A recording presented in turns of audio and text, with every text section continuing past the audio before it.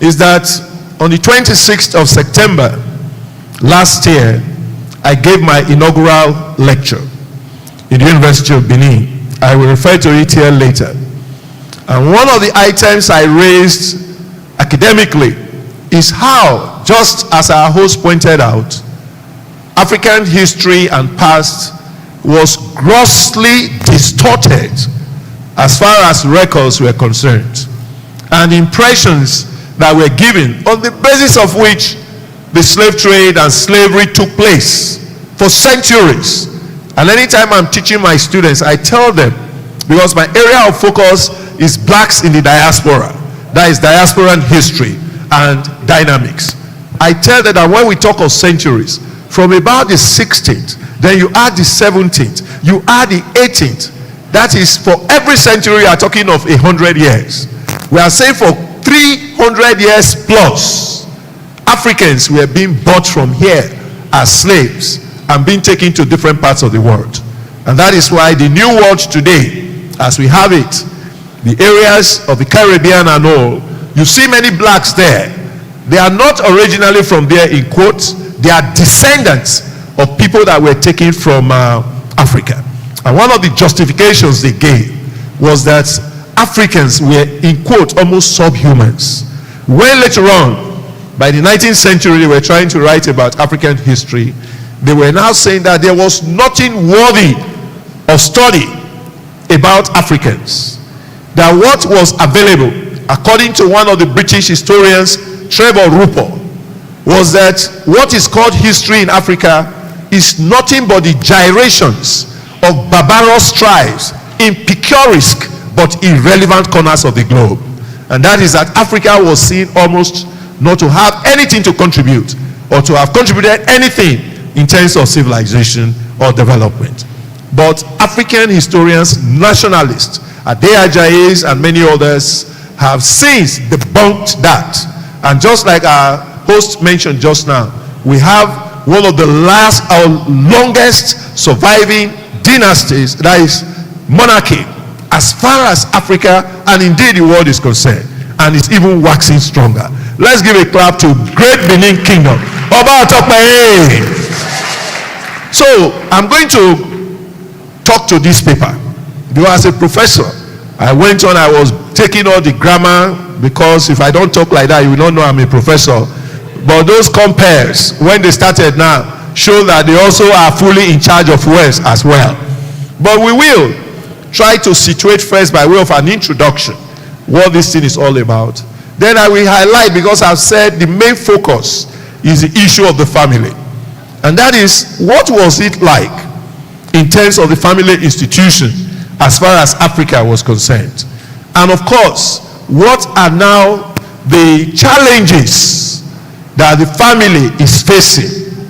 And of course, I will try to give my own modest recommendations as to how these problems can be addressed, so that the resilience, so that the culture of Africans can be transmitted by way of heritage, because the way we are going, part of the reality, under the force of globalization, a concept I will explain later in this presentation, we find that a good number of our children, a good number of our youths are almost not totally disconnected from what we can call African heritage. And if there is that disconnection, it follows that there is no hope for the future. So I want to really thank the organizers of this program, because events like this really give us hope that we all have to work together in tandem to see that what our people, our forefathers worked for, the good part of it, we have to sustain it. Because I've always said, Africa was not idyllic in terms of its nature of the past. Any person trying to say that Africa was so great and all is not telling the true story. Because as a historian, I will tell you the good, the bad, and the ugly, and to see what we can still extract from the past in order for the existence of the present. I even addressed that concerning the family institution, the roles and positions of parents, fathers, and what they sometimes are still hanging on to, that is not distorted in the light of new realities that we have in our environment.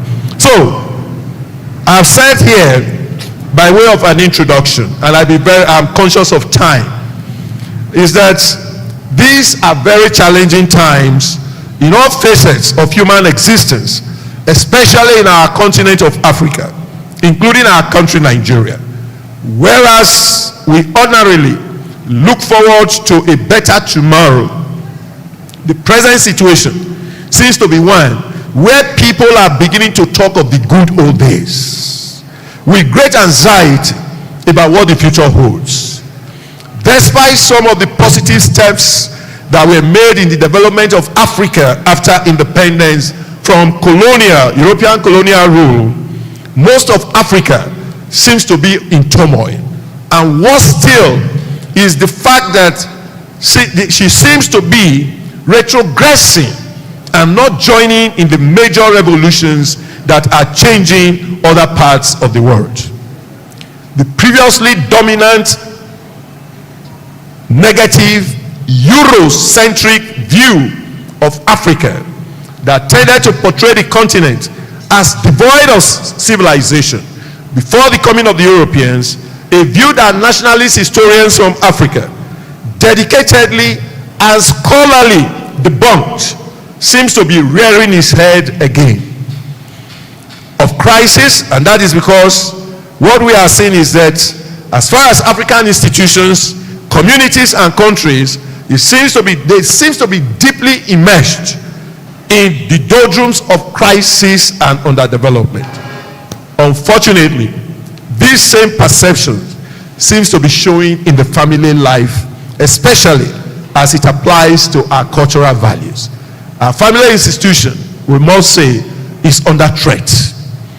We're also saying here that the once historically time-tested, cherished, functional, cohesive, supportive, caring, reassuring, and resilient family institutions in Africa is under great stress, to the extent that divorce is now very rampant.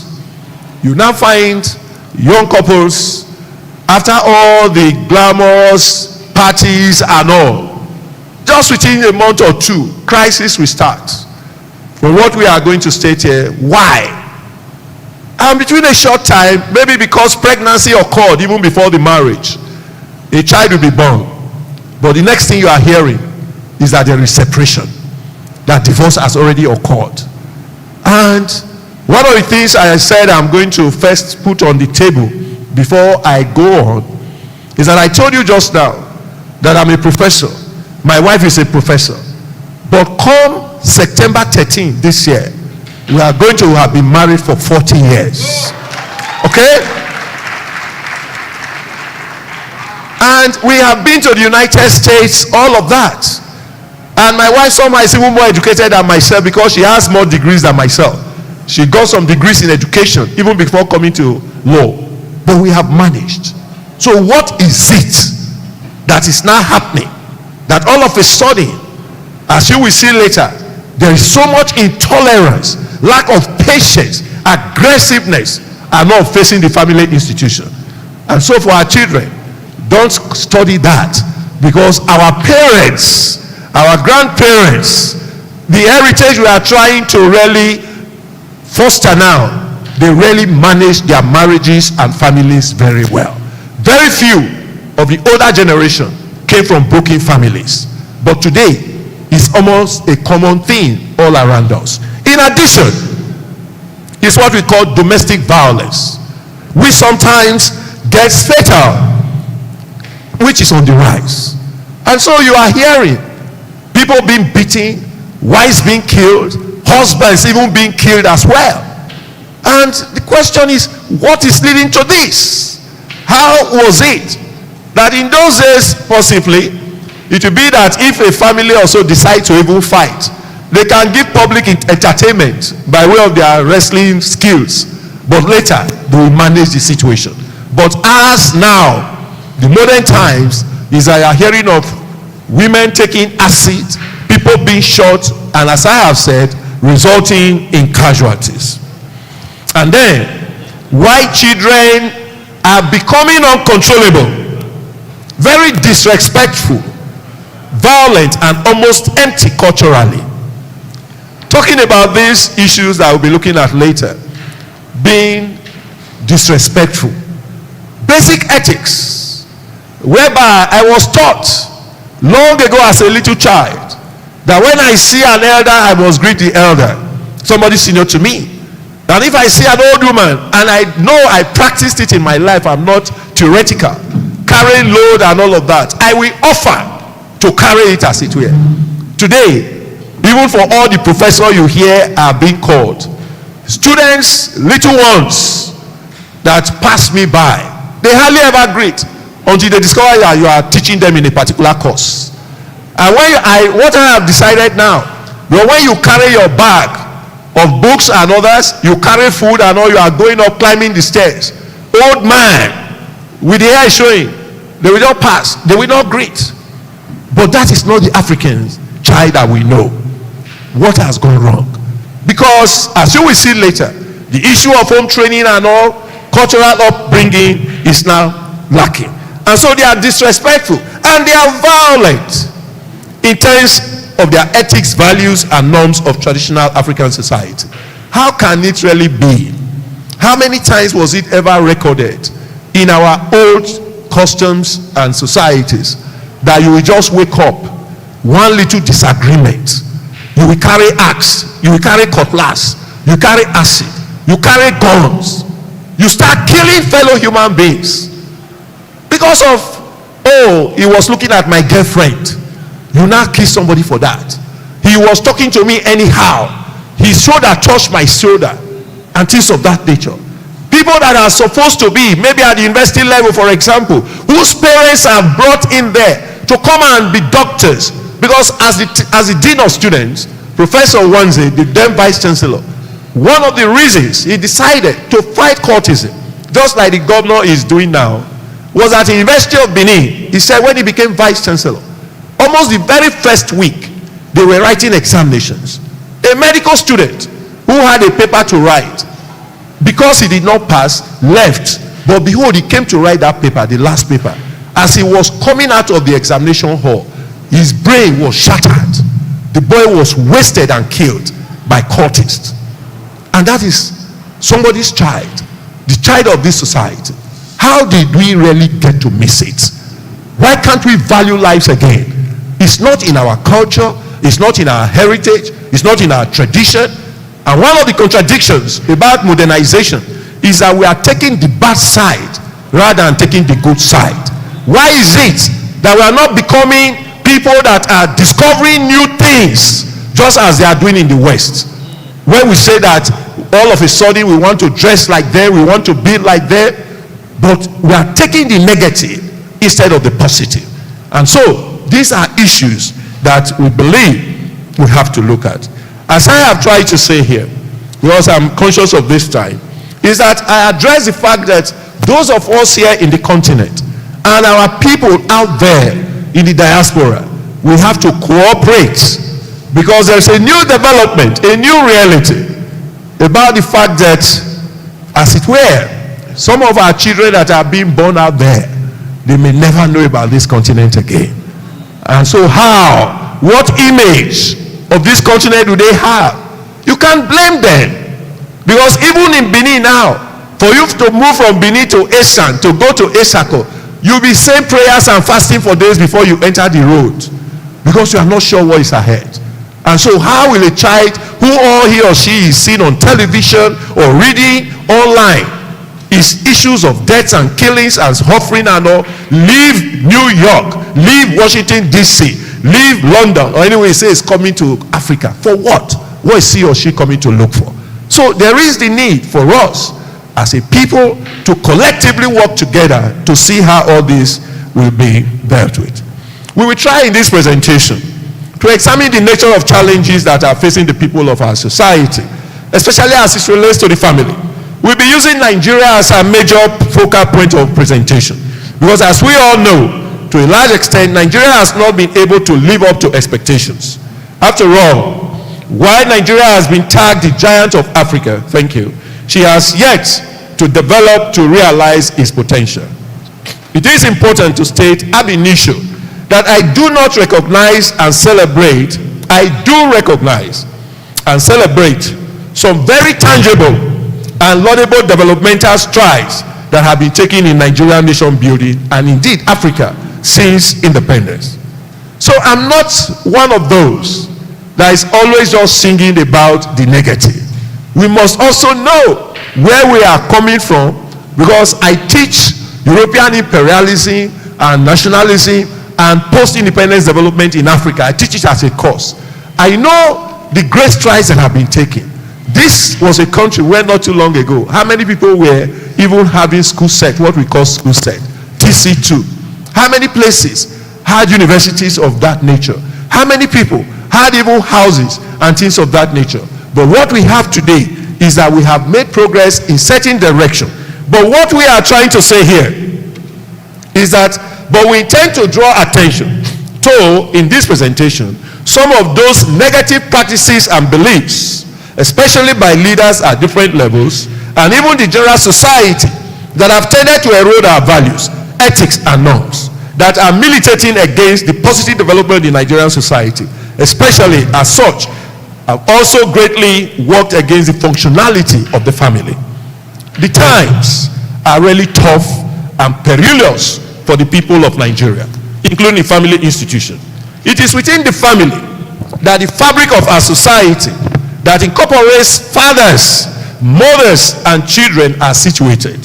We'll be looking briefly at the concept of family, fatherhood, motherhood, and children, especially as they relate to building a functional, dependable, and progressive society. What do we understand as the concept of family, especially as it relates to Africa, and what role is expected to be played by different actors in that family institution? What was the situation in Africa before the coming of the Europeans? What impact did external forces have on the institution of family? What new responsibilities did colonialism and the attendant Western civilization and Christianity trust on the members of the family? And what is the current situation of things? Before we proceed, it is necessary to attempt a brief clarification of terms. In this regard, hosts and of course great participants in this conference, I have tried in this paper to define what a family is, and of course the issue of fatherhood, motherhood, and children. As I said, I will just be highlighting some few things. One, the fact is that it is commonly accepted that the family, especially the nuclear one, is seen as the smallest unit in society. The nuclear family is often seen as being made up of the father, the mother, and the child or children. According to the Oxford Advanced Learners Dictionary, it defines the family as, and I'm quoting now, a group consisting of one or two parents and their children. In most African societies, the processes for the establishment of a family were and are often preceded by the enactment of a marriage. It is through marriage that a male and a female come together, and after going through institutionalized community and society rights, a marriage is taken to have been contracted. It is important to point out at this stage that in most African traditional societies, there was a societal approval, something very important we are coming to later. There was a societal approval of a man marrying more than one wife. It was approved in our society. And it's of course, which in modern day parlance is referred to as polygyny. Polygyny. While in a few of the societies, the practice of polyandry, which is a woman marrying more than one husband, was also recognized. The diversities, peculiarities of the customs and traditions of the marriage institution is well noted. We are still living witnesses to the fact that when you are getting ready for marriage now, you talk of traditional marriage. And even those in the US, sometimes they also connect with us when they say they want to embark on those traditional marriages. And so what we are saying here is that there are diversities What is happening in Benin is not necessarily what is happening in Igbo State and others. And we have been hearing one of the issues which I did not even highlight in my paper, the changes that have come in terms of the cost of marriages. How it is that some families wait to change their destiny from what they are going to get from bride price payments. And sometimes, after all those payments, they have their consequences.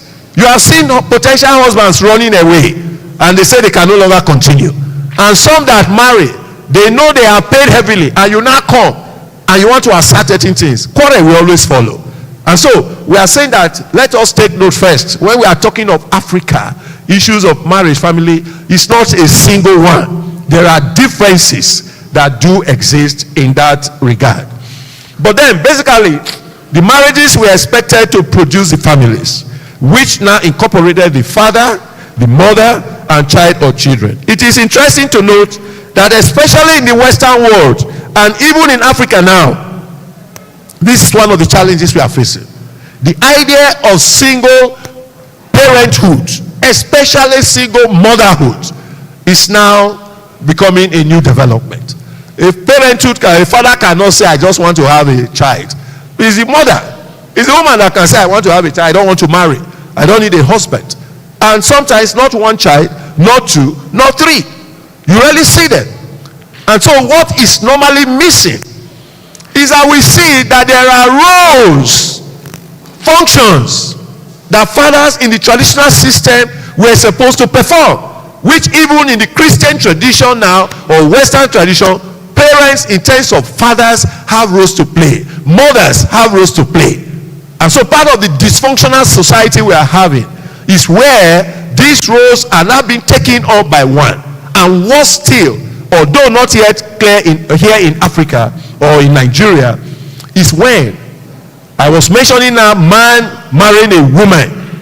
All of a sudden, we are now having situations where man says he wants to marry man, and they do marry. And then woman says he wants to marry woman, and they do marry. And the next thing you see them sometimes say they are adopting children and all. So all of these, they have consequences. And so I try to point out here when we are saying the importance of marriage, that but the ideal situation is that of having two parents. It is instructive that even in the coming of our Lord Jesus Christ to this world, that is his incarnation. He came through the ideal family of who? Mary, Joseph, and Jesus. And even though Joseph was his foster father. And so this reaffirms that it could have been Mary that we just give birth to Jesus. But that was not to be. God instructed Joseph to be the father. And we know that just like the roles our parents were playing here and are still expected to play, Joseph was there to protect Mary and Jesus. He was the one the angel meant to say, take him and go to Egypt. He was the one that taught Jesus carpentry, which is acquisition of skills, to empower him before he went into the ministry. Why are we saying this? Is that the mother was there taking care of Jesus, praying for Jesus, but the father also had roles to perform. And so Africa also operated in that direction. So what we are saying is not something we should be ashamed of in any way. It is that is what orderly is supposed to be. Very quickly, we are saying the father is often seen as the head of the family. And this belief is nearly a universal one, with very few exceptions. And it was, and to a large extent, the situation in Africa. The other important component of the family is the mother. It is the combined efforts of the father and mother, which in the African environment could only be a man and a woman, as against the now emerging unholy combination of man and woman that can be parents. As will be shown later, there were very critical roles which the father had to perform in relation to his family, including the children of the family. It should be noted at this point that these roles of a father could sometimes be performed. Let's take note here. These roles of father and mother could sometimes be performed by non-biological parents. and that is the society. And that is that, as you will see in the traditional African society, the child was seen as a society's product. It belonged to the society. So we all had rights to take care of the children, to guide them, and to raise them. But that, of course, we are seeing now, except that new laws are coming up to try to regulate it, where all of a sudden, some schools, some parents were beginning to say, you cannot touch my child. You cannot control my child. Is it almost time up? Well, I will take them easy. Okay, I will run out there. Let me quickly now. So, what are some of these roles? I said I'm always used to adjusting. The position of the role of the family, I just highlighted this. Let's listen to them. They are supposed to be protectors of the family, both physically and spiritually. They are supposed to be providers for the family of food, accommodation, and other things necessary for the well-being of members of the family.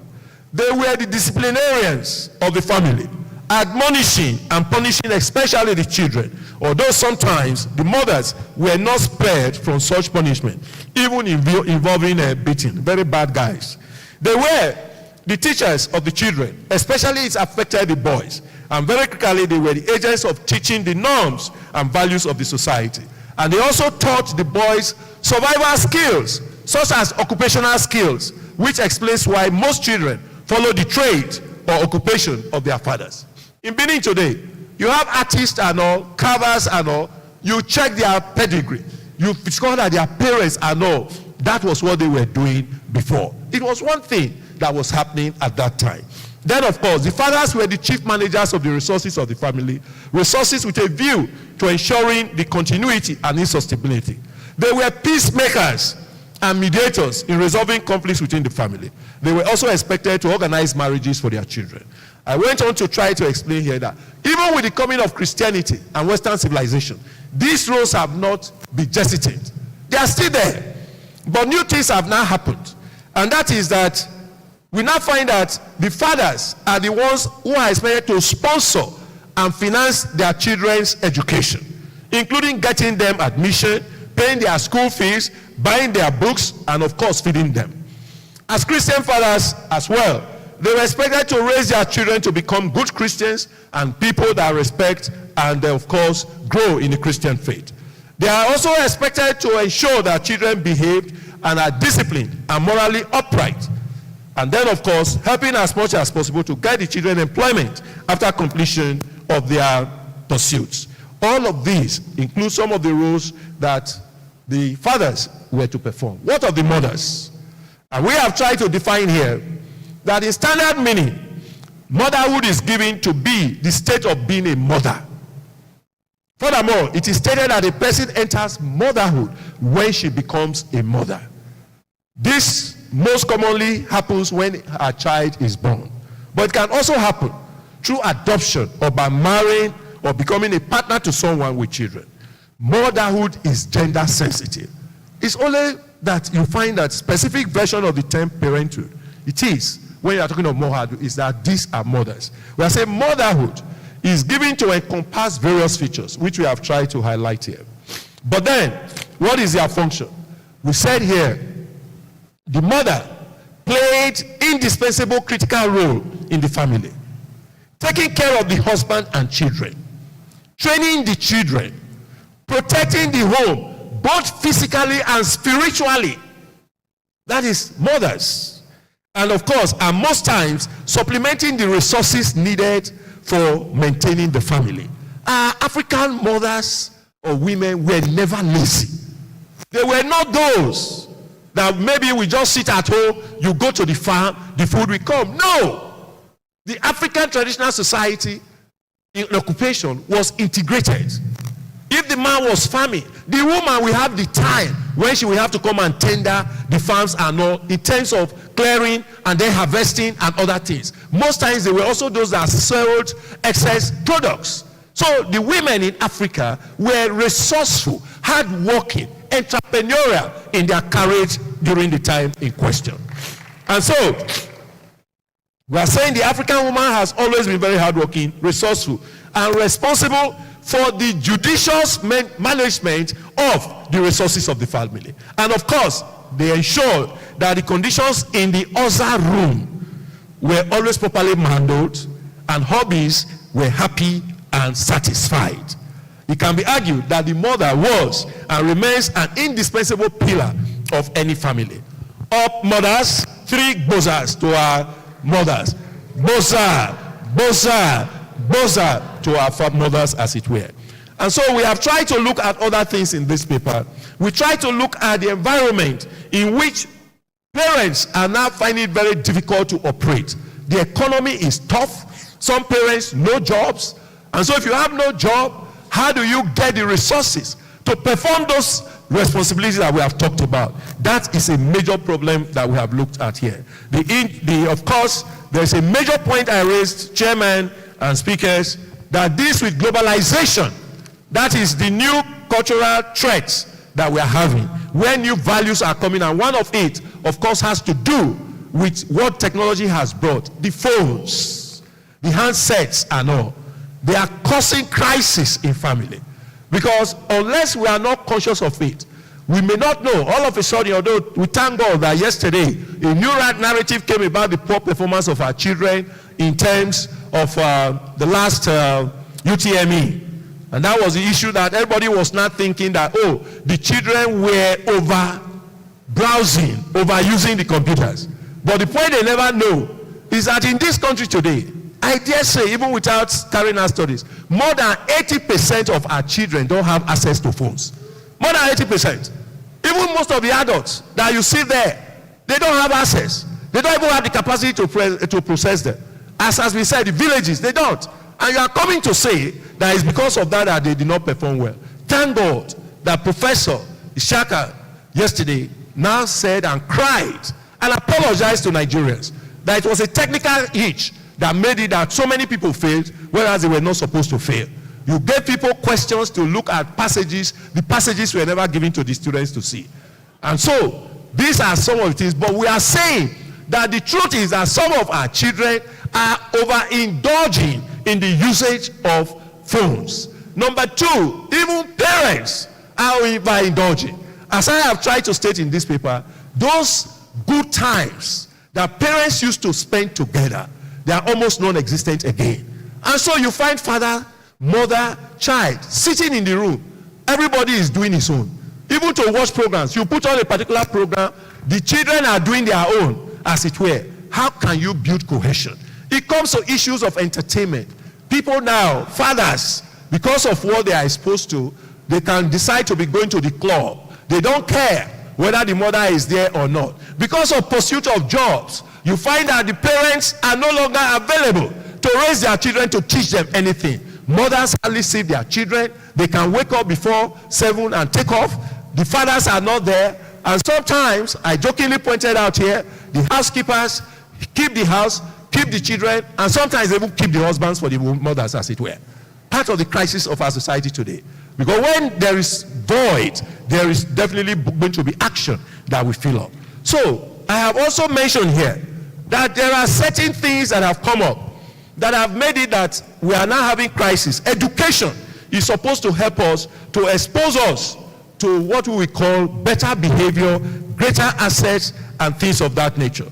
But unfortunately, as I'm trying to point out here, is that we have suddenly fallen prey to always asserting negative things in terms of what our parents are doing.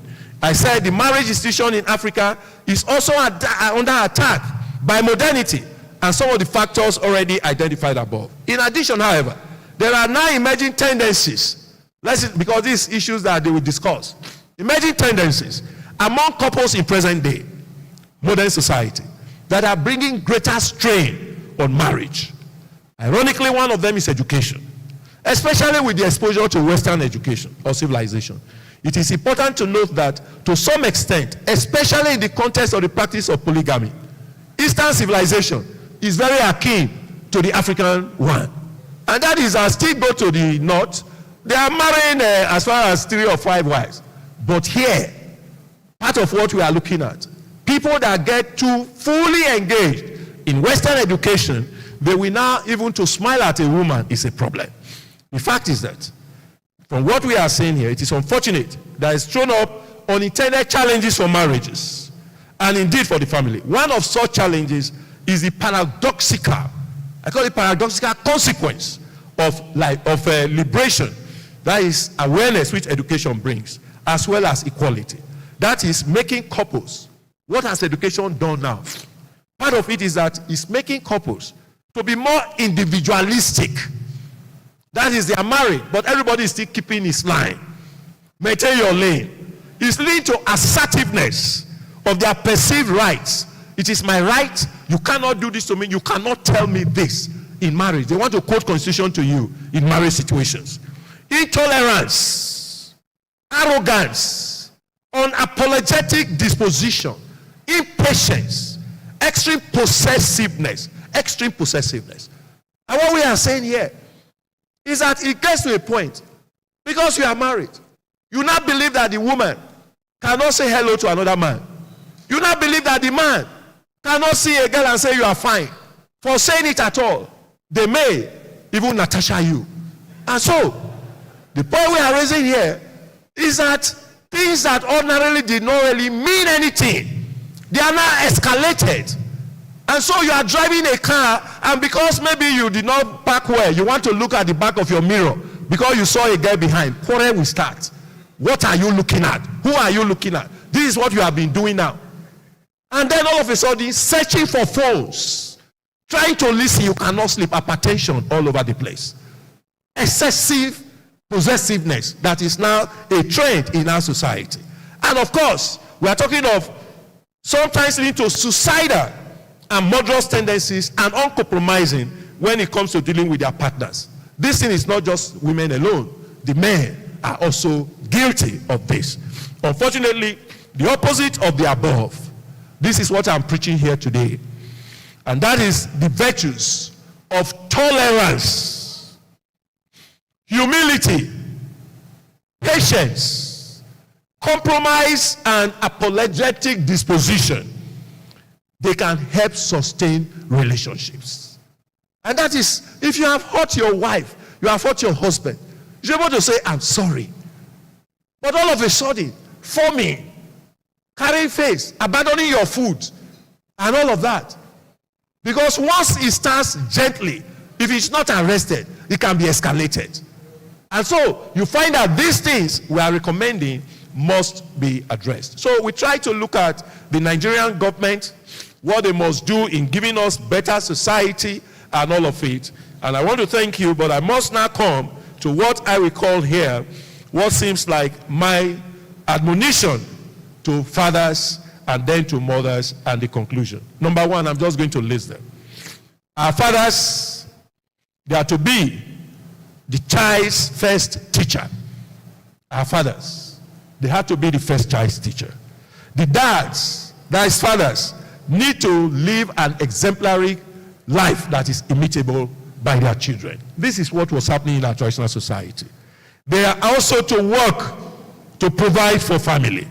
Sometimes the issue of unemployment is a kind of difficult subject to answer, because they will tell you some people are qualified but they don't have jobs, but there are other jobs available, they are not ready to do them. And so the issue is definitely a problem. But you should provide for your family. That is why marriages are no longer happening most times now. Because most young boys or men are not getting jobs. They are not having employment. And if you don't have, you cannot go and marry. And what is happening again, a contradiction, is that women seem to be getting more jobs now than the boys. I used to take in class that how this happens is that when a boy comes to your office and knocks, he wants to bring application. If you are a man, because remember, men are sometimes now those in the positions of employment. They will say, yes, what do you want? Why are you here? They will say, sir, is this a place you should go to? Go and employ and all. But if a fine lady comes and knocks, hello, how are you? Come in, sit down, what can I do for you? And in the end, most of the jobs now look well. Because I wrote a paper on this, women acceleration in our society. They are the ones getting the jobs. But women can hardly ever marry men. It's men that have to marry women. And since the boys are no longer getting jobs, marriages are no longer happening as frequently as they should. And so, good dads should discipline their children. Dads should spend time with their children. Dads should be compassionate. They should put their money where their mouth is. You don't just tell a child you can't do this and you are not supporting. Don't provoke your children. Dad, never give up on their children. And we are saying for mothers, we are saying they should continue to give unconditional love to their children. That is, be committed to give a deep and unwavering affection for their children. They should nurture their children. That is providing care, support, and all. And somewhere here, I even wrote on the fact that mothers have done so well that one of the songs that we all grew up to enjoy has to do with the issue of sweet mother, and I'll go forget you for this suffer way you suffer for me. Yeah, yeah. What is it all about? Mothers were always there for their children. I'm saying that the fact remains, as long as most Africans remain unemployed, hungry, and the education of children is not properly tackled, there's going to be continuous problems for us. But I am saying, as our Dr. T.J. Chunu aptly captured in the paper that was sent to me, if the family is broken, the society suffers. Hence, we are asking partners in marriages, following the African veneration for the marriage institution, that the partners must remain dedicated. They must be conscientious. They must wholeheartedly and undeterredly work and sacrifice to sustain their marriages and nurture their families. Among other things, there should be patience. There should be understanding. There should be tolerance. There should be forgiveness. There should be humility. There should be sufferance. There should be limited liberality. There should be compassion, empathy, mutual respect, and above all, sacrificial love from both parties as much as possible in order to overcome the negative forces of covetousness, possessiveness, suspicion, grudges, malice, and unforgiving and assertive spirits that continuously assail marriages in Africa and by extension all our families. Seeking professional, listen to me now, seeking professional and spiritual counseling and resorting to amicable resolution of disagreements in marriages can go a long way in helping to sustain marriages in Africa, and via it, families which we raise boys and children that we help to uphold and preserve African cultural values that can be transferred and transmitted to the upcoming generations of Africans. Thank you all for listening. Happy United Nations International Day for Families to all of us. Thank you and God bless you. Thank you very much. I'm sure we can do better than that. Come on, let's put our hands together. Thank you so much, sir, for such a powerful delivery. Thank you so much. We are so grateful. Thank you, sir.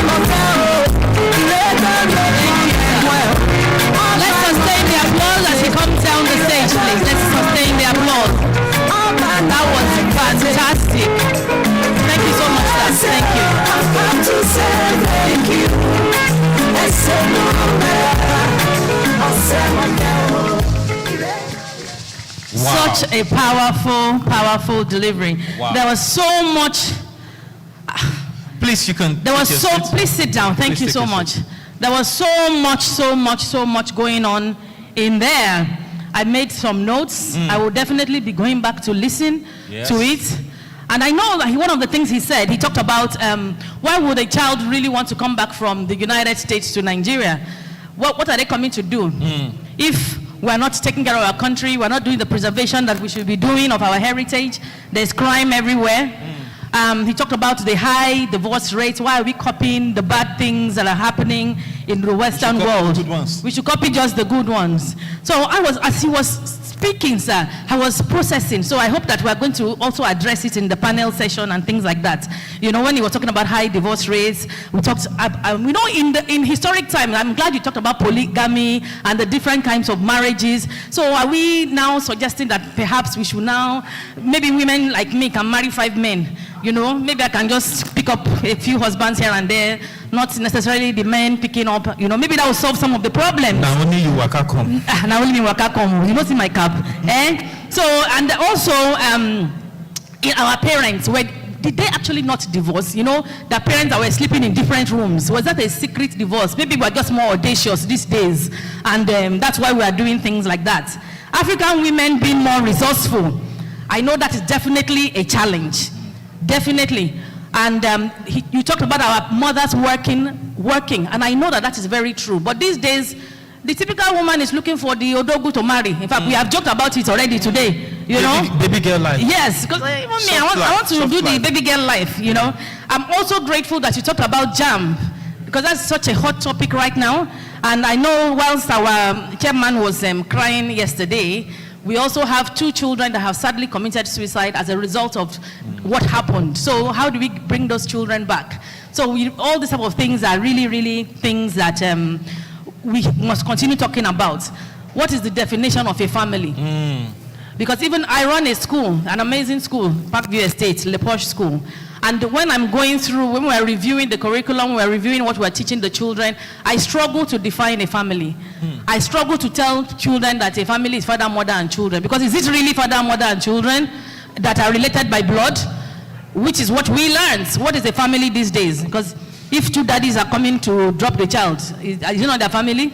Do you know what I'm saying? If mommy is coming alone, if daddy is coming alone, are they not family? If mom is coming with grandpa, and that is a solid structure and it's functional and there are no issues there, as opposed to, you know, when a family is broken, they will say, it's a, husband and wife are not together, so it's a broken family. It's a dysfunctional family. It's dysfunctional family. But we have nuclear families that the man constantly pounds the woman and the woman does the same. So is there a dysfunctional nuclear family? You know, all the narratives, they're all out there. So what exactly is now correct?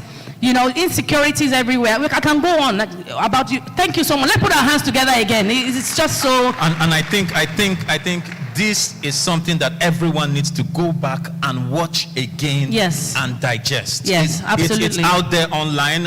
It's live on YouTube. It's live on Facebook. Please make sure you share the link. Let people begin to engage with these realities. Let them begin to engage with these realities, and so that we can indeed reclaim our heritage. Absolutely, absolutely.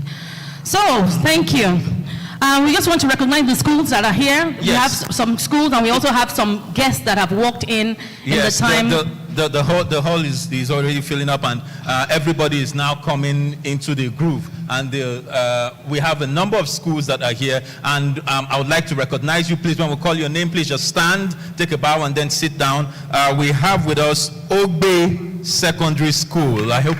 Please put your hands together, take a bow, stand up. Ogbe Secondary School. We have Igbenedion Education Center. Igbenedion Educational Center. Yes, we also have Edo College. Edo College is here. Edo College is here. Thank you. Thank you. And we have God's Sparkling Academy also here.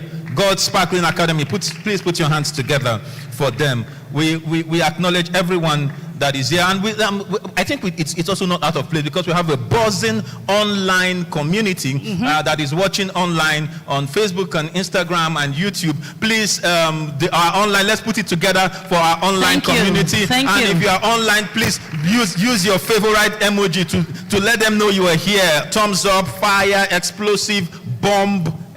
What all of it. Yeah. Thank you so much. And whilst Professor was speaking, we had Mr. Obakpolo. I hope I did not ruin it. Obakpolo. Come in, please. Take about, sir. Please put your hands together. Put your hands together. Pastor K. Aigbe of senior pastor at Firm Foundation International Church. Thank you for being here. We have MC Casino has also come here. And we have my favorite, Dr. Charles Akpochi. Yes. Come in as well. Please put your hands together. I'm a bit biased when it comes to him, because one of the most profound things that I've heard in recent times, I've already posted it. I've tagged you this morning. You would think I've never heard anything before. What you said last night was just mind-blowing. Mind-shifting. That the Benin moat is larger than the wall of China. Did you guys know that before you said it? And I couldn't believe it. Because when you go to that wall of China, you pay to enter. Yes, now. You pay as much as $6 to enter. So if you have a family of 4 coming into that's money. Like 24. So, and we have our own, and we're pouring refuse there, we're urinating there, doing all sorts of things there. No, we have to get it back. That's why we're here. You know, those are children need to come, and That's what they are coming back for. You know, when we say will our children come from the States to come back to Nigeria? Okay. When we begin to fix our land, when we begin to appreciate culture and preserve. Thank you for that teaching, sir, yesterday. I truly, truly appreciated it. Thank you. Let's put our hands together for him one last time. Thank you. Thank you. So we have some therapy going on. We'll have some therapy going on now. We have spoken word. Let's put our hands together for Eben Keys. And as he comes up, I'm just going to read a very brief profile about Eben Keys, who is going to be delivering spoken word today. He's a multi-award winning spoken, please put your hands together, word poet, music artist, songwriter, creative director, visionary behind the Keys concert, annual spoken word experience, and the founder of House of Nazar, a creative powerhouse producing poetry and musical works that inspire global transformative change. His thought-provoking art has not only earned critical acclaim, but has also been showcased and celebrated across nations with various awards to his credit. Let's put our hands together for him. When he speaks, hearts are unlocked like magic with ease. Keep inspiring us, Eben. Thank you for all that you do. Your poetry is therapeutic, helping performers all around, audiences to deal with anxiety. You are going to appreciate and enjoy the beauty of what he's going to do today. So let's put our hands together one more time for him. Thank you. My generation is like a cooked pot of noodles. Everything is twisted. You see, this jet age has flown and dived into vain galaxies, and it's about time that it landed. You see, in my generation, the stench of misconception is so strong, it's almost like 1 million people farted. But before you start getting mad at me, I gotta warn you, I'm just getting started. So, somebody please help me tell these boys that getting high is not going to take away their low self-esteem. Tell them to stop darkening their lips to the color of blackboards just to end up searching for pink lip creams. Somebody, please help me tell these boys that spending all of their night under club light is not going to bring them to the limelight. Help me remind these boys. Help me remind these boys that while they sag their pants like they've got the world in their pockets, reasonable people are working on ideas that intimidate space rockets. Somebody, please help me tell these boys that royal body is not always necessary. Tell them that while they are so busy with being players on the pitch, the rest of the world is efficiently handling the commentary. Somebody, please help me tell these boys that for a girl to be pretty is not enough reason to want to keep her, because the way they catch feelings these days will leave you thinking they will make incredible goalkeepers. Well, most times they don't. So somebody please help me tell these boys to stop breaking hearts and start breaking records. Tell these boys to stop breaking hearts and start breaking records. Please tell these boys that keep playing with the hearts of elderly women old enough to be their mothers as if life is one old Trafford. Somebody, please help me tell these boys, make them stop to the do G just because them know one H, because I cannot understand how pressing laptop and phones has become the only way to press forward. So somebody, please help me tell these boys that he who does anything for money will do everything to waste it. Help me tell them life on earth is as uncertain and short as the length of a belt. So let's not continue to waste it. Somebody, please help me tell these boys that knowing the names of all sorts of drugs is not going to make them pharmacists in the making.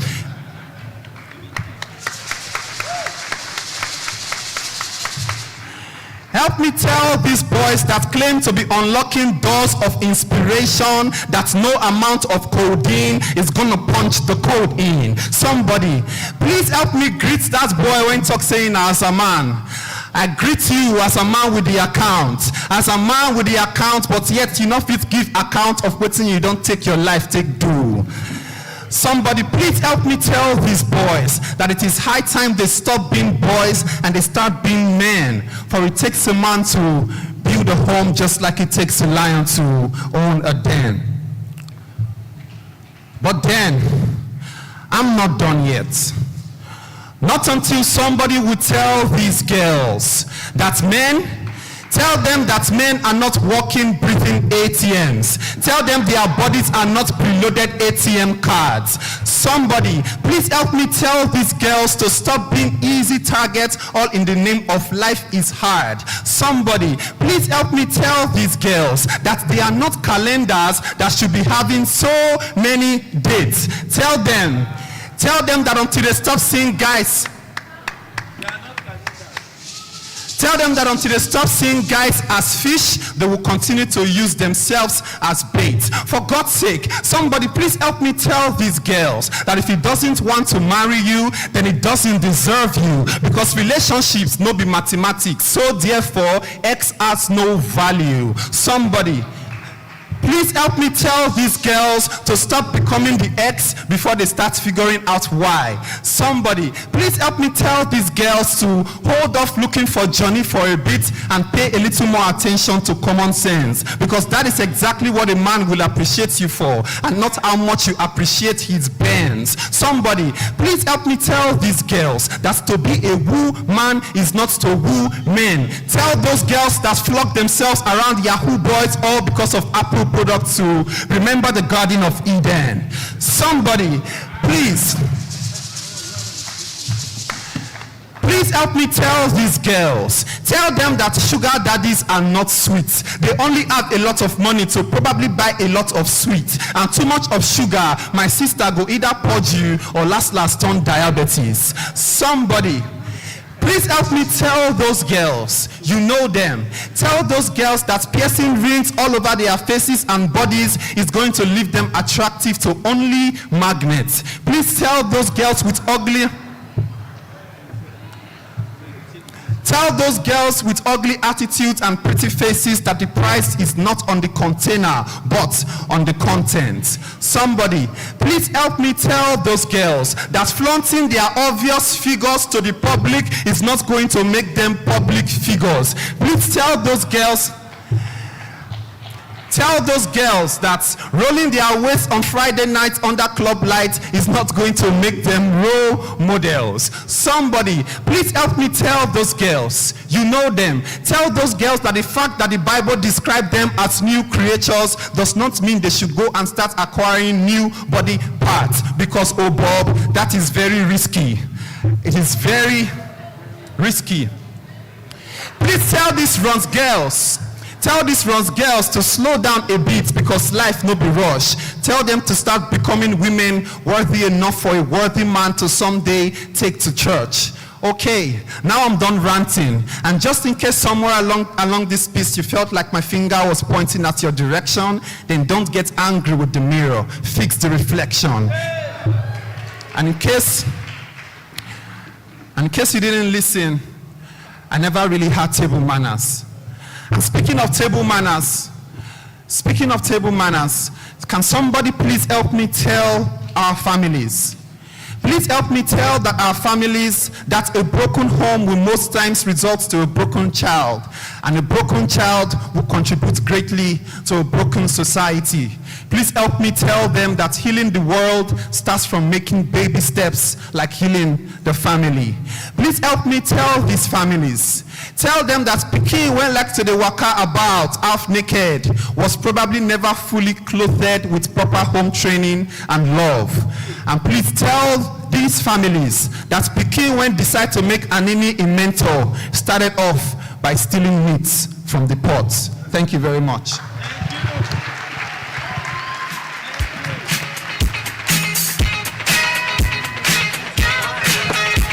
Come on, let's clap for him.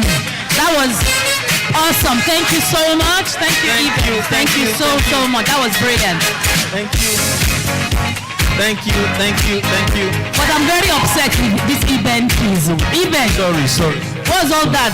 Sorry. I know. Just as my money is almost complete for my BBL, and he's now saying all this. What's all that? I thought it's the dates and the calendar one that was pinning you. Everything just paining me. Sorry. Just this Eben, No, it's not his fault. Like he said, fix the reflection. Don't break the mirror. Which mirror? Fix the reflection. Don't break the mirror. But I just want to start and do my BBN. What are you talking about? Fix the reflection. You just saved me a job. Sorry. And some money. Sorry. But I'm still considering it. Fix the reflection. Okay, all right. No mahala. Thank you very much. Thank you very much. Thank you very well much. Well done, Stephen. Thank you very much. We have another session speaker that we're going into. Yeah, you see, but you don't do. Oh, sorry. They say I'm doing passion because I was blowing kisses. That's my girl. Yeah. Please, we have precious Anjanu, one of our panelists here. Please put our hands together for her. She has just come in. I just looked up and saw my girl. It's going to be mind blowing. You guys are not even. This whole panel is just so packed. It's loaded. And while we were speaking, we were informed that the chairman of the State Universal Basic Education, SUBEB, Barrister Mrs. Onome Briggs, is here. Please put your hands together, represented by Barrister Mrs. Beatrice Oloku, Secretary to the Board. Please, please can you take a bow, ma? Barrister Mrs. Thank you very much. Thank you. She also came with her team. She came with her team here. She came with her team. Please, let's appreciate them. Please put your hands together. Don't worry, don't get tired of clap. If you clap for others, others will clap for you. Yeah. Yes. It's a seed. Thank you. While we're here, another school walked in. St. Mary Dedication British International School. Please take a bow. Put your hands together.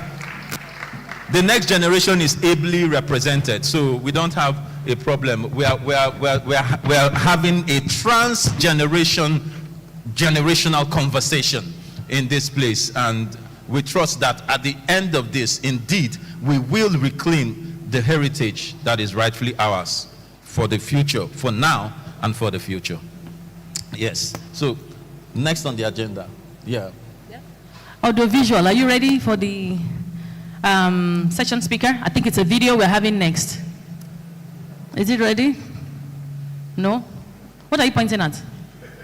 Huh? Video. Or should you go do the panel session, the plenary session now? Okay.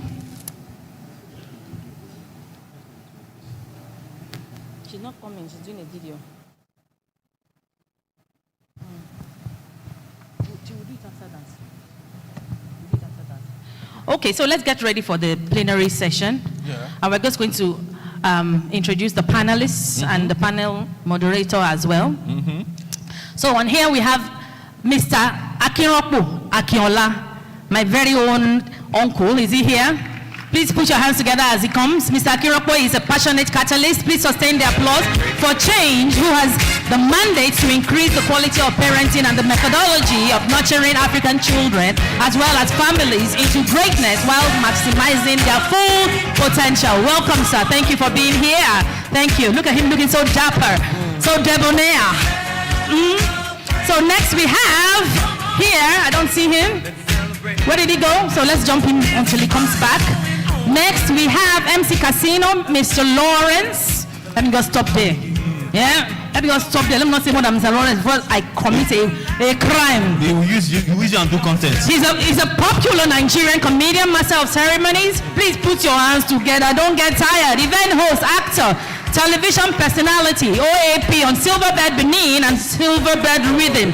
His comedy is also known to have inherent wisdom and witty sayings. Thank you for being here. Welcome, welcome, welcome. Now we have Mr. Obapola. I'm just doing it in the American way, just in case. The American way. Please put your hands together for him. He's a Nollywood actor, master of ceremony, teacher, literary guru, protocol officer, governor's office, Edo State, and the member of editorial board, Zenith Magazine. Please put your hands together for him. Thank you, sir. And last by no means least, my latest daddy in town. Please put your hands together for my latest daddy, Dr. Charles Apoki, graduated from the famous College of Medicine at the University of Ibadan in Nigeria in 1984 and holds a master's in public administration. His profile is so long, it's longer than the Third Miran Bridge. So I won't go on and on and on. It's there, it's right there. Thank you so much, sir, for being here. Thank you. A real honor to be here. Thank you. And we have our panel moderator. Should I behave myself? Be trying. Should I go behave myself? Try. Okay, she said I should behave myself. Be calming down. I should not say anything that we said last night. Be calming All down. those things that you said you represent, I should not disgrace you today. Be calming Okay. down. All right, next. There are children here. That is true. Thank you for reminding me. You.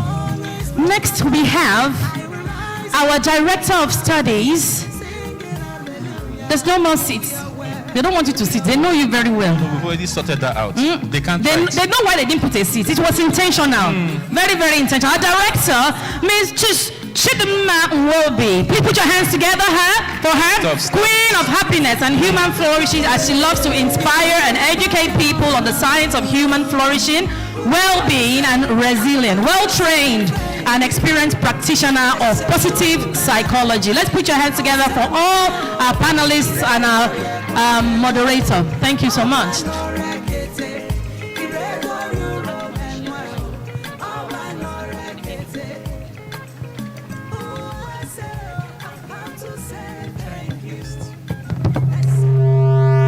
Good morning, everyone, and it's nice to be here with this distinguished gentleman. So for some reason, I'm the only female here. But thank you, Prof, because you already said women, mothers know how to do it. So let's show them what African mothers can do. So we just have one role to perform today. And our panel discussion title is Shaping a New Generation Through the Values of the Past. So we hope that we'll be able to, after this conversation, profile strategies and frameworks for stakeholders. So I'm just going to read the synopsis in a bit. In an era defined by globalization, technological disruption, and shifting social norms,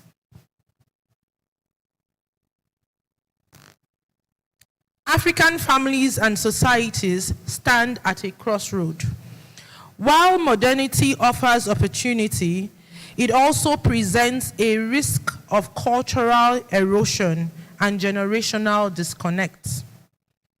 This panel seeks to interrogate the enduring power of African values rooted in community, respect, resilience, and relational harmony as tools to shape a morally grounded, emotionally intelligent, and socially responsible new generation. Our session invites critical reflection and shared strategies from key sectors, from government, from media, academia, and the family life industry, on how to bridge the wisdom of the past with the demands of the present. Our goal is to co-create sustainable frameworks for value transmission, policy integration, and societal reorientation that ensures our heritage becomes the strength of our future. We have several objectives we want to achieve, such as identifying core African values that are essential for generational renewal. We want to also explore cross-sectorial frameworks for embedding these values into systems. And hopefully we will co-develop actionable strategies to help African families, communities, and institutions reclaim their identity and heritage with pride and relevance. So I can see comedian is already nodding. It's like, Madam, let's get to the nitty-gritty. So we're getting there. So I'm going to take us first to try to get our perspective on this general question that everyone would contribute to. And so the question is, what strategies were available in the past from our rich African heritage that are relevant for us now, shaping the global landscape of family life? So I will try to moderate this. We have 2 minutes each to respond. No, please help me pass it to, yes. No, not Dr. Charles. Yes, sir. Please go ahead. What strategies were available in the past from our rich African heritage that are relevant for us now, shaping the global landscape of family life? Thank you so much. First, I'd like to say that we are here to discuss something that relates to the future of the entire world, because the past has always been a taproot to the stem of the future. And in Things Fall Apart, Chinua Achebe reflected the thematic thought throughout the book that the Africans had the strength and cohesion of tribal life before the first touch of imperialism sent it really down from a very delicate equilibrium. Now, African society, the Nigerian society, I'll collocate it to Benin. For instance, the Beninese were civilized. What we call civilization today is modernity. Every strata of society was so arranged that everybody had a place. And there were ethos, there were taboos, there were do's and don'ts which regulated the society.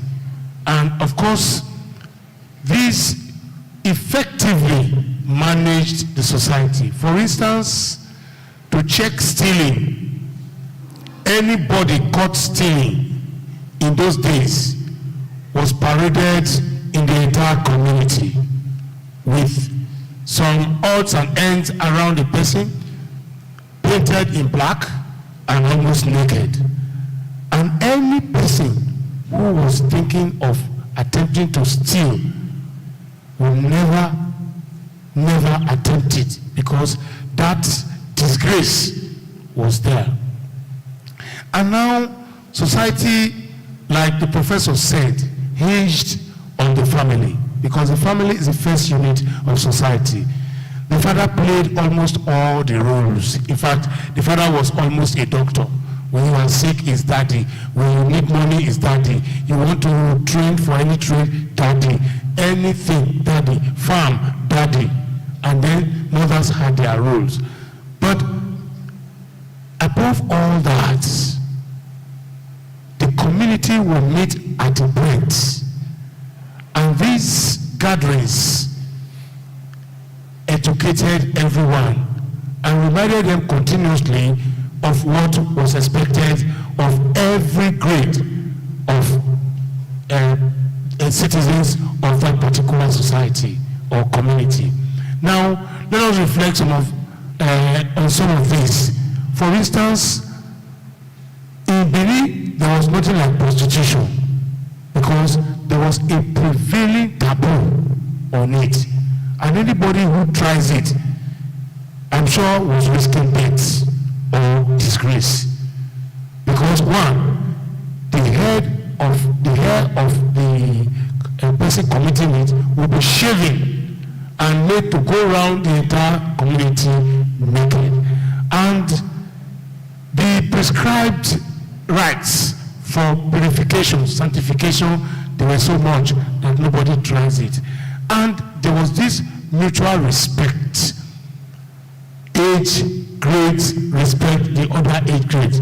Now you have the infants, you have the youngsters, you have the youth, you have the elders or due, and at any point you graduate to the order, and this respect was there.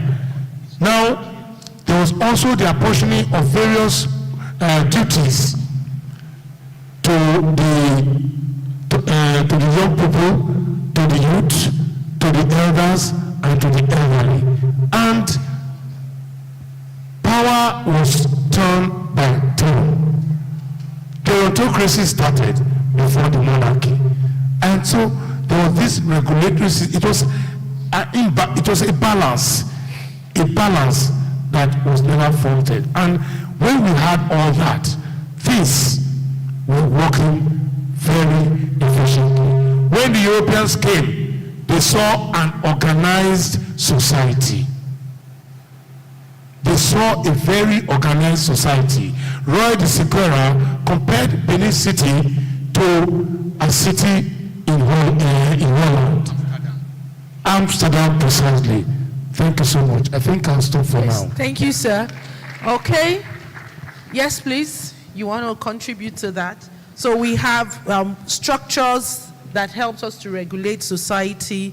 We had rites of purification that made sure that we stayed with sexual chastity, of course, respect, and power being turn by turn. Do you have additional outside of this? Okay, I will digress a little bit from what my uncle have just stated. I think the factors that were helping the marriages of those days were more of value and sacrifice. Value and sacrifice. Our mothers were ready to sacrifice some temporary pains from our fathers, and our fathers were also ready to sacrifice some temporary pain from our mothers, so the children can have a better life. That is why you see a Benin woman will tell you, if I don't leave this marriage, if not for my children. So then they had reasons to go through some difficulties because they wanted their children to have a life. They wanted their children to enjoy family values. They wanted their children to feel the love of a mother and of a father. And again, they had value. Wife, understand that this is my husband. And the respect was much. The respect was very... My mama cannot call my father baby. You see, most of all this, it might sound funny, but it is not really a joke.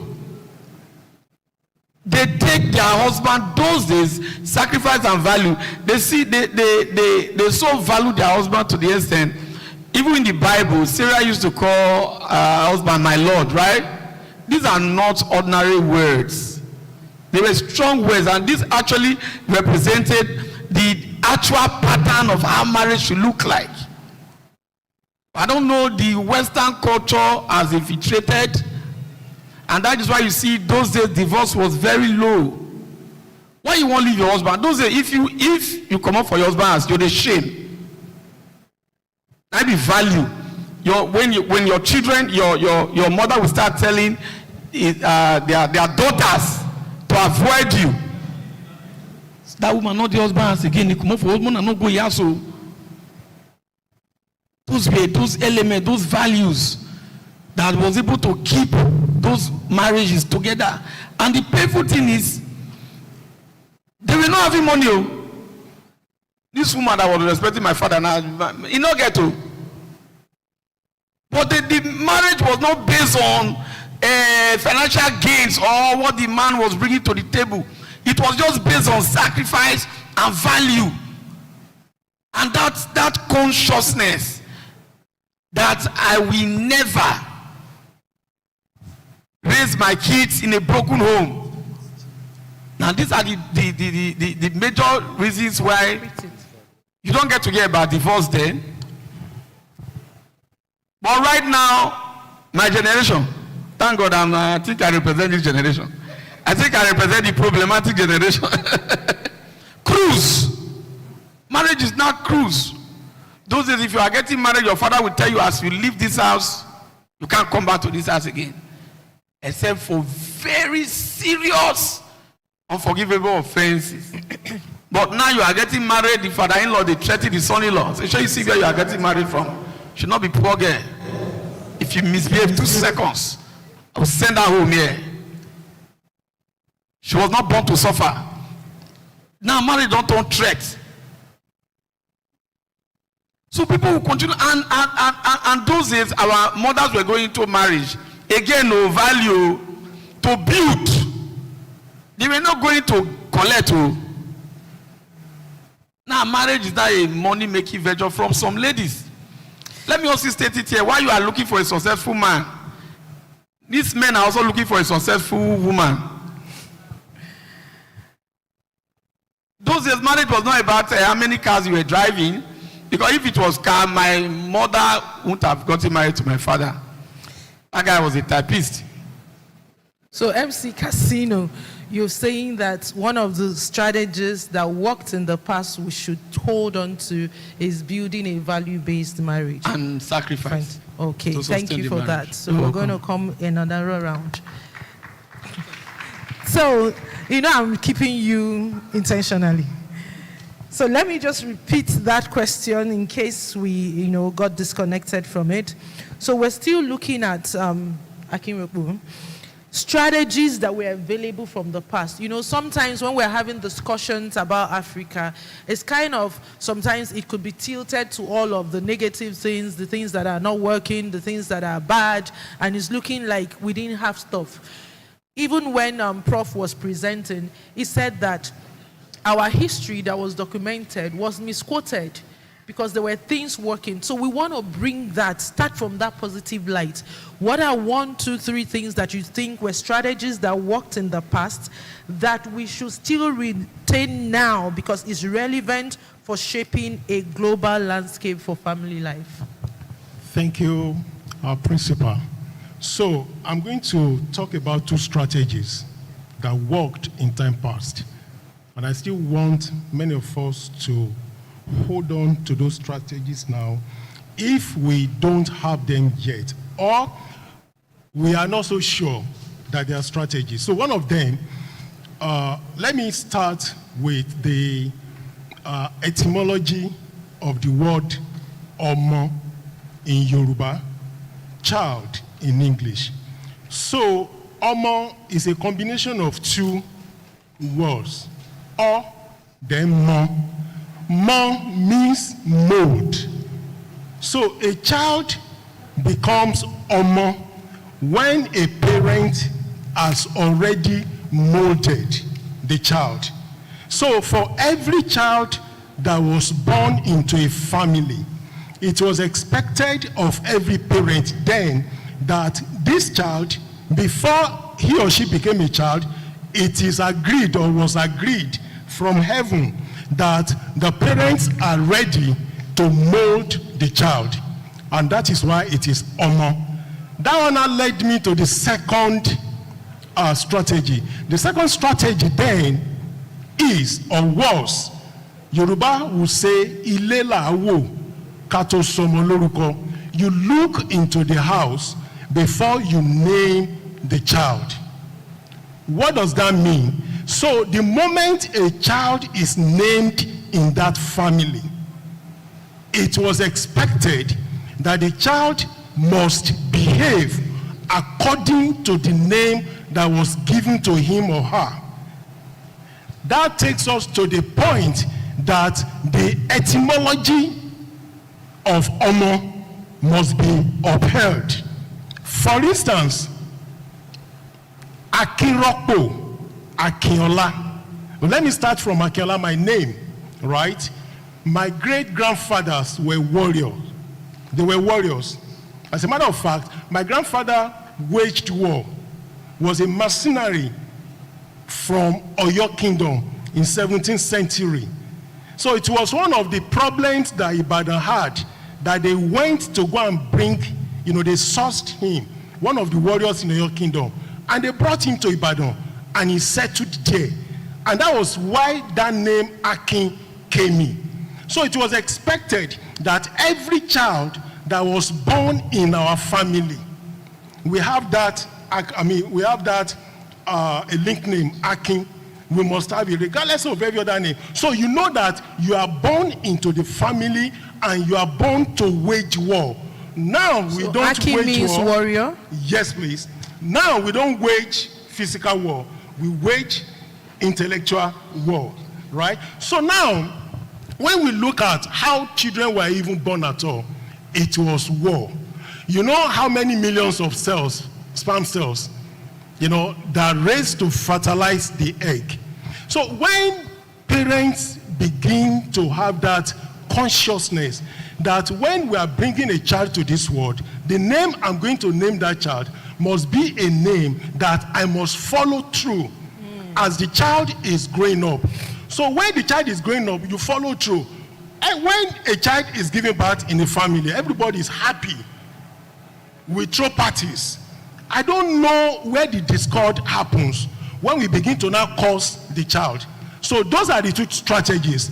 Omo is someone that you mold, that becomes Omo. Then the second one is Ilelawo Kato Somoloruko. When you give birth to your child, what name do you want to give? I'm sorry, ma.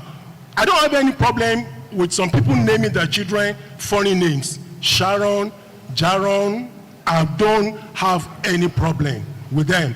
But I will admonish us to name our children our core traditional name, cultural name, so that it will continue to ring a bell. You have Omo Labake, Omo Labage. You have all those ones that when you give birth to a child, you are supposed to train this child to become somebody in life. Thank you. Thank you so much for that. Please help me pass it to Dr. Apoki. And while I wait for him, let me just recap what Akinrokbo has said. And that's very important. You know, I was working with a client, and based on what was going on with the person, I saw a disconnect with the person coming to terms with their identity. So I gave that person an assignment. So what's the meaning of your name? I don't know. What's the meaning of your surname? I don't know. So I gave an assignment, go talk with your parents. When next we're meeting, I want you to do a reflection on why you were given that name and what your family name meant. Interestingly, I'm trying to be not gender specific here. Interestingly, when the person did that research and came back, part of what the person was dealing with was identity loss, that sense of not good enough, but embedded in the name was royalty. Embedded in the meaning of the name was a person who stands out in whatever they are doing. So even in therapy, and I'm talking to my professional colleagues here, we have to get down to genealogy. We have to get people to trace their heritage. I'll speak to that later, but I just want to tie that in. Even for men who are struggling in their masculinity, one of the things I've added to the work I do with them is send them on a journey to go and trace back the male ancestry for the last 3 generations. How did the men in your family handle being a man? What do you know about it? And it's interesting revelations coming in. So yes, I agree with you, and I have a bias, of course, because all of my children, our children, have traditional names. Like him, I don't have a problem with English names, but I want to name a name that I can explain what it means. So very spot on, and our people did that, and I think it's something we should do, because in this age of civilization, we want to have the most European name, why not give them, and if I've ever interacted with you and you gave me an English name, trust me, I'll ask, what's your native name? And then I'll seek permission. Can I call you by your native name so that we can reclaim our heritage and be proud of it? Dr. Charles Apoki, what strategies, thank you. Thank you. What strategies are available from the past? And I'm going to time you because I know you can give it in 30 minutes. Give us in 2 minutes strategies that we need to hold on to. I've been married for 40 years. I married when I was 26. My wife was 24. She was 19. I was 21 in medical school. I told her, I want to marry somebody I will grow up with. And so you are going to read nursing. So I wrote her application to UBTH here to read nursing. Marriage is not sustained by love. Love is a chemical reaction. It is the production of oxytocin and other love hormones, and they wear out with time. Marriage, I asked my wife when I turned 60, I'm 66 now, I said, what has kept this relationship? Is it the toffee feeling when I was sending you postcards. We had postcards. I would post a postcard every day from UI. Hey, they do love now. Yes, to UBTH. Is it that I don't post now because the chemical has reduced? It's okay. And so the problem we are having in this generation that we didn't have in the time past was that today's marriages are founded on Mills and Boom and Romeo and Juliet and Titanic. But marriage is founded on responsibility.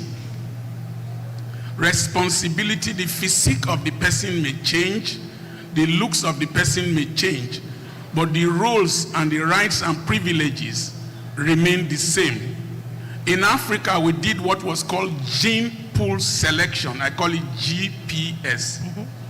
You didn't marry from specific families because of their tendencies, because of disease patterns like schizophrenia. Schizophrenia runs in families because of stories concerning such families. So families united to raise a new generation better than their own generation by bringing Akin genes with Ade genes. Ade Goke, Akin is warrior, Ade is crown. When you bring these two genes together, then you bring a strong kingdom. So we did gene pool selection. But there was a problem that came to Africa with colonization, and that was taxation. Taxation, I grew up to meet trade by barter. Taxation necessitated that our males in our families paid, even females in Aba Riot, they paid with the currency which was produced by the Western world. And so we needed to leave home to go and work in the township. And then the family was divided. But you see, if you go around Africa, the Chinese communities, their marriages are lasting longer. The Indian communities, their marriages are lasting longer. Even I was in the UK, I found out that a whole street, Edgeware, was filled with businesses by Asians until Africans start treasuring family-based businesses and transgenerational transfer of entrepreneurship. Families will keep having problems of man going to work somewhere, woman working somewhere, children left alone. I stopped working for any person at the age of 29 when I opened my first practice. And I've been building family businesses since then. My daughter manages my school. My granddaughter is in that school. And so we see each day with my wife and her. My wife does business with my son, who became a millionaire in my house at the age of 22 when he was leaving Uniben. And then we try to transfer. You see, go to Egun Street, you will see that there is an industry there that is transgenerational. And so this Japa syndrome and all this job mentality, until Africans start thinking about building family businesses that can endure. Bagdash Ice Cream Parlor in Damascus has been producing ice cream since 1895. The Four Cousins wine you drink, those spaces, there are Four Cousins in South Africa. Sabanchi Foundation, that pays 5% of the annual tax of Turkey, has been in business for generations. Now, you see that the Parental pistol has been producing guns for 500 years. What your father used to train you to university, suddenly you abandon it and start carrying brown envelopes. And so even though I trained as a medical doctor, medical training and practice will never leave my lineage. My son is an orthopedic surgeon in Germany, because right from when I was taking him into the theater, I will write on his palm, Professor. My son is married to a cardiologist. And so medical practice will never leave the family. There are giftings that families get. When that gifting enters your family, after it might be an anointing, after some time it turns to a culture like Egun Street. Now, let me quickly say this. You don't marry You see, the elite do this gene pool selection. They marry power, marry performance, marry platforms. And now, when Isaac, even in the Bible, he didn't marry anyone. When Isaac was to marry Rebecca, there were specifications. This girl that will give my camel, that I would tell, give me water to drink, and will say, I will water your camels. Isaac inherited camels from his father. In fact, the woman met him in the farm. Each camel drinks 30 gallons of water. Multiplied by 4 is 120 liters. Times 10 camels is 1,200 liters. Times acceleration due to gravity, G, times the distance of the well, plus the depth of the well, you will find out that the woman had capacity, competence, character, and chemistry that we should look for instead of curves, coils, and color. Thank you. Hey! Dr. Akboki. Dr. Akboki, please come this way. I'm coming closer to you, but not just for that, because I've been told that we need to rearrange. The colors there is entering eye, but then it worked out in my favor because, you know, the distance is not. I almost lost my home training after doctor finished. I wanted to shout, oh, Shay. I said, no, you're a moderator. Calm down. Just relax. So let me compose myself. But that is so spot on. And, you know, these are conversations we should be having. In recent times, you know, power brokers, 2 families, their children getting married.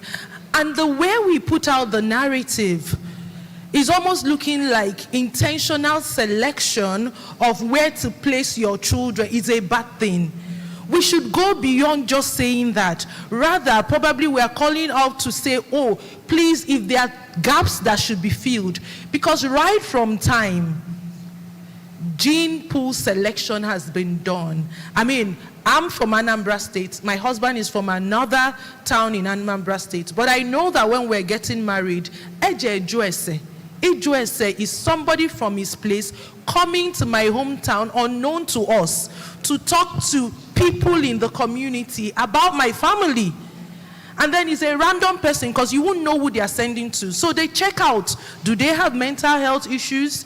Do their women stay in marriages? Are the men hardworking? In fact, I had somebody I'd worked with who wanted to get married to someone. The parents refused. Why?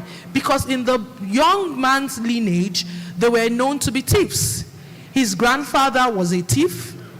His uncle was a thief in the community. Local thief for stealing chickens and goats, right? But then, because it had passed from not just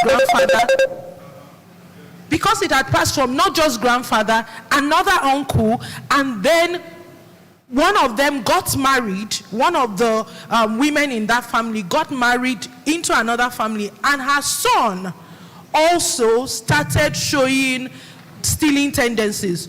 So as far as the parents were concerned, this is in their blood. But the girl was, oh, we're in love, and the parents put their foot down, and that marriage didn't hold.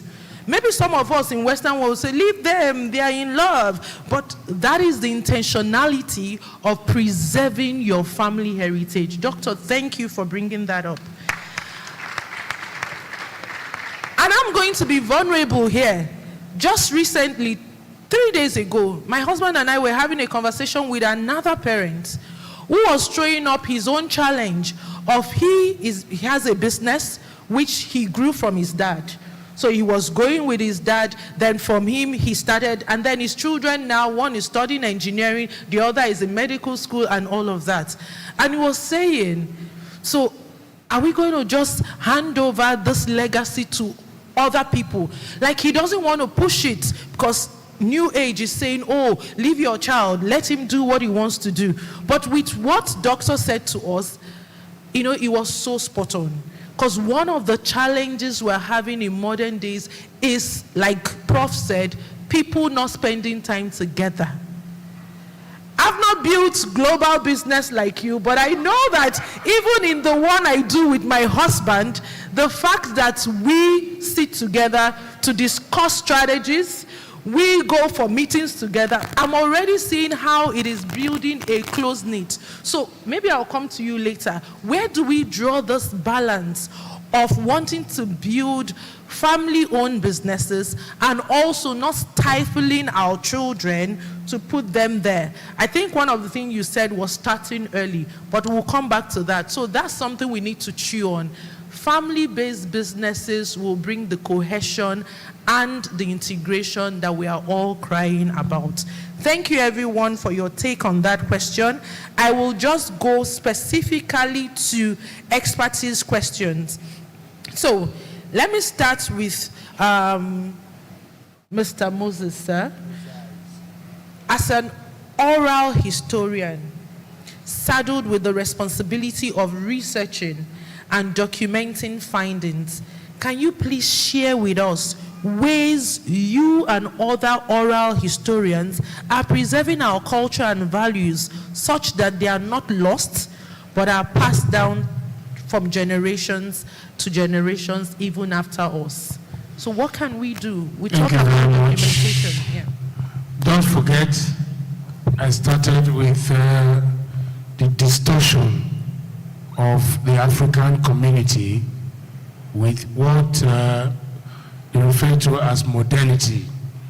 Civilization, they called it, but like I earlier said, we had cohesion of tribal life before the advent of civilization, or what is modernity. And in bringing back all this to bear on the present so that we can have a future generation that will be responsive and responsible to our country and ultimately Africa, we need to regenerate, to repropagate, and to stand by our cultures, take them back. And by so doing, we're going back to the old system, starting from the family, where everybody will be responsible. Don't forget, most of the things we are talking about now were not written down anywhere. They were passed down the generations by oral tradition. If from the homes, like when I was growing up, we used to hold evening meetings, storytelling sessions. These storytelling sessions were usually didactic. They will bring up a fable that will bring some sanity into the children, and then they'll be treating some moral codes and stipulating them, making the children to imbibe them. Then, at the level of community, bringing up a child is not to be left to the parents alone, because it takes a community to raise a child. Now, some of these children, they could be loafing around in the street. Some elders will see them and say, oh, they are not my children. No. In those days, if you are where you are not supposed to be, a parent sees you, will apprehend you and ask, what are you doing right now? Where are you coming from? Where are you going? And take you to your parents. Then, how do we put them down for future generations? For instance, I'm already documenting, and so are others. I'm doing an oral history of Benin from when Benin was, well, this is where we have some arguments. I don't believe that Benin evolved. Benin did not evolve. Benin was by a divine proclamation by God. And so we have this spiritual, mandate to live in the image of God and according to the dictates of God, and we should uphold that. Now, in documenting all this, it is everybody's responsibility. Every family has the challenge to do this. Now, let me tell you something that is also fast fading, which we need to document in the Benin Kingdom, for instance. I'm using Benin, like I said, as the local point of reference. If any Benin person greets here now, we will immediately know the genealogy. When you say Lamogun, I immediately know that you are from the Oba's lineage. When you say Lagite, that's my own. I will embrace you and say, who is your father? And eventually, I will get to the root of that. So, families need to document just like we are documenting. And by so doing, we will be able to pass this from generation to generation. Now, sometimes a master of ceremonies, they contract me to go to a place like Lagos, MC Casino. We have worked together on such journeys to come and officiate. I'm not a priest for a traditional marriage because they have lost the process. They don't know what comes before the other. So families on their own, like some of us are doing, should document all these things, and then they will pass down from generation to generation. And then the balance is that we should try as much as possible not to condemn our ways. For instance, most of the indecent behaviors we have today, they were not in Africa, so to speak. They were imported. I can use Benin as a point again. There was no prostitution in Benin for the whole of its existence. So if you look at the languages used for prostitution, there is none relating to Benin.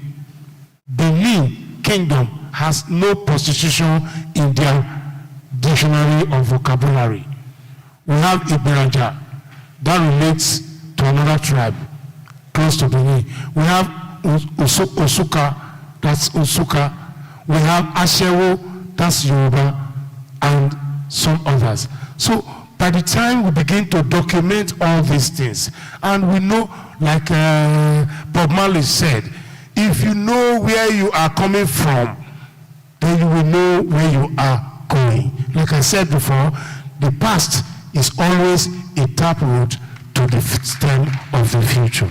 Thank you so much for that. So the question for us is, what's your family legacy and culture system? That's just the summary of what he's saying. And it was spot on that he touched on language. Because if you didn't have a language for something, it means that it didn't exist already for you. So even for us in our families, we need to be intentional about who we say we are and how we organize ourselves. I see they are waiting, but please hold on. I need to take these two questions. Very important, so that we can have salient points that we are going with. Akinropo, you are going to take this in a hurry, but still give us those strategies because you are representing the family life industry. So it's important that we talk on that. Hold on.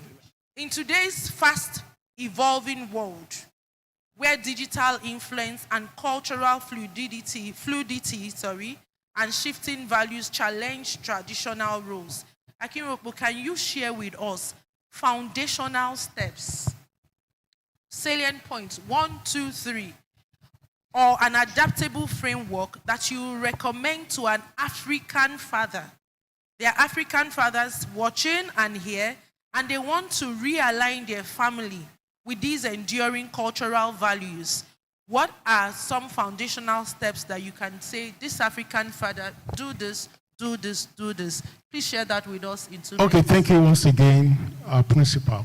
So first off, we've already identified that identity problem is the pain of the development of our teenagers, whether they're in Nigeria or outside Nigeria, because they live in an identity fluid world. What do I mean by that? You know, they have social media platforms, and each social media platform has its own inherent behavior. So it's just like when I say identity fluid. So now look at it this way. I'm sorry, I'm using this as an example, you know, image-driven stuff. So this container, the water is full in it. So by the time you are turning this water into like 2 or 3 containers, empty containers, there is likelihood that a few of this water that have gone through the 3 bottles will not be complete again, because a few of them will have dropped off. So what that means is, this is the child. These are our teenagers. They are pure like that. But by the time they begin to move from one platform to the other, their identity is being tampered with. So one of those strategies that we advise parents, fathers, is the fact that let there be a defined language. Let your children know the root of the language. Let them know the history of your ancestors. Who were they? What were the predominant economic activities they did? And that was, the predominant economic activities actually gave birth to the name. That's why I'm talking about the etymology, the name. So the name of your forefathers has something to do with the social values that they inherited, has something to do with economic value that they inherited. So allow the children to get familiar with that. So wherever they are, they will not miss their identity. So like I've said, I've written it before, I'm still going to say it again, that the mistake I made on my children, I will never repeat that mistakes on our grandchildren. One of the mistakes is we spoke English to them. When we were in school, they told us I don't speak vernacular. And we grew up to see that speaking Yoruba was just like, something that is never to happen. So we made that mistake on our children. We are not going to make that mistake on our grandchildren. The first language they are going to speak is Yoruba. And that is why we are incorporating our children. They will take family life systems certification, so that they know the reason why we are doing that, not that we want to force it on them. That is number one. The number two is the problem they really want to solve. We really want to know. It's going to be stated that this is the problem of the world. These are the problems of the world. These are the challenges across spheres of influence. So we must be able to design it. Thank God for our mentor is here. I'm sorry for putting you on the spot. Mr. Praise for Wowe. He took us on that family system constitution. There are 9 systems that govern family. So if you are not there yet, please, you can take this course. So 2 of those systems govern the area of the problems that every family must be able to solve. And I like the fact of what Doctor said about the challenges facing the country, facing the families. So it has its roots in the families. So every family must design whether you want to solve the problem of communication, you want to solve the problem of economic, you want to solve the problem of infrastructure, you want to solve the problems of businesses. So you want to solve of business. So those must be clearly defined such that when I am gone, when my wife had gone, they will know Akiropo, Akiola family. This is the solution they have brought into this generation, and it's still trending even when we are no longer here. And that is how to perpetuate our name as one of the names that built Africa, that built Nigeria, and that has come out of the soil of Yoruba, not Benin Kingdom now, I'm sorry, of Yoruba. Thank you. Thank you so much. Thank you, everyone. I wish we had more time, but we need to wrap this up. And I hope that as we were listening, we were not just entertained, but we're taking notes. So like I will always say, what is that one thing that you're taking away from this panel that you will immediately implement in your family? So that when we are coming next year, it's not that you just heard. I already know what I'm going to do, so I'll share with you.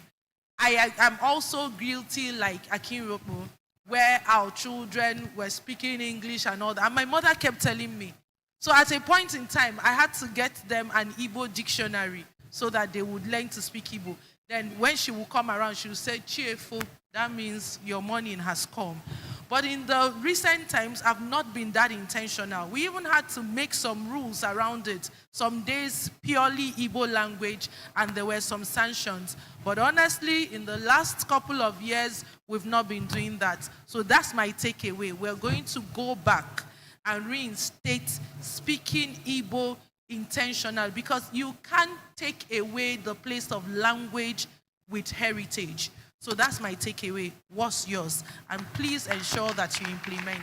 Thank you, everyone. Awesome. Thank you so much. There's so much to take away from every panelist here. So let's put our hands together, please. We will take pictures. Please, everyone. We will take pictures with like PF. Please come along. There's so many questions. I know you have questions, so please put your questions down. The ushers will come around and pick up the questions. Our second panelist, one of our second panelists has to leave. So, and he's been here all morning. Thank you for your patience, sir. Mr. Suleiman, thank you very much for your patience. I know we want to ask, should people suffer? Should people let their wives, their children suffer? There are questions that we have about naming. Questions about centenary businesses. Are we ready? Chairman TJ, if you are available, it's okay. PF, you should be right in the middle beside Professor. Yes. Photographers. Okay, sorry, photographers. Yes. Yes. Please. Yeah. Chairman.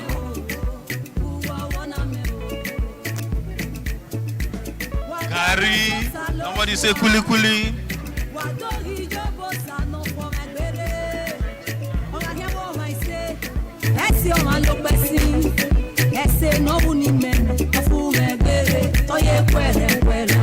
You said you will show mercy to whom you wish to show. You said you will favor those you wish to favor. Abraham affected you when it was accounted to him as righteous.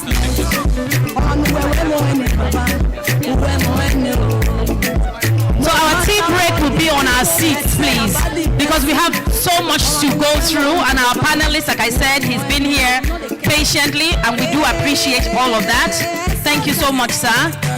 Please put your questions down. Questions about naming your children. Chukudi that has become Chuks. Please let us know why Chukudi is Chuks. The people that don't like their name anymore because it's Ifa or Ogun, Ogunshola. We don't want all those Ifa names, Ogun names. So what should happen with things like that? So naming conventions. Dr. Charles, you talked about succession. Doctors in your family and things like that. So we are very particular about those questions. Please put them down on your pieces of paper. If we don't all want to be entrepreneurs, then what happens? Tea break is going on. Is going on right now. There's a tea break near you. Near you. Yes. Marriage is not founded on love and all those chemicals. Centenary businesses are great, but some of our children these days, they want new age careers. At least my daughter dances, and she's not interested in what I do. So what do we do in that case? Force her? So we have questions. I know one of the only tribes in Nigeria now that really sustain that language consistently are the Hausa people. They are very keen, but the rest of us, Ronke becomes Ronks, Chuks, Chukudi, Chidimma. You see, she doesn't even know her name. Chidimma becomes Chigel. She becomes Dimma. As from today, you are Chidimma. When you hear Chidimma, know that I'm calling you straight away. So let's begin to call up the next panel.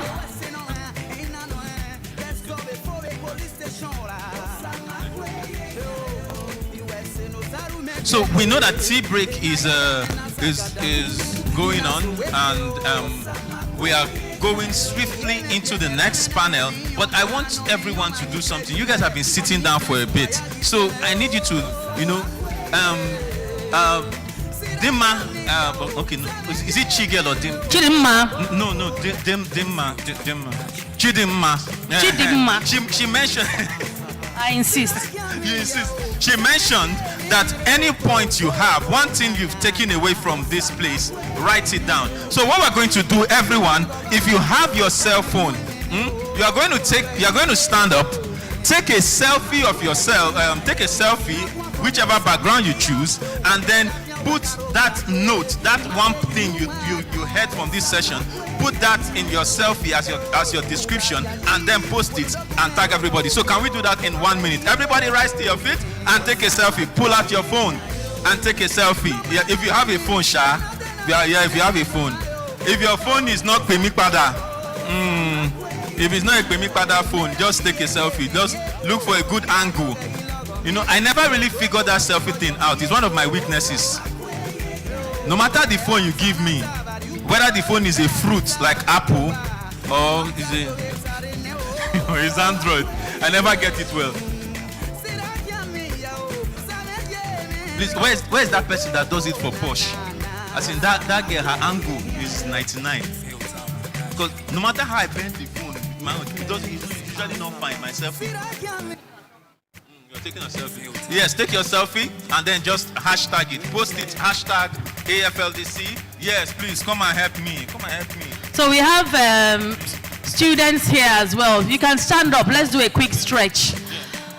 You can stand up. If you feel up to it and you are youthful enough, let's do a quick stretch.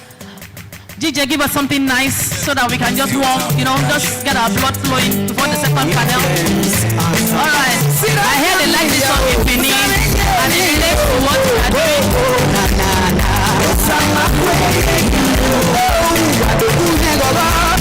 Which student can dance? Which student can dance? Can dance, come. Come and lead us. Not one student. Please celebrate her. I love bravery.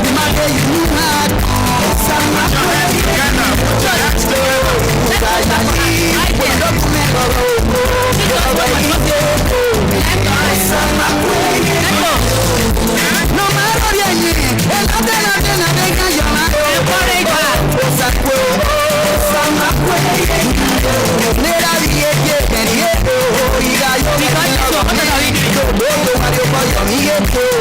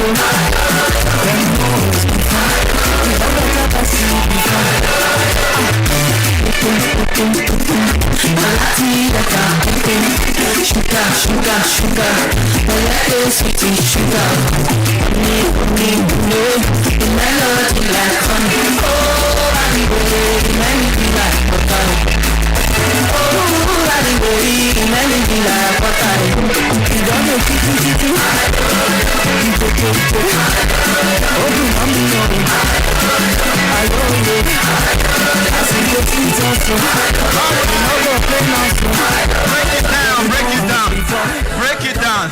Yes, I'm sure your blood is pumping by now.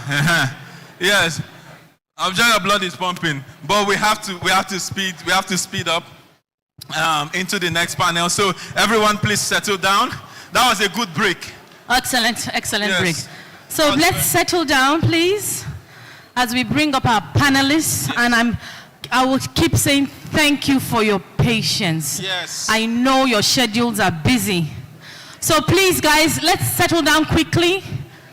Everywhere around the hall, please, let's Can we settle down. stop the selling at the moment, please, so that we can start?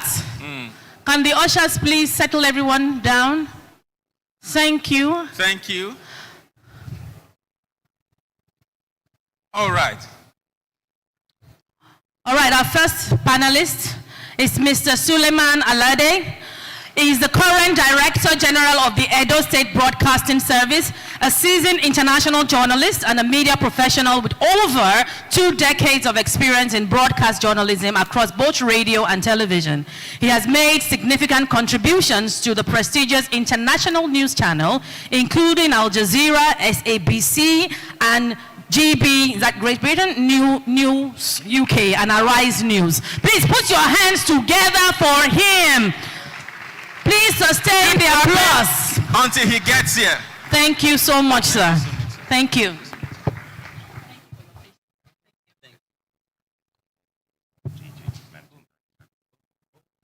MD, Managing Director, how dare, who wrote this? You. Managing Director, please forgive us. Thank you so much for being here. Next in line, we have the beautiful lady, Anjanu Precious Imuahem. Anjanu, she's here. Precious is the founder, CEO of Skills HQ Limited, and a powerful voice for transformative leadership, equity, and innovation in Africa. I will add that she's just like me, a daddy's girl. Please put your hands together for her. Thank you, thank you.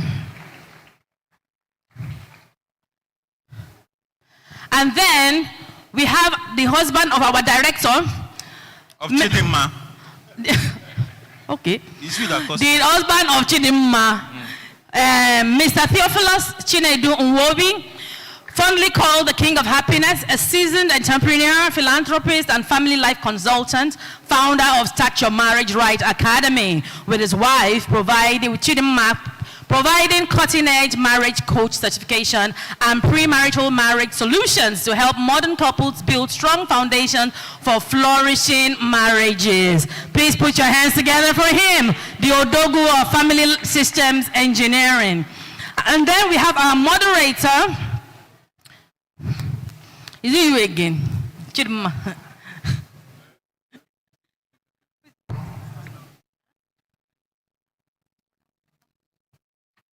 And then our moderator? Aima. I didn't want to kill the name. You don't want to kill the name. Yes. So Nami, they've make, you see how ladies set us up, guys. You see, this is a setup. So that when I fall the hand, I'm honoring you. Yeah, so they go see Nami fall the hand. I'm giving you the big job. Do you understand? I'm honoring you. Yeah, go ahead. Be like you come pronounce your name. I get however. Aima. You see how my mouth had to change it. Aima. Yeah.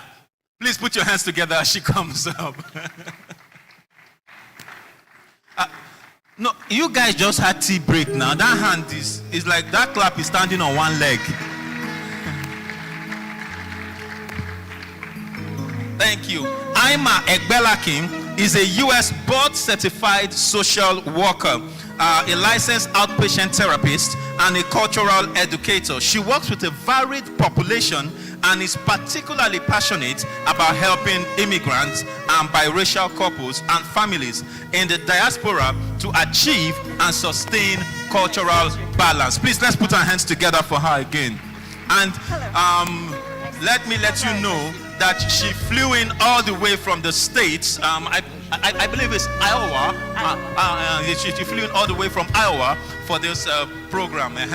You cannot comment this. See, my phone is going places. So I better help my ministry. Do you understand?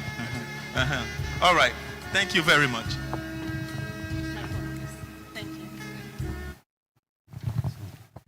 Hello, everyone.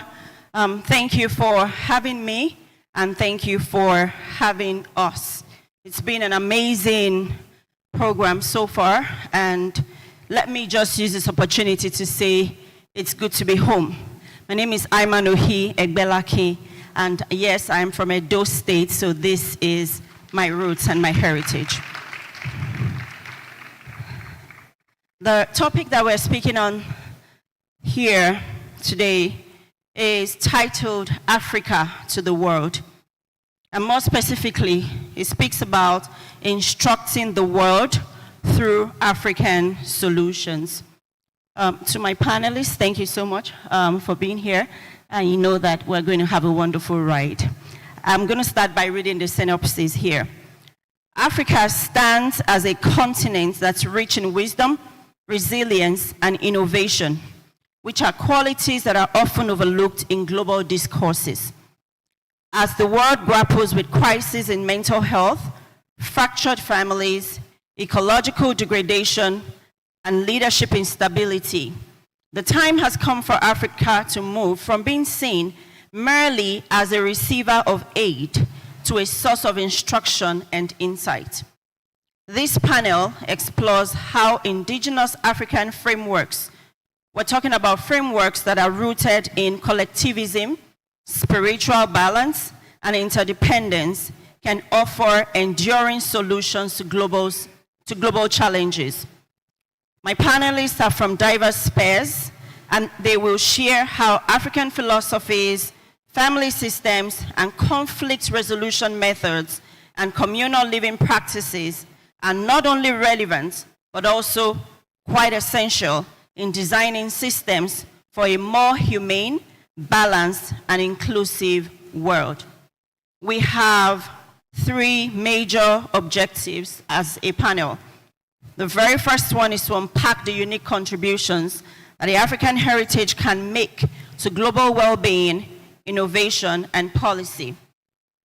Our second objective is to showcase scalable African solutions in areas such as family systems, community justice, youth empowerment, and sustainable living.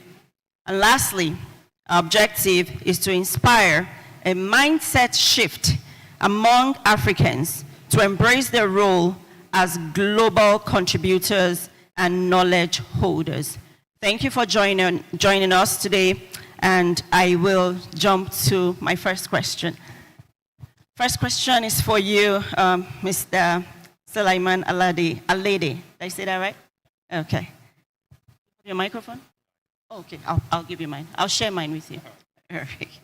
All right. So, in a digital age that's dominated by Western narratives, how can African creatives reclaim and redefine what it means to be African on the world stage without losing global presence?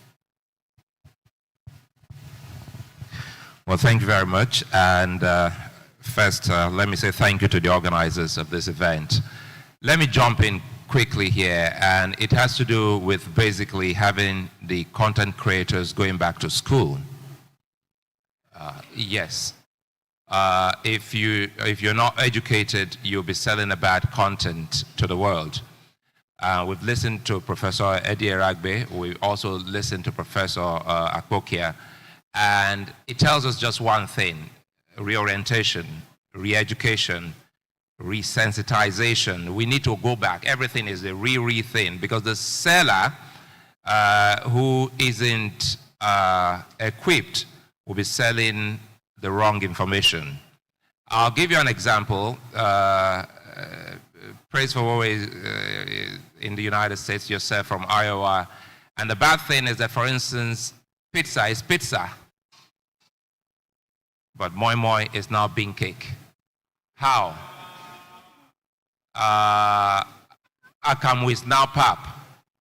So let's let the content creators know that our food is our food, our culture is our culture. When they ask you what other name, don't try to define it, because we don't ask them what other name is pizza. Pizza is pizza. Don't try to water it down. Watering it down is sacrilegious. Let them understand that there are some things you can't explain in their language. When Obakolo said something, and it reminded me of Professor Otapo. When Professor Otapo was teaching, and he asked us one big question in that prestigious school, Uniben, he asked, what do you call an armed robber in your language? Until date, there's no word for armed robber for we, the Esakos. It's petty thieves, like Ogiato.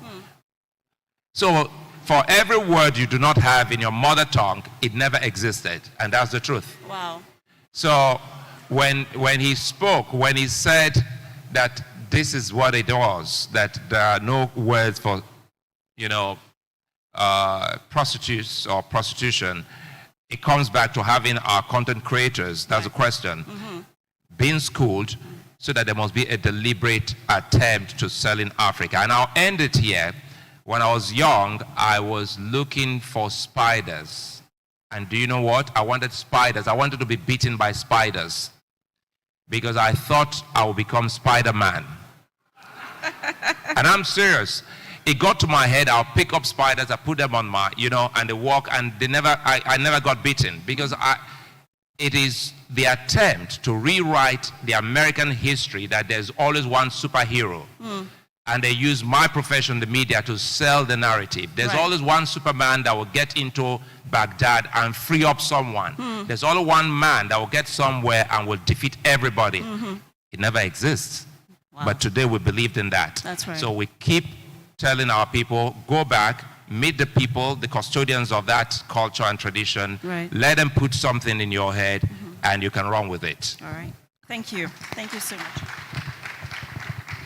Thank you, Mr. Lady. Precious, I saw that you were quite excited when he was talking. Oh, yeah. Do you have something to add to that? No, I absolutely agree. It's interesting that he will talk about Spider-Man. My younger brother did the same thing. Yes, flew, fell down, broke his arm, trying to. And I really love when, Moses Obakolo, I believe he's an institution. I just want to give him his flowers. Wow. God bless you. God bless you. Thank you, Praise, for having Moses. You owe us books, films, etc. before you exit this planet. You see, many people have no clue. What you have no idea of, abuse is imminent. I'm a Benin woman, and anybody who knows me knows that that's who I am, like the core of who I am. But you see, I'm able to exist like this because I have grandparents who told me that Edo during period, when Tiga Sogado, so that's how I grew up. So even growing up, the Italian pandemic and things people used to say, I consider myself a sacred being. You know why? Because that's how I grew up. So it's so important that I met a lady in Lagos who has never been to Benin. She's a Benin girl, and she says she's ashamed of it. She wishes she was Yoruba. That's what happens. Nothing wrong with being Yoruba. Salute to you people. Depending on the history, if you understand it correctly, we are relatives in that sense. But who is senior or junior, I will not get into that conversation. It's for another place. But when she said that to me, what I understood was, this is a woman raised without knowledge of who she is. And it's dangerous, very dangerous, to raise people without knowing the source from whence you came. Thank you. That's very profound. I'm going to pass this mic to you, Mr. Linde. So, I have a confession to make.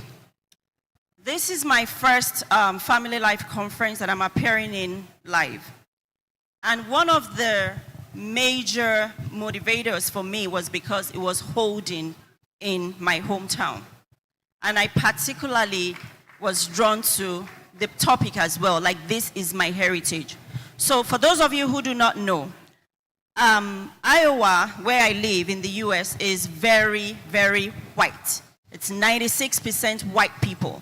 We're just 4% whites in there. I mean, black people. So it's such that everywhere we go to, everywhere in the US, everywhere, and they ask you, oh, hi, where are you from? And we say, Iowa. We always get this like, what? What? What are you doing there? And we're like, there are no black people. We're like, well, we're at least 5 because there are 5 people in my family. Well, we have at least 5, and we've lived there for about 11 years. Of course, being there for so long has afforded me and my family the opportunity to understand, I call it the other side of the world.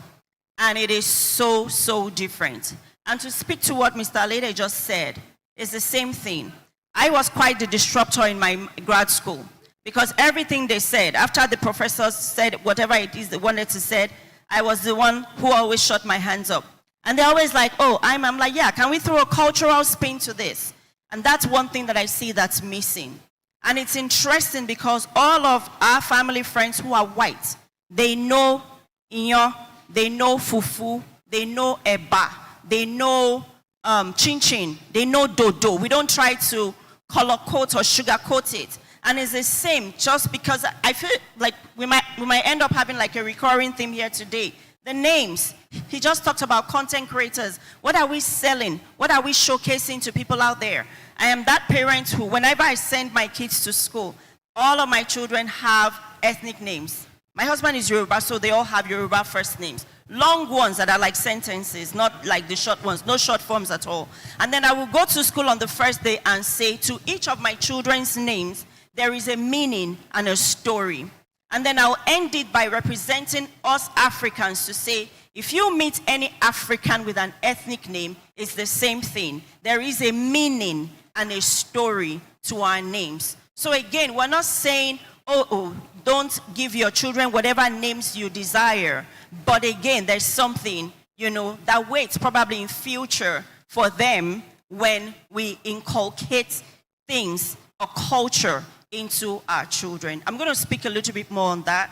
I would allow for our panelists to just talk. I'm sure some of it will still come out as we go. So, Mr. Lady, I'm just curious. You had said your opening statement was content creators should go back to school. Can you please be a bit more specific? Because I'm thinking in my head now, like somebody might be writing that question. What exactly would you say they need to learn? Like in specifics now, maybe like just 2-3 pointers. They need to know what Africa is about. And they need to also know vis-a-vis that some of the things that Africa is about, first know the good things and know the bad things and know what to sell to the people. And in knowing that, they should also understand that we're almost the same as the West, if not better. And I'll tell you why. The last election in America, we saw Biden running. It was almost too late. It was too late for them to change because primaries was over. If Biden were to be a Nigerian, the same West would have been giving monies to some of us here to go on the street and say he's too old to run. If Biden were to be a Nigerian, would have been calling him Baba Biden. He was even forgetting names. He couldn't, but they said, go, go. But here, they will tell even a 70-year-old not to run. That is one. Then they will tell us about woman empowerment. Hillary ran, and they told her that it's not the time for women. And we thought it was just one-off. And Kamala came a second time, another woman, and she never won. So it's the same. If not better, we give more chances to women here in Nigeria. But the media and even the people who are the creators don't know these things. So if I were seated in a classroom before some of the content creators, what I would do quite naturally is to tell them, I will unschool them with facts, empirical facts. And I'll let them know that, look, this is the Biden example, this is the Kamala Harris example, this is that, to the extent that people now have on their phones apps that tell you that you're approaching a camera so that you can slow down and not get a ticket. Mm-hmm. It tells you that we are even better. So people are trying to look good elsewhere because there is a system that can reprimand them. So now that we know that we are the same, how can we elevate our status? We have less and less of incest in Nigeria and Africa. We have more incest in the West. Even though they will want to do a system whereby when you get to a certain age, a male child will not sleep in the same room with a female child, the same society that, I don't give two hoots about this, the same society that at the end of the day will now tell you the same sex can be together. Until now we're having, if you like, hate Trump, but one beautiful thing about Trump is to redirect us to what is. We're getting to a system whereby the majority that is now a lie is almost the truth. Don't forget that once upon a time the entire world said the world was flat. Only one man said it was spherical. So everybody, they were afraid to go to the extreme. But we killed the man that said it was spherical. It was later, no mistake. But the man was gone. So it's the same thing that they should learn in school. There are a lot of good things about our culture, a lot of good things about our people, the food, our lifestyles, our genealogy, which we have just explained here, to the extent that some of these things that they now go pay money in America. For those of you who don't know, they pay money now. We are tracing our DNA and ancestral lineage, to the extent that someone will wake up someday and say, I'm from Ikwebaoka, and the person is America. So and we do not need the endorsement of the whites. That is where we're getting it wrong. I agree. So once we start getting the endorsement of a foreigner to do what is right, we're losing it. And it is because we do not have seminars, conferences, workshops like this. Now this looks like 1 in a million, but we need so many like this. And it should go beyond an international, so-called international day. So if tomorrow comes, we have more and more people to sit in classrooms with people like Professor Eddie Eragbe and so many of his other colleagues. It's the Historical Society of Nigeria, and we are ignoring that. Because we woke up someday, history was taken out of our books. Thank God it's back, but it's still not enough, because we've not been able to fill that space. And that is why I'm saying, I cannot tell you one thing that they should go back to learn. But we are having a generation whereby, the other day I was with Professor Ifidon in school, and he told me, and I'm sure Professor Eragbe is going through it, that the generation of students, when we were there, they thought we were the rascals. But now, the generation they have now is more or less a generation that they've not been able to define. People write in shorthands, people write in things that you don't understand, people converse in emojis.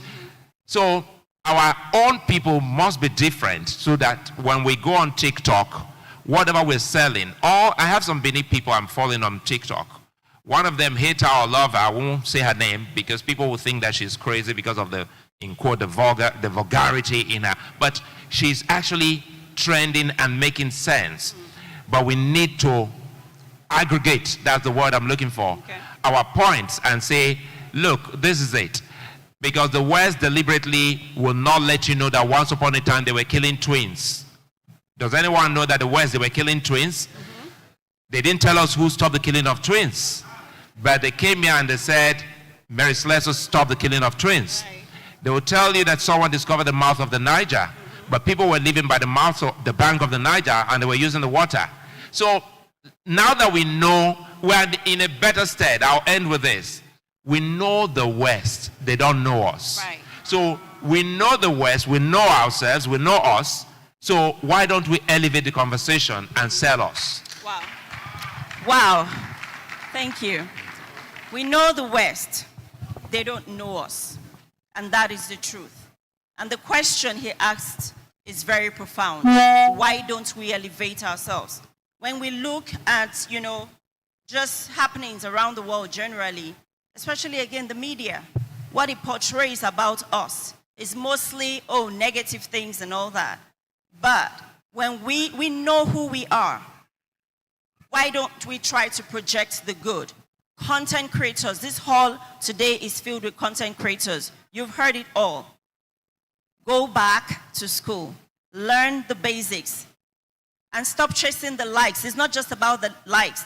People are forming opinions about us out there. People are writing stories. We are the ones who should write our stories best and not leave our stories in the hands of people who do not know us. Thank you so much, Mr. Lade.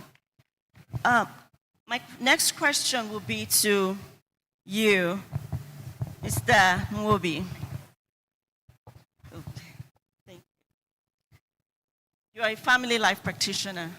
As a matter of fact, you're the Jagaban. I like that. The Odogu himself, right? Okay.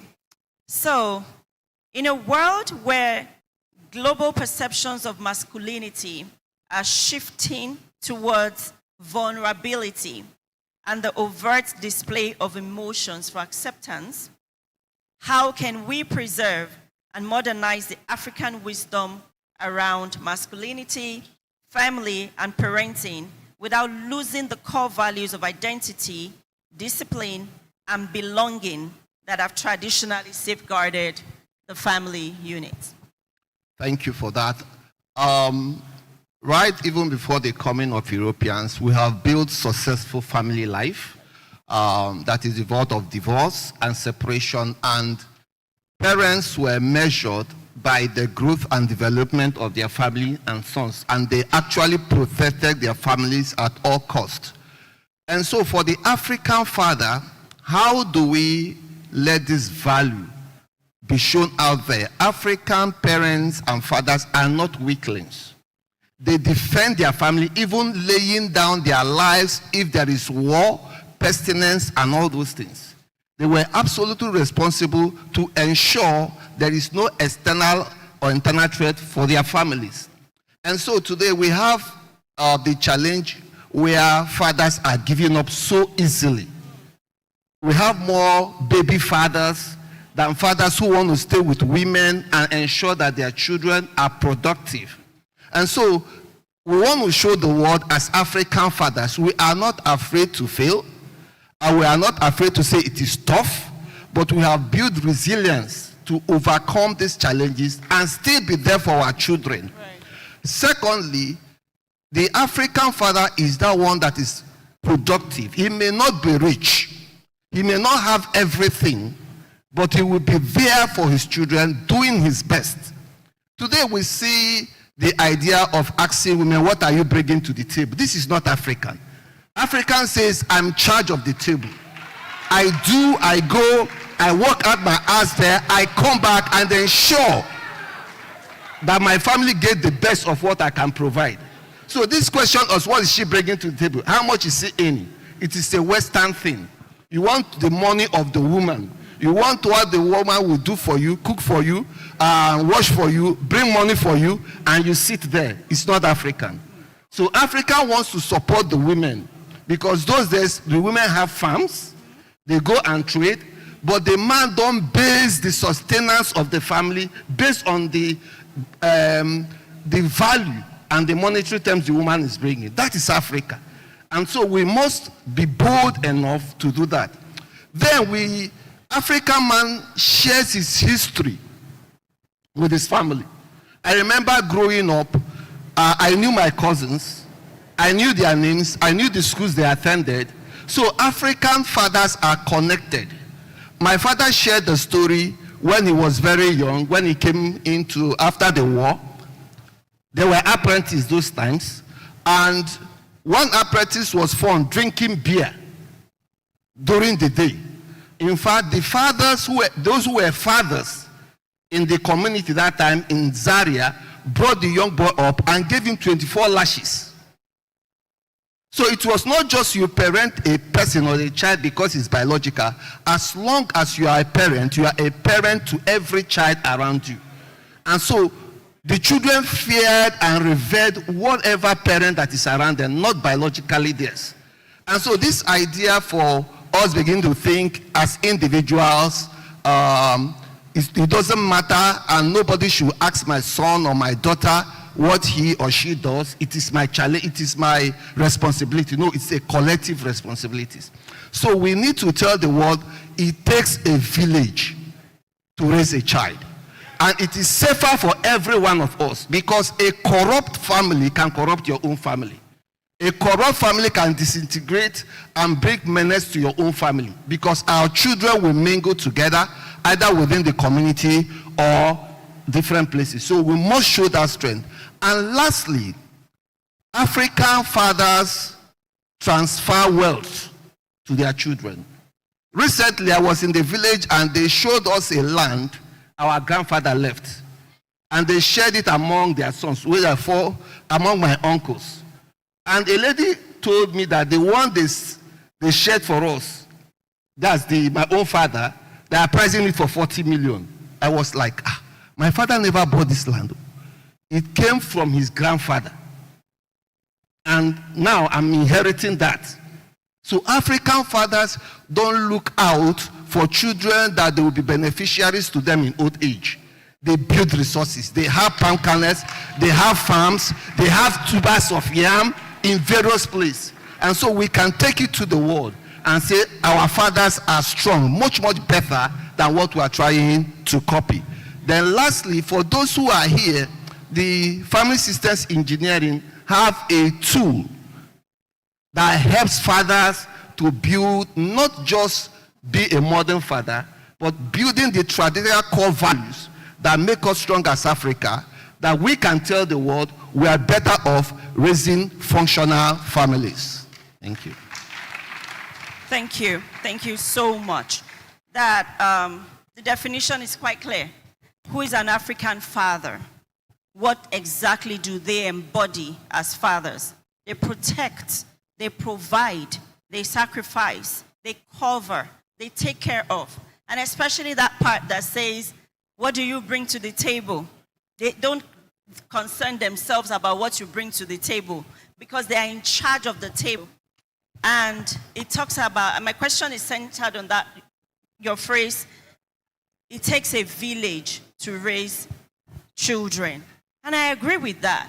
But in this age and time, the narratives are shifting. A lot of things are moving in the Western direction now, right? So things are looking different.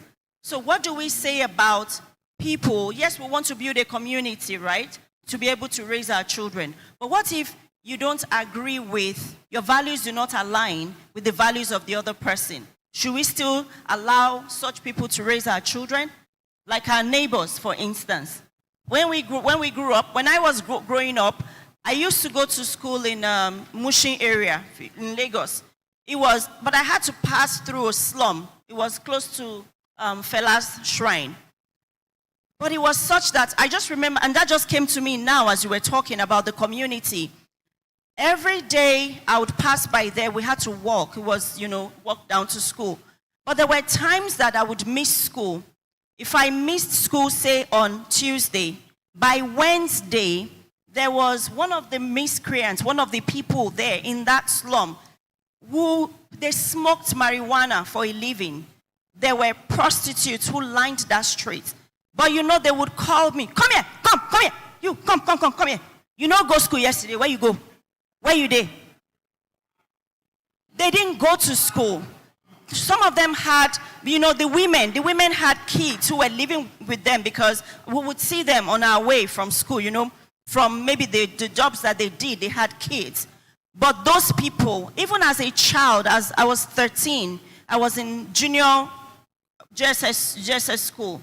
But from that early age, the people who looked out for me were not even people who were educated or people who society would consider acceptable. But then the way and the area they were looking out for me was even strange because there I would be in uniform going to get education, but they would be there. But they knew the days that I didn't go to school. So sometimes, even back then, maybe when my mom went to work, I would she has gone to work, let me stay back and enjoy. And then just stay home and not go to school. She wouldn't know. But I will remember, if I don't go, that brother, I didn't know their names, or that auntie will now call me to say, because I had to explain to them why I didn't go to school. So if you have people, now again, I just made the definition to say, to society, they didn't look like people who were acceptable or who were in positions to maybe even correct. But how do we balance that now, knowing that people believe different things? Some people will say, do you, just do you. It's okay. We talk about, kids, you want to be a boy or a girl? It's fine, just do you. I see that every day. How do you balance that, especially in a place where we all look like ourselves? Do we necessarily have the same values? What would you say to that? Yeah, we agree that growing up, all the families lived together, especially in the villages, and that created a sense of communal life with a shared identity and values. And now urbanization has brought differences in where we choose to live. But there's something we did that I think is relevant for me to share. We identify family friends where we share common values within our estates, within the church, or our friends, where we know that we respect the opinion of these people and we have common ideas on what family means and parenting. And so we identify these people and we invite them regularly to have parties, to talk, and our children get to be familiar with them. And also now this is somebody they can also talk to when they have challenges. These are people who have built a common bond and ideology together, and we meet regularly. So we have created a new clan, a new family, a new village by people we share the same value with. And these children also have learned by this association how to also associate with like minds, because as their children are growing up, they are knowing them, they are educating, they are asking of our children, they call them, they ask them questions, they encourage them even in schools. Right.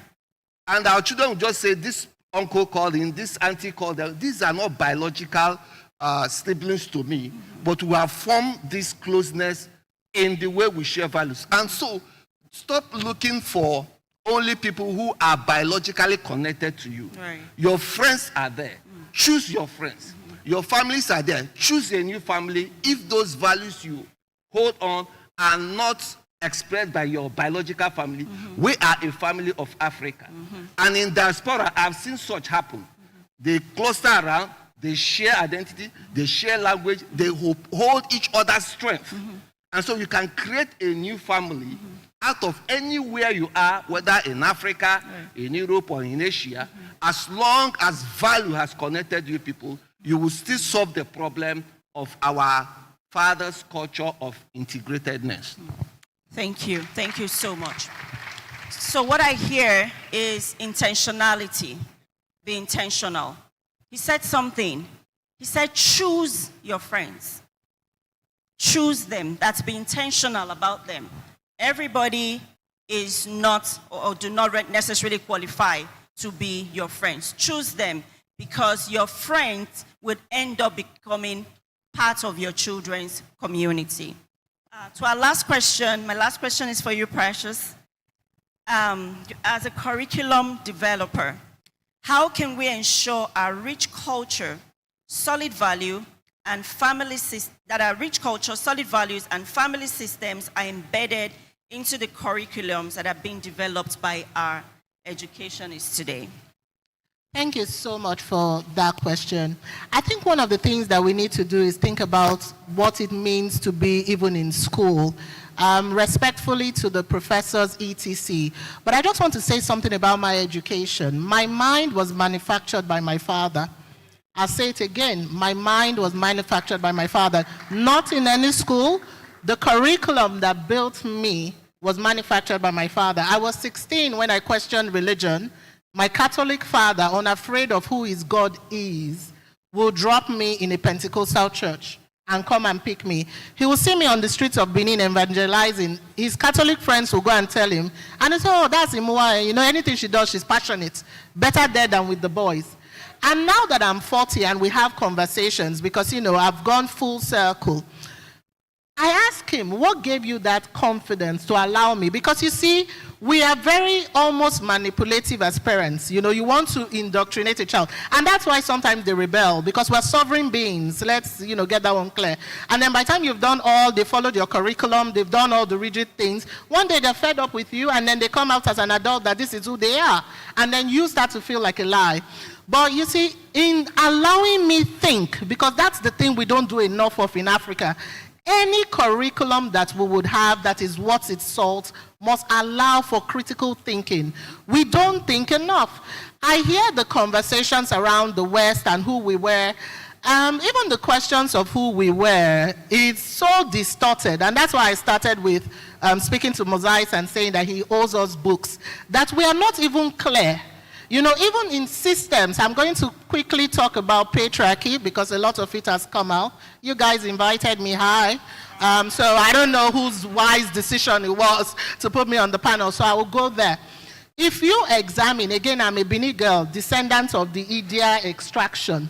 When you examine our culture very deeply, it's not even exactly true that we were patriarchal in that sense. We ran a very balanced system where the woman was honored and the man was honored. If you look at a lot of our songs, if you sing the Benin songs, most of the tributes are to mothers. It almost sounds like we ran a matriarchy. Am I right or am I right? Yeah, but we copy copy. And it's so funny, and this is where the difficulty of going back is who is going to take us back? We take the part of culture that suits whatever narrative we want to push, and then we hold on to that. And then the one that does not. So for example, now that we're on the subject of culture, is monogamy African? Yeah? How many grandfathers were monogamous? We don't want to touch that. We like that about the Oyibo people, don't we? Yeah, but we don't like the other one where they say a man should marry a man. I think that one has... So here is my point. Nature honors evolution. That's why I go back to critical thinking. If our grandfathers were here, in the world of AI, in the world where you can sit here, Iyo Saze, my grandmother, God bless her soul, told me that you could, you could sit here and have conversations with people in Benin or even outside of Benin. They did it in their own way. That science is not something we appreciate, right? We appreciate the one that came from the West. So you cannot pick and choose, in my opinion. Anything that you want to solve, you must go to the roots, right? So if I were to create a curriculum, just back to your question, I will seek to understand, number one, within the formal construct, but I will focus more on the informal construct, which is where most of our population resides. Most people do not exist in formal school. We've made the formal construct so important that somebody's inability to even speak Queen's English is a problem to us. The minute I come here and I'm standing and I'm talking to elite Nigerians, and I say, didn't we went there? All of you will turn off and assume that I don't know what I'm saying, but I could be wise. Why? Our thinking is English. That's a problem. You cannot think in a construct, and you see, one of the reasons why many of these things don't go the distance, you cannot fight yourself successfully and win. It doesn't work. If you want to solve a problem, you go to the roots. I particularly do not have any issues with the West, just to make that clear. I think civilizations evolved. There was a time when, again, a Benin girl, where we ruled in that sense. It's evolved and it will evolve again. But here's the thing. What is the African trust? What does it mean to be African? What is the African consciousness? Do we know? Do we know? Because we cannot pick one side and then, hold on to that side, and then the one that doesn't suit us, doesn't suit us. So back to curriculum, I would not focus on formal schooling alone. I will focus on what the likes of the great Prince Fowowe and co are doing, and I will start from the home. Again, my mind, confidence, everything was manufactured by my dad, not any school. My teacher was telling me I was a dunce. That was what my physics teacher said. And when I will go home, my father will say, how dare he? You are too smart, you have come before your time, so they don't know you. You are a genius, and he's not educated enough. Yes, my father, fathers matter. My father. And he will say they are not educated enough to assess you. So I will go back to school confident. I need you to annoy my teachers. Like this Olodo that has a chip on her shoulder. And it will continue until I ended up in England and I had a distinction, and my father said, I told you that you are a genius. So you see this family system, that is the curriculum we must strengthen. It's not just society. We must go back and start to, not to fight ourselves. Number one, accept that we're in the world of AI. If you want to solve anything, you start with acceptance, especially parents. Otherwise, you will de-alienate your children. You will sound strange. My kids, if you start to do all these gay hates and everything, my children look at you funny. And they're like, oh, Mom, gosh, that's homophobia. What's that? Because I cannot be teaching them God is love in one side, and then on the other hand telling them that you're supposed to hate somebody else. They're like, oh, Mommy, you're not thinking. So you would remove them from the equation. So you start with the home, the family, and then we now have to rethink our families. I'm going to close by saying something, just to disclose to everyone. She asked me how to address me, and I said, you can just call my name because I'm divorced. And yes, I am. The whole let's not get a divorce. I'm not here to preach. Is it okay? Can I go on? Yeah, because I'm divorced, right? And it's so important. Another narrative I want to very quickly touch now is the idea that a single loving parent also cannot raise children. There's a dangerous narrative, and I'm not by any way saying don't get married. But if somebody is being abusive, I disagree strongly that you should sit in there in the name of Don't do it. You get out of that situation. Because let me tell you, people will say they stayed for their children. Do you know why I left? I left because I love my children. I don't want my daughter or son, or worse, my son, to think it's okay to lay his hand on anybody's child and then come home and say, Mommy, because that is how I'm supposed to do it. My forefathers didn't do it. When the meeting was held when I got a divorce, my father called all his brothers. And that day I was proud of my family. No one person in my lineage had hit their wife. No one. They called to the 90-year-old man. Not one person in the lineage where I come from had hit their wife. So it was abnormal to us. We don't do it. So I say that to say, if we want this future that we dream of, where children that have agency, girls that have agency, you want them to come and sit down in a world where you are not raising boys to know that it's not okay under any family structure to hit a woman, then we are getting it wrong, right? So let's go back to the families. Let's not be so judgmental. Gosh, Nigerians be so judgmental. Stop it. Not really. Everything judging. Why? Stop it. You stop being so damn judgmental. Thank you. Oh, wow. Wow. So Precious, if I wasn't the moderator, this is the part where I'll be standing up. So I'm standing up in my mind for you because you speak my language and that's it. We've heard it all. And I'm going to end with Mr. Alade's opening sentence. All of us need to go back to school, not just the content creators. All of us as individuals, as males in Nigeria, as females in Nigeria, as mothers, as fathers, as family members, whatever roles that we play in our families and in our societies, we all need to go back to school. And like Precious said, it can be pretty one-sided sometimes when you sit in some rooms. I always say, let's not look at it strictly from the lens of good and bad, because between good and bad, there are a lot of parameters in there that we might need to understand a little bit better. Thank you so very much for your time, and have a good day.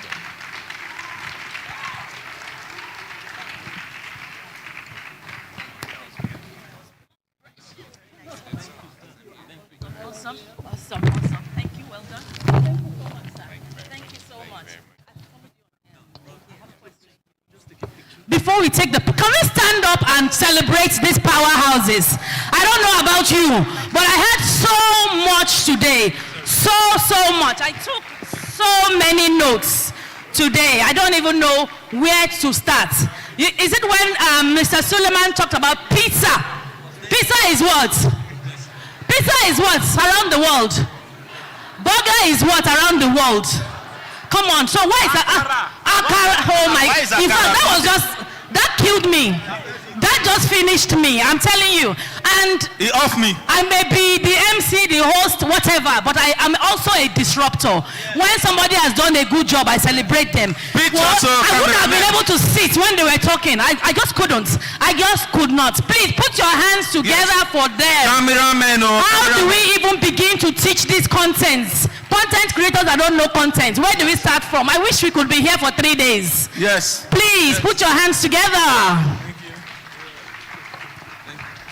Yeah. Good boy. It's not me, take it easy. Got this on cruise my titties. It's for one for the days. Come on for the body, no the breathe. Put the make it stand like this. Are we good? Make it just stand. Thank you very much for coming. If you know it, never. Mama,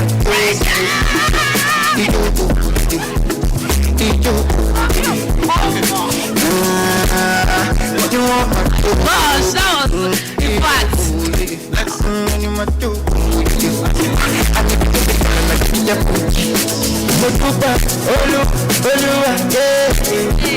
Joy is coming, joy is coming.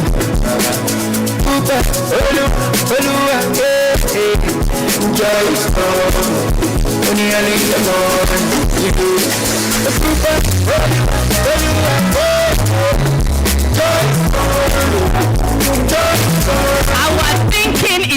English. Please continue. Just slow. We're waiting for Dr. Aboki. Our thinking is English.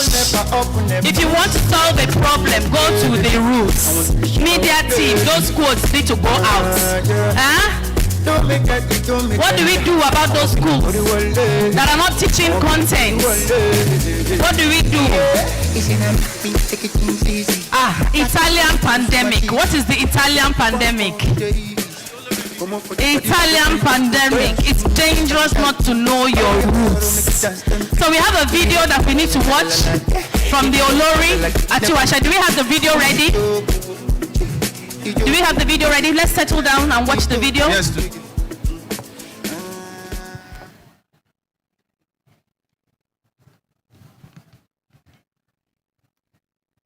We know that many bodies and organizations represented here, and we greet you. We see you. Thank you so much for being here. Media team, the video. Yes. Sound, please. Sound.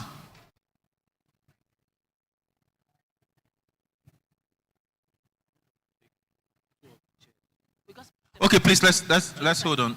We'll just split the chairs into two. Thank you. Values that are profoundly relevant to our future. The first is value-based leadership. Please, can we the second is communality, and the third is intergenerational learning.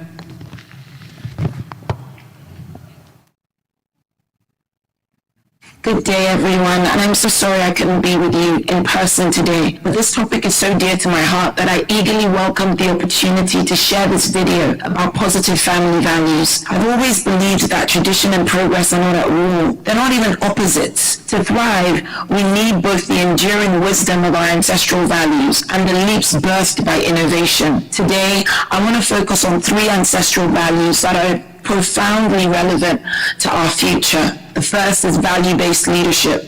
The second is communality. And the third is intergenerational learning. For me, it all starts in the home. I oftentimes say that the private becomes the public.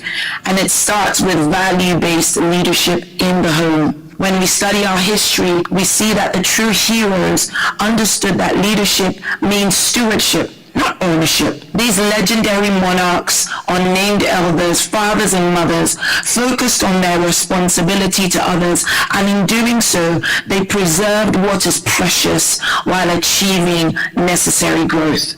When our children witness value-based leadership at home, they learn that a true leader is not driven by money or prestige. A true leader is driven by principles. This transforms their aspirations and reshapes their relationship so that they grow up knowing that influence isn't measured by what or who you control, but instead by what and who you nurture. More than ever, we need this in our society. It's how we'll effectively combat corruption, the culture of shortcuts, and other challenges we face in Nigeria today.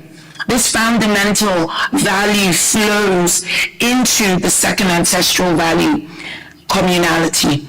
Our forebears viewed society as a community of intertwined lives, not as isolated individuals pursuing separate paths.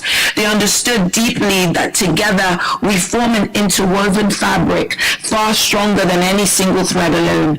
Yet today, individualism tempts us with the illusion of faster economic gains, quicker career success. But I ask you today, what kind of society are we building if it's all about me, me, me? A society built on individual success is fragile. Like a single thread, it cannot and will not stand life's inevitable storms. But community bound by communal values cover each other in adversity, sharing burdens and joys, and creating a legacy extending far beyond any person's personal lifetime. In Warri, I've witnessed firsthand how communal approach creates profound resilience. Through our RIF Skills Institute, we don't simply provide women with skills, we foster sisterhood. Today, our women are learning, growing, and bringing others along in the spirit of shared progress and responsibility. Yet sustaining this familial and communal strength depends on our ability to pass wisdom and values from one generation to another, bringing us to the third value I'd like to highlight, intergenerational learning. Our ancestors wisely said, it takes a village to raise a child, and to them this wasn't mere poetry, it was their reality. Today, however, neighbors live separated by high fences, elders' wisdoms often go untapped, and children grow disconnected from their very heritage. In Warri, we're reclaiming intergenerational bonds through initiatives like our Love Garden program. And in our Love Garden program, children don't just learn agriculture from books. They receive wisdom directly from the elders. They learn patience and stewardship as seeds transform into nourishment for the entire community. Such knowledge can't be captured entirely through textbooks or screens. It thrives on presence. It thrives on relationships and on the very, very, very village that modern life too often frequently dismantles. This tension between heritage and modernity brings me to an essential question. How can we grow in ways that genuinely honor and sustain our most enduring family values?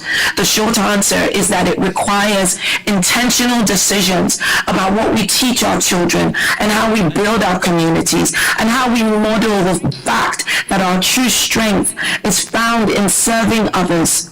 What we do will shape not just our families, but the destiny of our country and our continent. So let us act wisely, guided by the values we've inherited. Thank you for allowing me to share these reflections with you today.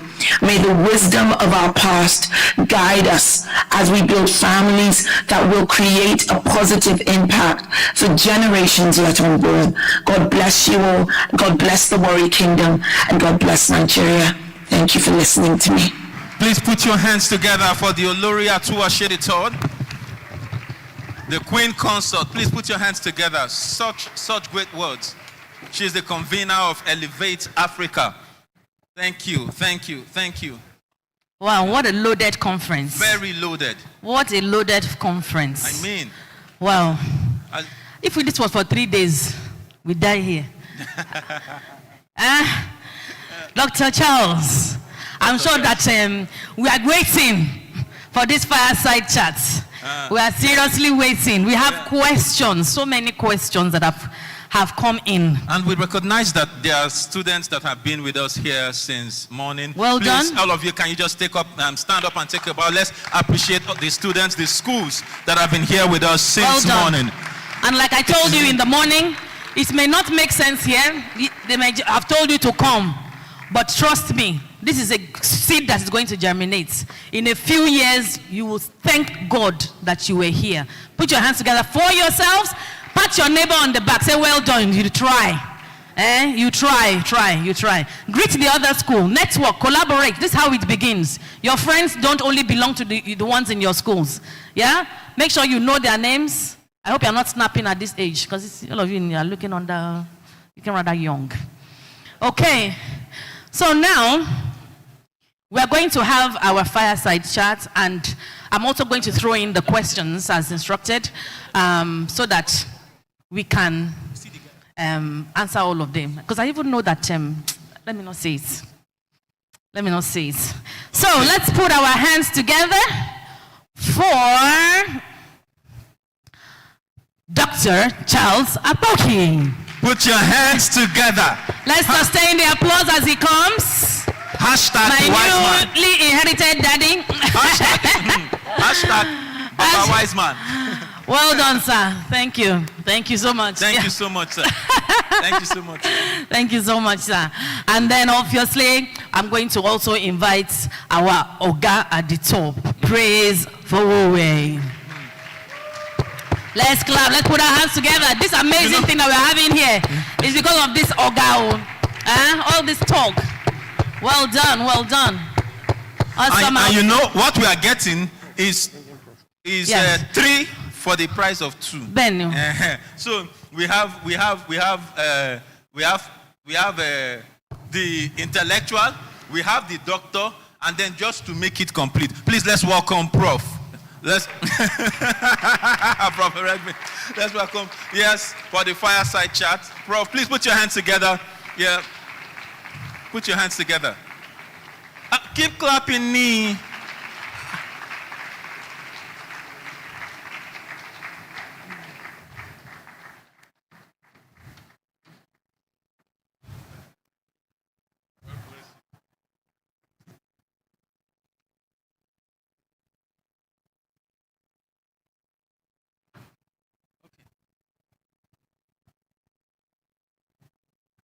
Okay, so we're all here. So Praise is going to, Praise Forever is going to moderate the fireside chat, but I'll just throw the questions that I received from the audience. So one of them is, how does this generation of fathers and upcoming fathers who do not know how to speak their language teach children their traditional language as a way of sustaining cultural heritage? What happened? Did I miss something? Okay. How can parents take responsibility of their children in this present economy where hustling is the order of the day? Thank you very much. I want to really appreciate the submissions of most of the participants this conference because what is critical in discussions like this is to be realistic, listen to both sides, then you can take informed decisions. The question raised is a very difficult one because one of the things that we do in teaching globalization is the reality that some of what we are waiting for are not easy to come by based on the realities on ground. Is that Chidima, for example, is privileged that the husband is from the same ethnic-speaking group, and so they have almost a common language of interaction. But the reality we are facing, because I've given talks on this, is that we are having more and even trying to encourage intertribal marriages or inter-ethnic marriages, as we call them. So it becomes difficult even sometimes to say which of the languages among the two is going to be used. The second difficulty there is that we also know that you cannot give what you don't have. And so this generational lapse we already have is that a good number of generational leaders now that we're hoping to hand over to, they are not even capable of speaking their own language. So you cannot give what we're saying you don't have. And so, the interview I had outside just now was asking me, Prof, you spoke so much about what individuals should do, but what should government do in this agenda setting process? And that is where my friend Professor Yuka of Linguistics Department, they have been trying to emphasize the indigenous language issue in even our schools, which would mean that the little go and get me water, the little you can't eat this thing means this, is not likely to be able to sustain this language transmission issue.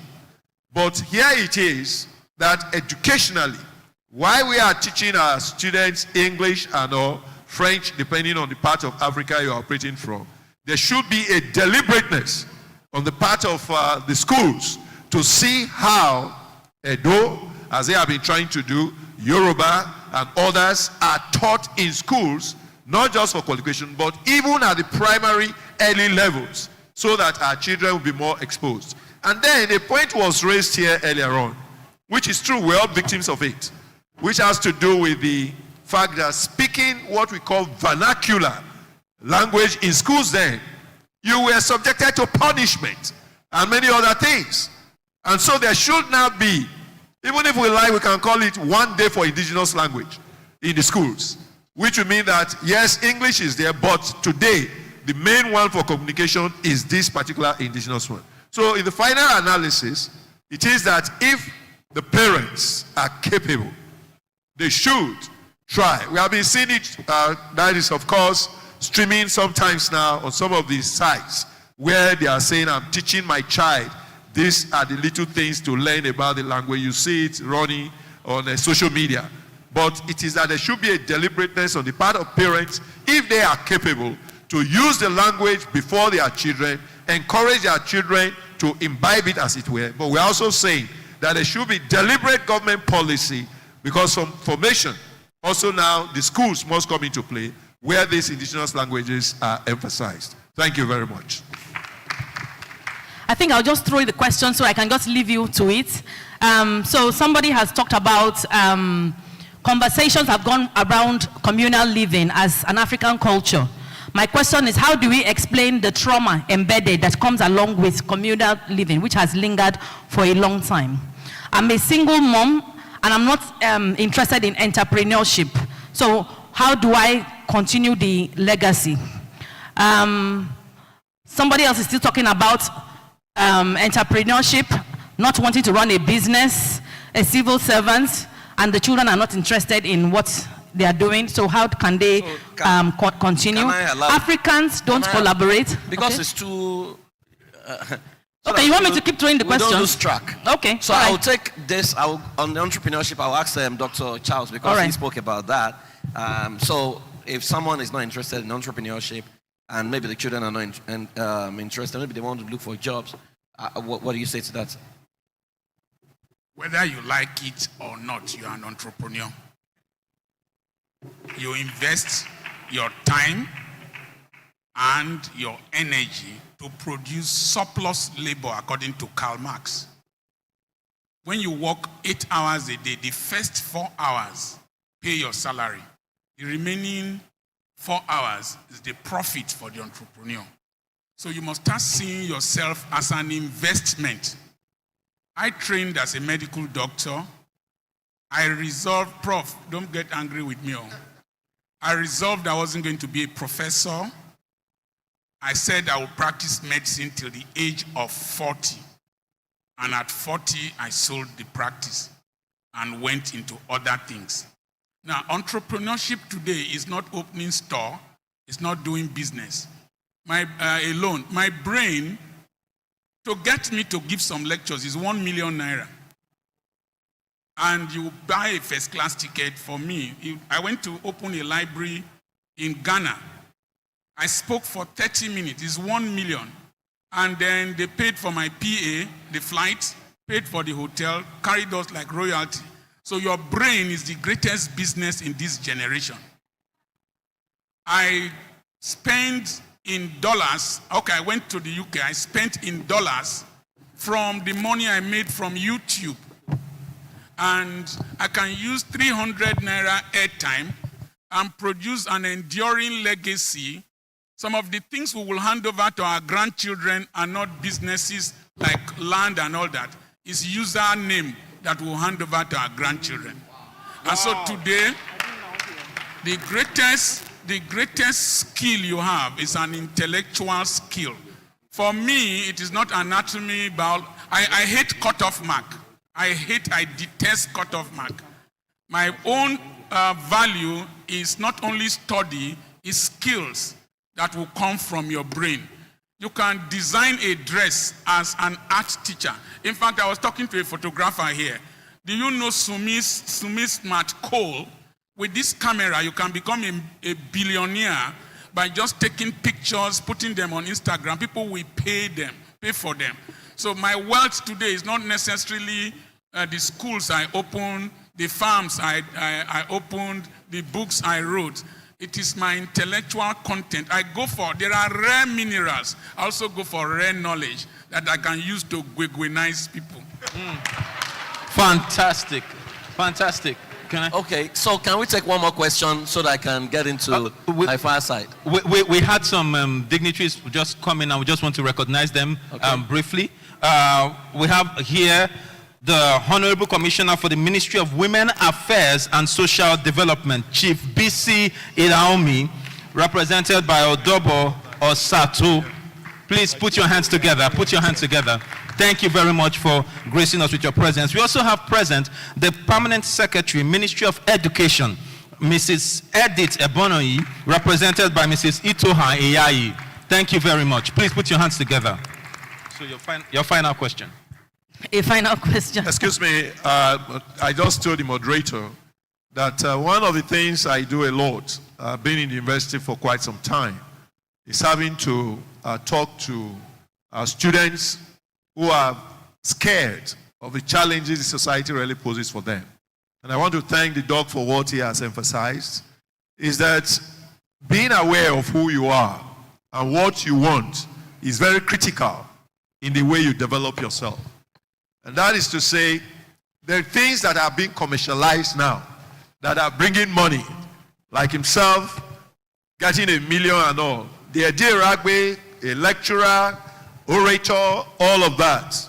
Most times they just call, we do it out of what we call the church mind. But there are those that know that they will seek them out and they demand that there should be payment for it. So if it's hair you can do well, plait it well, it will sell. Because the society is so filled with different demands that if it's a teacher you want to be, teach well. Because my 40-something years as a lecturer, no regrets. I may not be riding the best cars, I may not be having the best houses, but anywhere I almost go into, there's always somebody bowing down to me. You were my lecturer. Thank you for what you did for me. We are making mine. So I'm trying to appeal to us that materialism is gradually also one of the distortions we are having in our society today.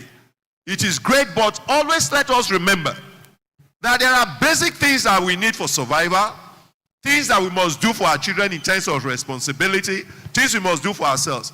If we are able to get that job, that engagement, that occupation that agrees with us, and also we can accomplish all of that, then we are doing well. And that is something, don't feel that you are a failure in any way. Believe in yourself. Try to excel in any area you find yourself. Like he has rightly mentioned, the photographers, the DJs, everybody, sometimes they are even doing better than us. I said that, you know, the joke I used to give is that those are learned mechanic jobs that we sometimes look down on because you are carrying your PhD. Is that you go and earn about 30,000 naira, your entire salary for a day, because when you multiply it, it's not even up to that in a month. But those guys, you come with your English and all, you will not tell them, I have problems with my car.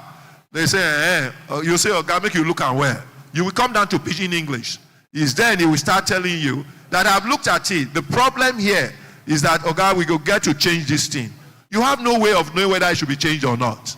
All of a sudden, it will not be how much they sell them. I don't really know the last time where I go market now like this, but I go check.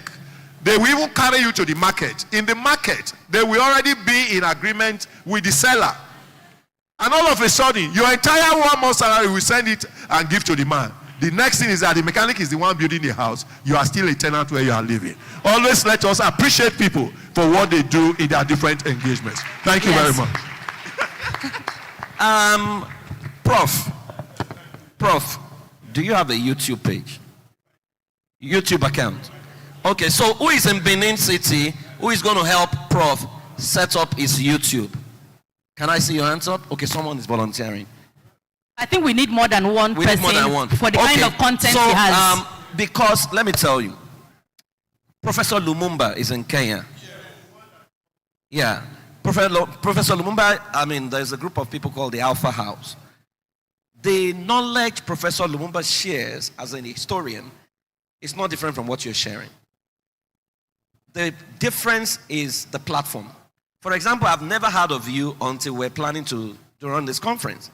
Meanwhile, YouTube would have brought you to us, right? So you have so much intellectual property that I think we need to put on the right platform, right? So guys, we're going to do that for Prof. So that this time next year, I mean, we can sit in America and listen to Prof. And then by the time YouTube monetization kicks in, maybe Prof will even, yes. I think that's something we need to. Guys, how are we going to do this?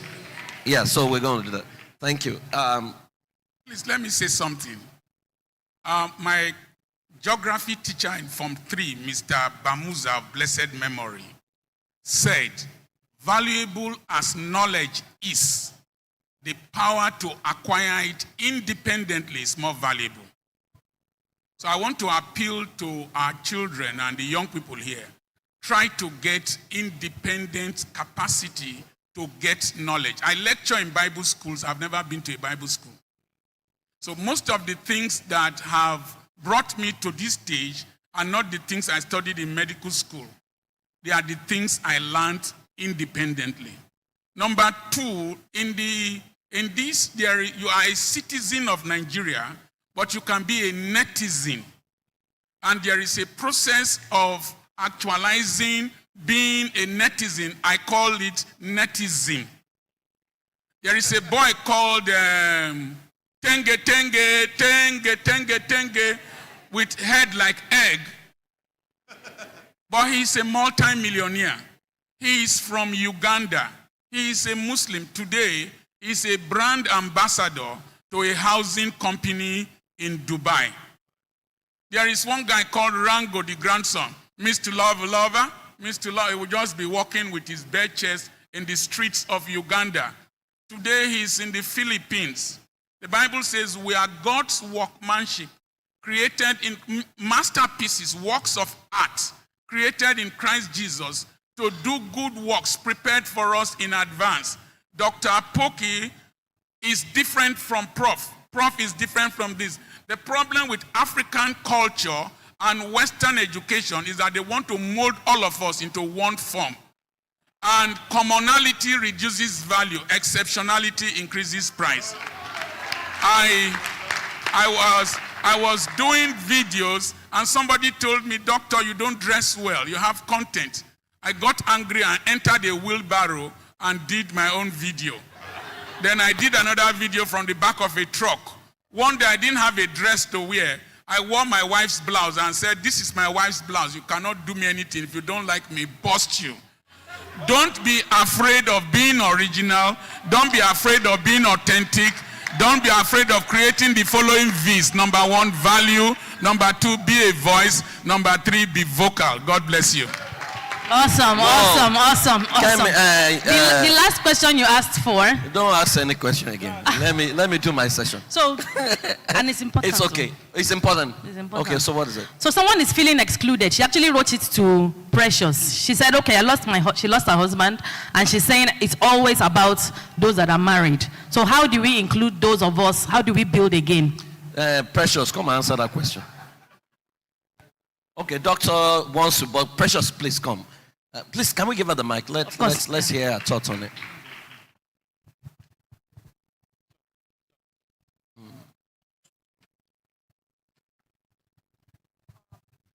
Thank you so much. Often people ask me why I don't know how many people know, but some people in this room know that I worked in the last government, right? And I remember this is like homecoming for me, because I remember being at the festival hall and somebody called me Mrs. Imuahe Ogbomo. And when I took the microphone, I said, "Miss," in front of my principal. His Excellency was there at the time, and everybody else. And my phone was buzzing. Somebody said, "Can you not just rest?" You're very small Imuahe. You know, they had called my parents and everything. But you know what I do? I come out as divorced, and happily so. It's because representation matters. We live in a society where they raise people like us. You know, it's funny because my children are not just A students. They always win the kindness prize. There's a prize for kindness. I like it. And it comes to my kids. And that's why I disagree strongly. When I was going through my divorce, I read everything that I could consume in literature. And they said children from divorced homes are broken. And because I break tables, and ancestral courses for a living, I said to myself, and that's why I agree with Prof on authenticity. I said, now that divorce has reached my hand, hey, we're about to change things up a little bit, right? I'm not angry with anybody. You know, all those narratives, you know, people are always trying to check you. Are you sure this woman is not lonely? She's not sad? Somebody in my former organization actually said, a guy, when I was leaving, and said, he was crying when he said it to me, a married man. And he said he was afraid to work with me. I said, really, why? Hey. He said, no, because he was just afraid, you know, divorced, no husband, and I would just be walking around now trying to just tension everybody. As husband, no conde. I said, really? And he said, working with me has been one of the best in his career. So let me say this. You must, whoever wrote that, two things. Number one, you have to now start to find your community. You see, for people who are pioneers, I wrote about that in my book, it's very lonely to be a pioneer. Yes. When you don't fit into constructs, when you are like an Imoa, and when they say, oh, all women should just like the kitchen, and I didn't like it. I used to come first so that I would avoid that thing. Till tomorrow, I don't like to wash plates. I don't want to. I don't fit into that. I've never even seen any feminism literature. When I used to talk back, we had a meeting in my family home. If you know the patriarchs of these days, these new ones are learning work. My grandfather had his own chair elevated from everybody else. Who are you? You knew that when you're talking to him. All these ones, all these submissive providers, requesters, this is not patriarchy. The real one is the one I come from, the real one. And everybody was scared of Baba. And when he finishes the meeting, he's like, do you have something to say? And I'll put my hand up. And all the adults will be shaking, put it down, put it down. And I'm like, Baba, no, why is nobody asking you a question? The man will start laughing. That's me. But you see, when you are different, you have to find your community, because it's really lonely when you are the only person. So sometimes you need to change your location. Some people are really, truly judgmental. But what it starts from is change your mental location. It's very hard to tension meal. Very difficult. You know why? I wake up every day with affirmations. I tell myself that I'm a lion. I wake up every day, I look at the mirror, and I tell myself all the things I want to hear. By the time I'm done, I become 6 feet tall. And then when I'm done, I come out. And you see, when you have not disrespected yourself, nobody can disrespect you successfully. Nobody can. Nobody can. I mean, you want to laugh at me and nothing's funny? You look funny. What are you laughing at? What's the joke about? A life that is so unpredictable that nobody knows. Do you know how clueless we are as human beings? Most of the constructs we follow are known over time. Do you know? Whilst life is unraveling, nobody knows. I've seen people in 40-year-old marriages leave. Life humbles everybody. Life is so humbling that a wise person stays calm and you don't judge. That's why in the Bible it said, judge not. Because God is wise. There's no need. Because you don't know. I've had friends when I was divorced. I'm not like the divorce expert. I had to call one of their husbands and say, oh, your wife. Why are they calling me? You want to leave your husband? What concerns me? I don't have a certification in it. But the time I was leaving, it was all boo, boo, boo, boo. She's leaving her husband, she's leaving her marriage. Because life was happening to me. It had not happened to them yet. It's not something I pray for. So I would say, please find your community and then consume a lot of things that help your mind. You see, if you lose the battle of the mind, you've lost everything. You've lost everything. So start with your mind. Don't be defeated in your mind. Find your people. Find your tribe. I have people that I just finished this now. My phone is blowing up. Oh, we had you. We did this. I have people that cheer me up. They want me to succeed. Find your people. If it's not your family, because sometimes people don't have support from their family. Shout out to my parents. God bless them. But if it's not your family, find somebody that loves you. And then more importantly, be loved. Don't be the bully to yourself. If anybody will bully you, let it not be you. God bless you. Thank you. Thank you, Precious. Society is like a table. Stands on 4 legs. The legs of the males and the legs of the females. Any society that weakens the legs of the females will be a tilted and underdeveloped society. There is neither male nor female in God. We have female sons of God, Aisha. Then we have male sons of God. Now, the first thing I want to ask you, who is the husband of Emota? Who is the husband of Queen Amina of Zaria? Who was the husband of Mary Slessor? The oldest continuous degree awarding university in the world, Al-Qarin University in Fez, Morocco, was built by Fatima. I don't know her husband.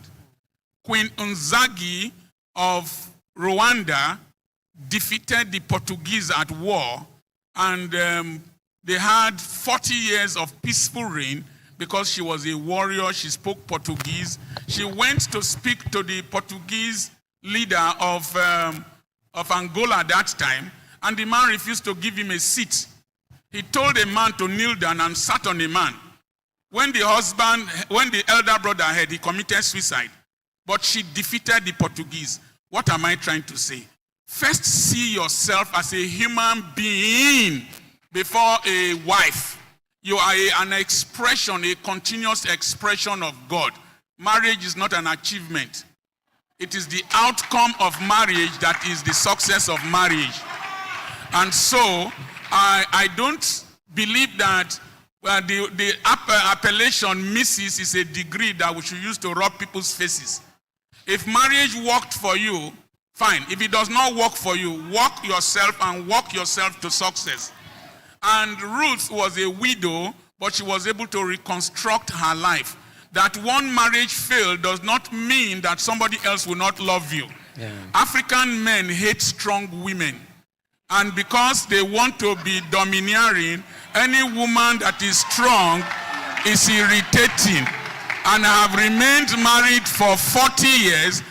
When people saw my video, why I left my wife, I've been doing business and everything with my wife. I found out that until I give her space to become herself, I cannot be successful as a man.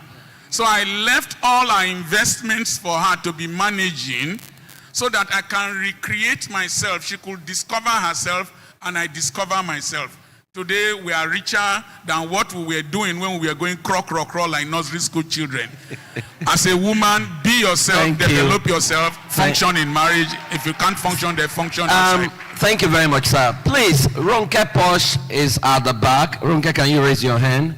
So for those people who raise their hands that they want to assist Prof, set up a YouTube page, please just make your way and talk to Ronke Posh so that you can take your details and we can work out the modalities. Now, I want to ask Prof, historically, because you're an historian, there is this narrative that Africans don't collaborate. And many of us actually believed it until I started digging into the Benin Kingdom and African history. And I don't believe that a people without collaboration can build the Great Wall of Benin. Right? In fact, the Benin warriors defeated the British the first time they tried to invade Benin. Right? How did we go wrong, or where did we go wrong? Because there's a new narrative that we don't collaborate. Even in diaspora, our people will, except there's a party. If you say there's a business together, they don't do it. Where did this start? That's on one side. On the second thing I want you to answer, then I'll come to Dr. Apoki, is there is this also notion that African ancestors were demonic. It worries me. I did a research. I was supposed to do a session for the Family Life Coaching Association in America, and I was just randomly researching, and I had to study Zeus. Zeus is the god of the Greeks. And when I studied Zeus, I looked at his strength, I looked at his weaknesses. Interestingly, his weaknesses is not taught anywhere, but it's online. Okay. Right? His strength is what is taught. Then instinctively, I said, let me check Shango, let me check Amadioha. Like by coincidence, the same strength of Zeus were the strengths of Shango and Amadioha. The same weaknesses of Zeus were the weaknesses of Shango and Amadioha. Then it dawns on me that they have elevated and promoted the strength of their own ancestors. What we have done is to promote the weaknesses of ours. Now, is it correct that our ancestors were demonic people who do all they worship, they slaughter human beings, and that's all? Because that's what, and that's why a lot of these people don't know the fourth generation because they're afraid of what they're going to find. So I want you to tackle those two questions. Then I'll come to religion and Africa and whatever. I'll take that to Dr. Apoki because I want to talk about that. Thank you. I think your questions are now turning out to be new topics for me in terms of if I'm to fully address them. But I know that it's just a brief session here. On the question of cooperation, I think to a large extent, when I'm teaching Pan-Africanism, we actually start from what we call the early basis on which Africans were trying to cooperate. And we situate it and contextualize it in looking at the relationship that the Europeans brought to Africa. And then, because of what we were now exposed to, it now became necessary for the Africans to start coming together under what we now call Pan-Africanism. The reality before it, we tell most of our students in history, is that there was this contestation that was on along. But when you talk of the expansion of the Benin Empire, there was conquests. Those things were coming by way of wars. And then you find that at the time the Europeans were even coming into West Africa, they had collaborators among the Africans that were ready to work with them to subject or subjugate their neighbors. So every person at that time, we say that when today we are talking of the different units in Nigeria, you are trying to break up. You are talking of the Igbos. Historically, they were not united the way we are seeing it now. It is in the context of trying to get the best from Nigeria that they are thinking along that line. If you take the Yorubas as well, the Jebu Wars, the Ekiti Wars and all, they were fighting among themselves because there was really no common thing to draw them together. But it is now that in the Nigerian agenda that you are now finding the Pan-Yoruba group, Oduduwa group as we call them, you have the IPOP trying to come up, and then you now find that even in the North today, there is still this division. So basically, we are saying that there has to be something that will draw a people together. Religious common origins tended to bring people together. For the Africans, there was no unifying force that we say brought all of them together at that time. And so it should be, if you are not trying to cooperate in the diaspora, it should be that in this diaspora where we are located, they are discriminating against us. They are excluding us from things. We are not getting the best from our country. Let us work together to get the best. So one of the bases for cooperation is normally unity in terms of purpose, when you have a common thing drawing you together. So that is the historical thing I can give on that. When it comes to the issue of demonic kind of thing associated with our people, it is one of the things that, of course, we are saying, like our leader was saying today, let us try to change the narrative. Most of the things, because we are talking of religious tolerance, when I teach it in GST, I tell my students, look, Christianity is saying this, but remember, Christianity has its cultural base where it all started. You talk of Islam. Islam had its own cultural base where it all started. So also is that our traditional religion people, they have refused for some of them to be taken to either Christianity or Islam. They have decided to stay with their own. And we point out that today, billions of human beings are neither Christians, they are neither Muslims, rather, they still believe in their form of religion. So you have Hinduism, for example. It still has its own millions of followers, as it were. So, but the whole idea of trying to, in quote, demonize the African religion was that it was also a necessity in order to bring about conversion. So it has to be that, look, what your people are doing, they are killing, they are sacrificing. But like he mentioned against Sulai, is that if you go back to European history, you go back to what happened in America, the early establishment, and when they came in as settlers, you find that these bloodletting, killings, and all of these things that have been happening, they are not unique in any way to the Africans. So we always try to give the fuller balance by saying, it is not you alone. Because I tell them that, look, the devil, in quote, as we say it, whether it was African, it was also European. Because you have exorcism. Exorcism is talking of spirits that are dealing with human beings, and then they have to exercise them. They have to control them. Some of those things were also being done as far as Africa is concerned. And I think part of what you are doing, and should be encouraged here, is let the full story be told so that everyone can know where he or she really wants to belong. Thank you very much. Please, let's put our hands together for... You know the interesting thing about this conference, when we're planning, they have told us that for you to gather people in Benin, you need to bring import speakers. They mentioned some speakers we should bring from Lagos. And I said no. We're going to use speakers from Benin, Edo area. Have you guys gained value at all? I think this has been the best conference we've had when it comes to content. And that takes me to Dr. Apoki. There is something that bothers me. And I think it bothers a lot of people. When we talk about reclaiming our heritage, because I live in the US and I work in the family life space, so I'm able to work with different cultures. I mean, everybody knows that China is a new world power. 87% of Chinese practice Chinese traditional religion. They have 2.1% Christians, 1.2% Muslims. Jews, 89% Judaism. Christianity, 5%. Islam, maybe like 7% or something. Right? And then you look at India. India was colonized by the British like us, but it looks like India had their own religion that they kept with, that they created by themselves. Now, I look at Africa. Africa looked very religious, but it has not translated to growth, to development. We pray a lot. The same way we are extreme in Islam is the same way we are extreme in Christianity. What exactly is going on? What do we need to do differently?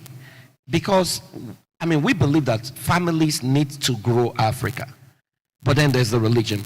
And that's why someone like, from where I come from, once you became a Christian, if your name was Shango Anwa, you changed to Jason Wanwa, that Jesus is now the one looking for you. If you were Ogun Jimmy, which actually speaks to your ancestry, you change it to Jason Jimmy or Jason Feromi and things like that.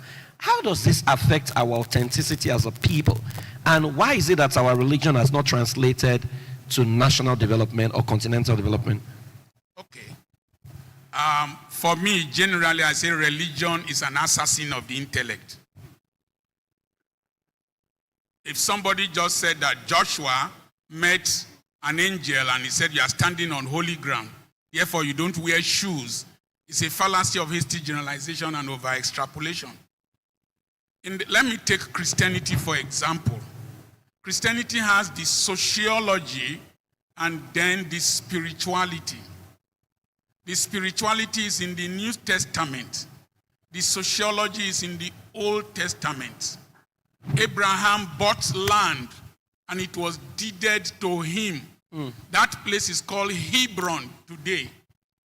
So, the average religion that was brought by the white man to Africa, the Christianity that was brought to the white man, black man in Africa, was to remove our minds from productivity on our land and concentrate on a heaven we have not been to, so that they can manipulate our brains and give us a hope capital that our Pentecostal pastors, I'm an ordained clergyman of the Church of God Mission, that our Pentecostal pastors are still using to exploit people. This is your year of double honor. Have you managed single honor before? Do you know what honor is? And so, if you go to 2 Kings, I believe that there are principles, practices, precedents, procedures for development. I have a master's in public administration, and there is a course called development administration. It is the study of the management of development and the development of administration of development. So now, in 2 Kings chapter 4, there was a question that I've been preaching on. The woman cried unto the prophet, your servant is dead, and the widow is coming to take my 2 sons as slaves to become to him. Yeah. And Elisha, in the Amplified Bible that was edited by a woman, said, Elisha asked her, what have you of sale value in the house? So righteousness does not translate to wealth. Commitment in church does not translate to wealth. Speaking in tongues, Uroboskata Ishekiri wear sandals does not translate to wealth. Falling under anointing and breaking plastic chairs does not translate to wealth. It is the exchange of sales, goods and services, and then that translates to wealth. And then Elisha said, go sell your oil. It is the ability to sell yourself, sell your products, sell your services that can lead to wealth creation. He said, live on the rest. It is our ability to create transgenerational, self-propagating wealth. These things I'm saying are in the Bible. And so, until you learn the sociology of the Bible, the principles and the practices that lead to development, in the Bible, you don't defecate in the camp. If you want to defecate, you go outside the camp, you defecate, then you covered it. to prevent spread of diseases. In the Bible, you didn't eat raw meat. You roasted it, and then the cholesterol will drip off. So there are principles in the Bible that the urgency of the white man to colonize us tell us we are the only religion in the world that prays with our eyes closed. Other religions pray with their eyes open. And so the black man, and it's not even stated in the Bible that we should pray with our eyes closed. The white man came, told us to close our eyes to pray, gave us Bible, and took our land and our resources.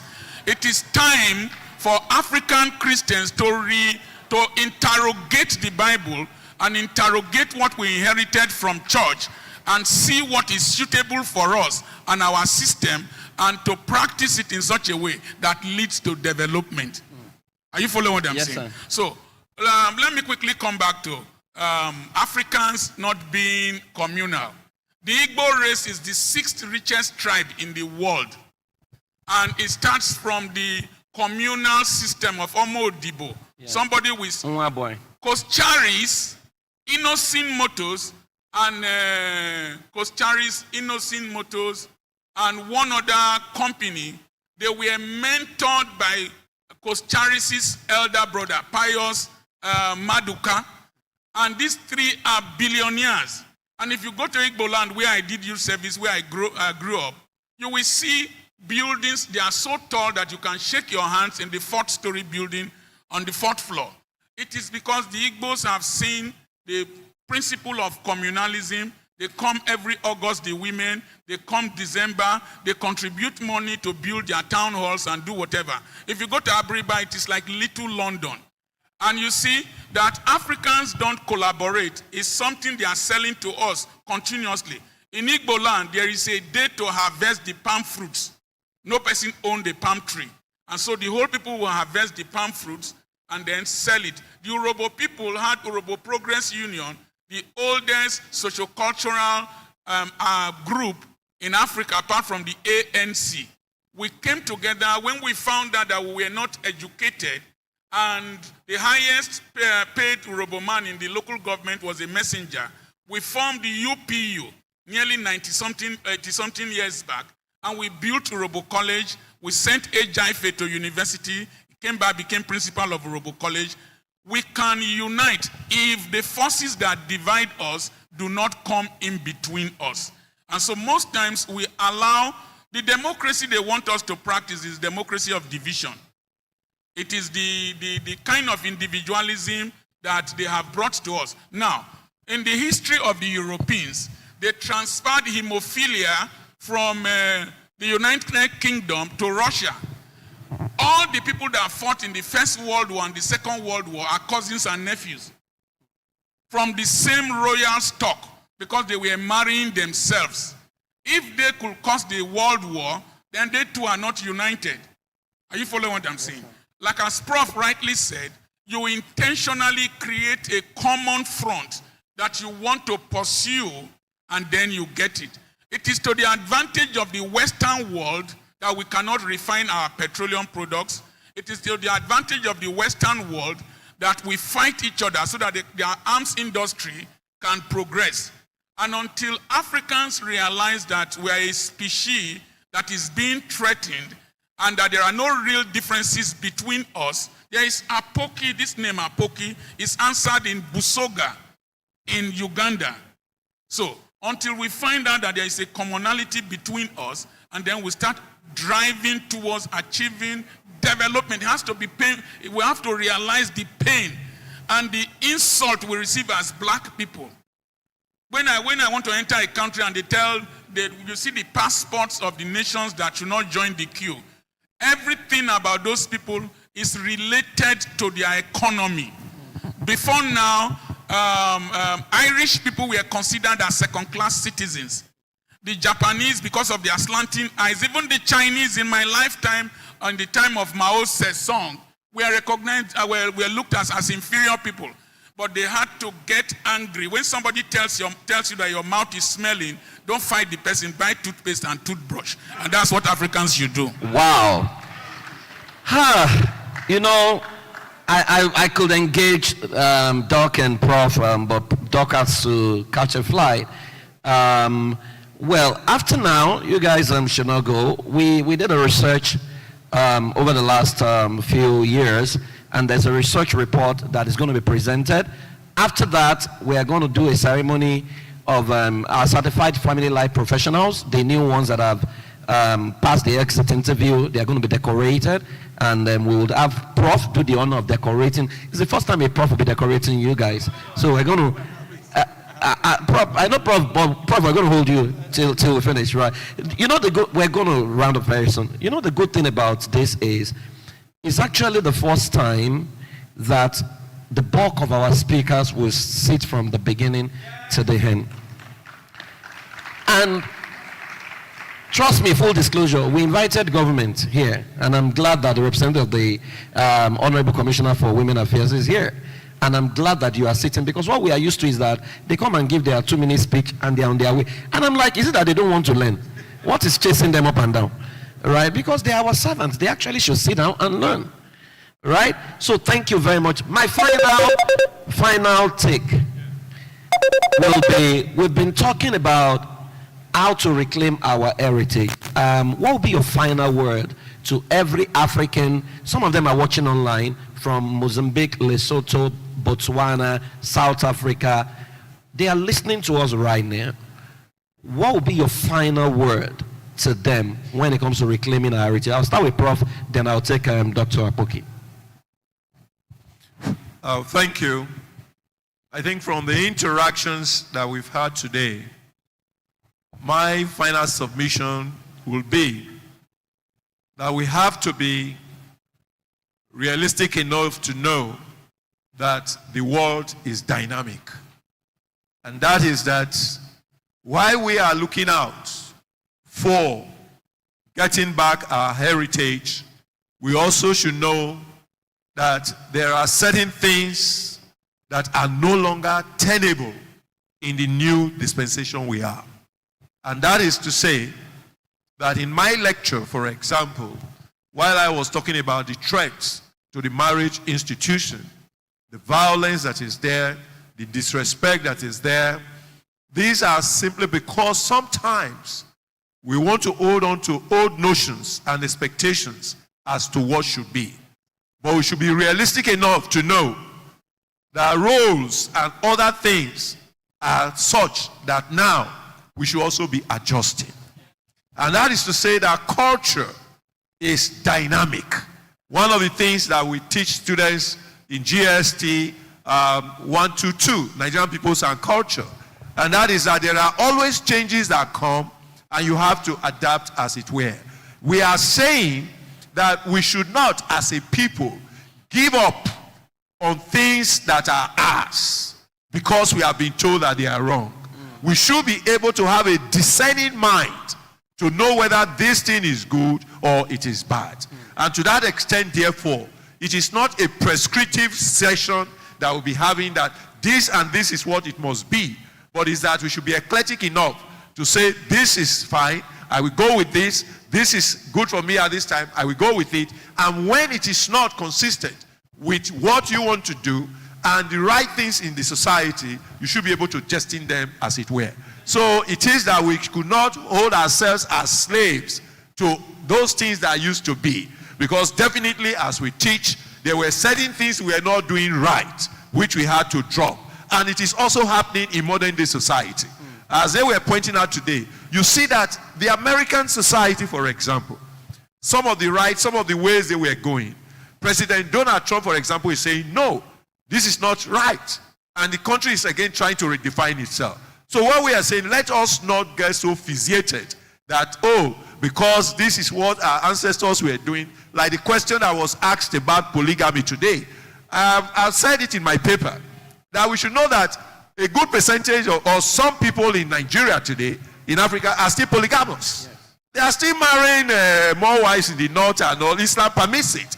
And then if it's conducive, you now see educated people entering palaces. Even though they are highly educated, they are ready to enter polygamous homes and all of that.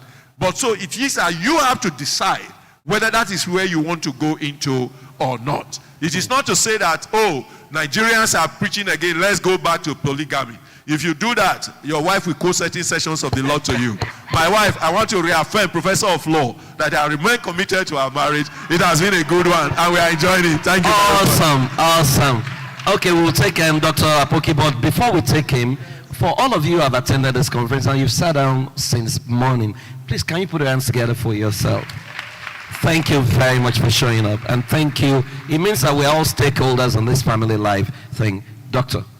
When a lie is repeated for so long, it passes for truth. We must start taking pride in being African. The color of our skin is not discriminatory, it is protective, because we need this melanin to combat the ultraviolet rays of the sun that will have predisposed us to cancer of the skin. We must go back to learn, as I said earlier on, that the oldest continuous degree awarding university in the world is in Fez, Morocco. Some of the biggest libraries in the world were in Timbuktu. Apart from Solomon, King Solomon, the richest man that ever lived was Mansa Kankamusa of the Mali Empire. Ethiopia was the only nation that was not colonized. Emperor Menelik defeated Italy in the Battle of Adwa in 1896. The pyramids, Pythagoras could not explain the pyramids. The embalmment procedures of the Egyptians has remained a mystery. And Africa is a nation endowed. In fact, the geography, you can fold the United States and China into Africa in the real space. But Africa is presented small geographically in your geography textbooks to affect your mind. We must start taking pride in being an African. I was discussing with somebody in Otopina Airport in Romania. We're talking about Christianity. And then he asked me about evolution. I said, are you talking about Charles Darwin? He said, yes. Then I asked him, have you heard of Lamarckism? He said, no. Have you heard of dematerialization? He said, no. He said, I've never had a black man talk to me like this. I said, your skin might be whiter than mine, but my brain is whiter than your own. I want the next generation of Africans to take pride in themselves, particularly Nigerians. We are the most brilliant people on earth. I went to Springs in South Africa, and when they introduced me, meet Dr. Apoki from Nigeria, one lousy South African that I could pay his salary said, Nigerians criminals. I said, my friend, shut up your mouth. Criminality is intelligence looking for an avenue for manifestation in the midst of oppression and deprivation. God bless you. Whoa! Guys, can we give them a standing ovation? Thank you very much, Doc. Thank you, sir. Thank you. Thank you. Don't go. Okay, that's all. That's good. Yes. Thank you very much. Thank you, sir. Okay, guys, please, you may have your seat. I think Dr. Ebo is ready. So let's, they will invite Dr. Ebo. She will do a short presentation. She'll do a 5-minute presentation of the paper, and then we will do the lapelling ceremony of our certified practitioners. So, Dr. Ebo.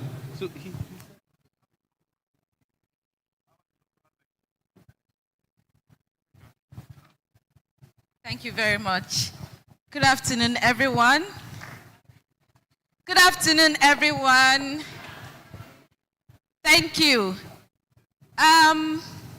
So a lot has been said today, ranging from, I'm waiting for my slide, please. Ranging from the things we are inheriting from the Western world and all that. And so today I want to present this instrument. Part of the things we inherited, or part of the things we are copying from the Western world is, by the time we are doing researches, we use their tools. We use their questionnaires and all that. And if you agree with me, some of those questionnaires don't really speak our language. And so we have an instrument that was designed by the Institute of Family Systems, Family Engineering and Development. We call the instrument Oella. I will explain what Oella is. So Oella is in response to all the questions that researchers have asked about the instrument and how Western world and all that and all that. And so Oella is the marital assessment tool that was developed by Praise for Oella. Please give him a round of applause again. And this instrument was designed in 2015.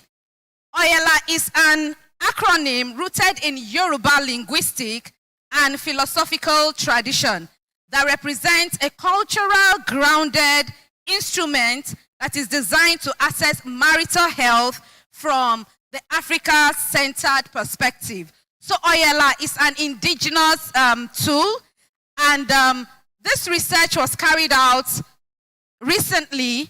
The research topic says Oella, a cultural sensitive assessment tool for heterosexual couples, African practitioners' perspective. So this, next slide, please. So this is the content. The next one, talking about the background, I said something, and I've also explained what the background is about. So the traditional Western assessment tool often fail to capture the cultural, the social, and the spiritual dimension of African marriages.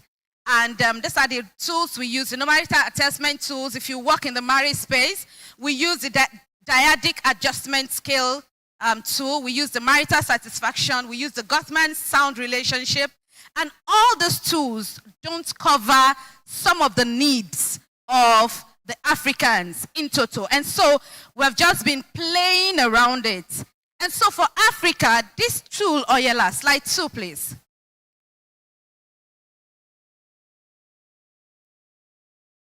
So researchers have called for a decolonization of psychological assessment methods using the development of tools that reflect African cosmologies, languages, and the social structure.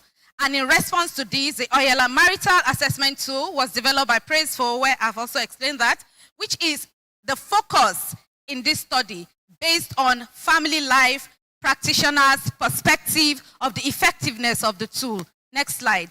So we have practitioners asking and clamoring. And so this research was carried out using the practitioners who have used this assessment in the last 3 years. And so what we are doing is standardizing this Oella to say it is a tool that you can employ in your researches.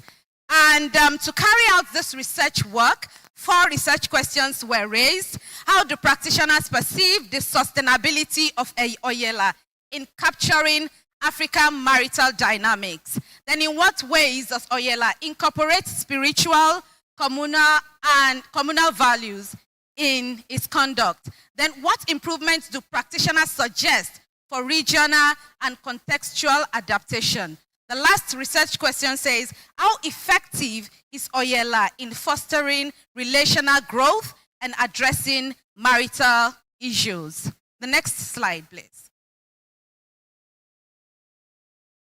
In carrying out this research, the research design and method that was used is the qualitative.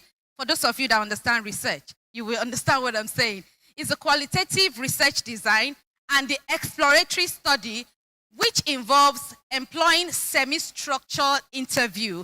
So there was an interview carried out at the course of this research, and 12 family life practitioners from diverse African countries with over 3 years of counseling experience and familiarity with Oella participated in this research.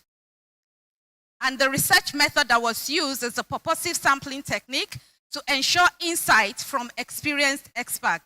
The data collection was done through virtual interviews because it covers people outside Nigeria. Virtual interviews through Google Meet, Google, Zoom Meet, and this lasted for about 20 to 30 minutes per participant. The next slide. Okay, the method, the research method, we use a thematic analysis following the Brown and Clark's framework, and the validity of the instrument measured member checking, triangulation, and peer debriefing, ensuring trustworthiness. The next slide. So this is where we are. The findings of this assessment, the findings that we discover around the Oella, which is making it standard, which is making it something we can employ in our researches about any research that relates to family or marriage. The finding says the perception of cultural relevance, that is, practitioners view Oella as a tool that aligns well with traditional African values, such as communality, beliefs, and gender. You know what culture? All that's talking about rituals and celebration. You know, we have talked about all those things. And all those things, the Western world don't understand it. We've talked about language, we've talked about food, greeting, thoughts and values, behavior, child rearing method. All that we have talked about. So to employ that, we have a good hold on whatever research we'll be carrying out. Oella have said that all this, practitioners view Oella as a tool that aligns with all our cultural beliefs. They're talking about gender roles and all that. And the second finding says deep relational. Please take it back. Take it back. Deep relational insights, talking about that the tool effectively uncovers values, trauma, and spiritual consideration that influence marital satisfaction. Thank you. The next slide, please. The integration of communal elements. Oella supports mutual empathy by embedding relationships between border cultural context, particularly integration of African values and cultural norms. The next slide. So this is a discussion talking about cultural sensitivity. Oella's design respect and reflect African rational norms, making it more relevant than Western instruments. The second discussion is that theoretical support. The findings align with ecological systems theory, relational cultural theory, emphasizing the importance of cultural and relational context. Talking about the global implications. The tool addresses a gap of multicultural therapy with potential for adaptation in diaspora communities and beyond. Talking about that, you know, we are having a lot of people jackpying, leaving the country. And with Oella has been used on a lot. Families are breaking outside the country, and this is part of the discussion. It is filling the gap of the problems that families that are moving from Nigeria to outside the country where they have culture shock. The instrument has been very useful in helping them balance. Then challenges, need for further regional customization, technological updates, and empirical validation. The next slide.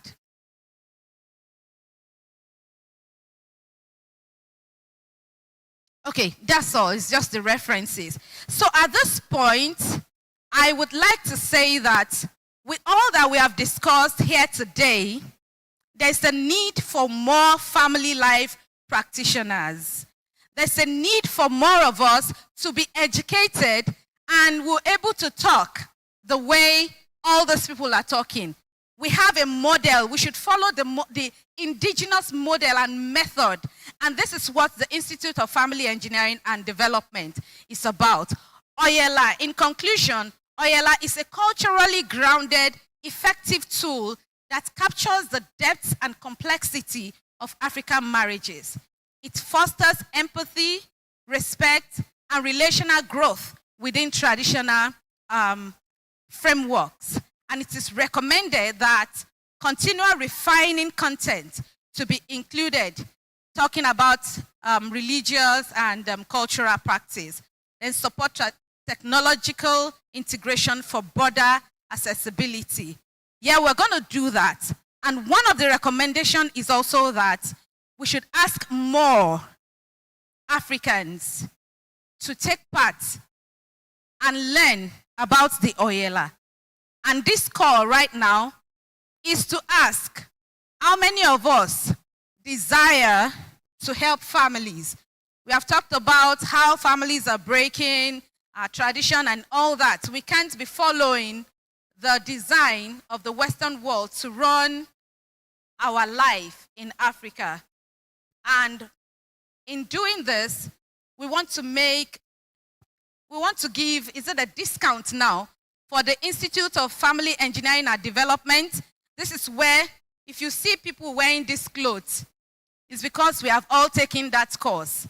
And we are doing well in helping transforming marriages and families. And so if you desire to know about Oella, the more you want to take the course, there's a discount. This course is about $650, but it is being given as $550. If you pay $100,000 within 3 days, you are allowed to pay 550,000 naira. All you need to do is to scan this code. Oella is deep, and you want to know how to use it. All you need to do is bring out your phone and use the barcode to scan this. You can as well write the account details. If you're paying within the next 3 days, you have 100,000, you have a discount. You'll be allowed to pay 550,000 naira. Thank you very much. There's also the phone number there to call if you need more inquiries. Thank you very much.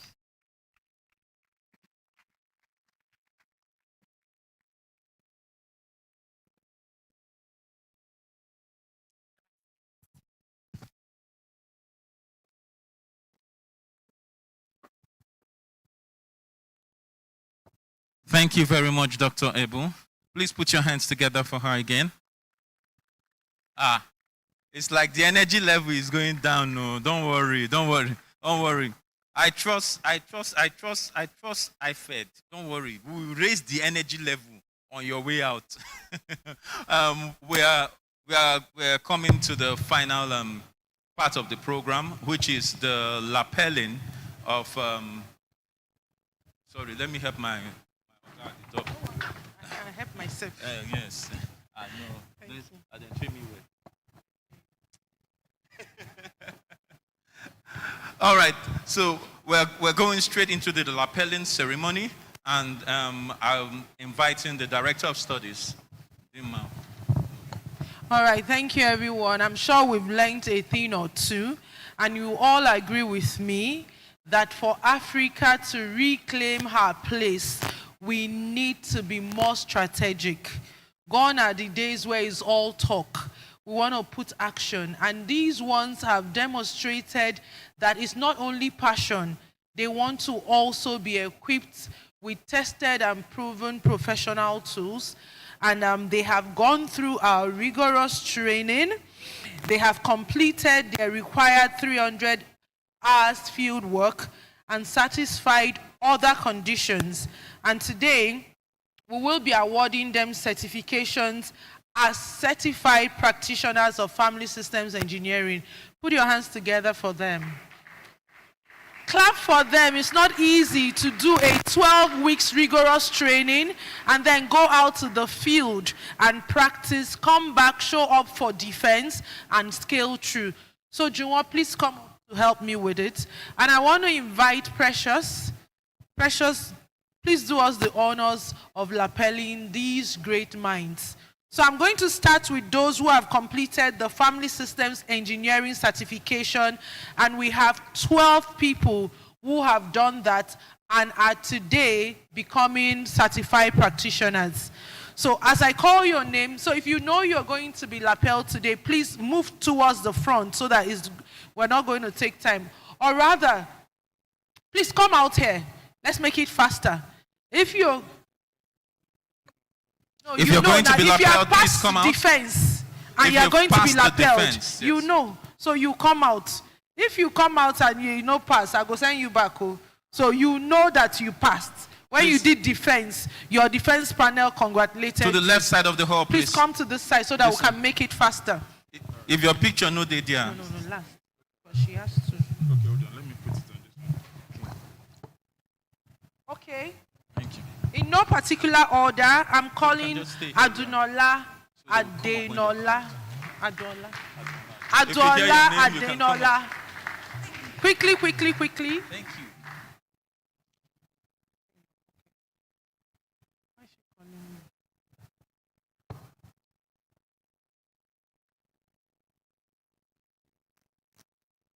Pictures, please. Pictures, please.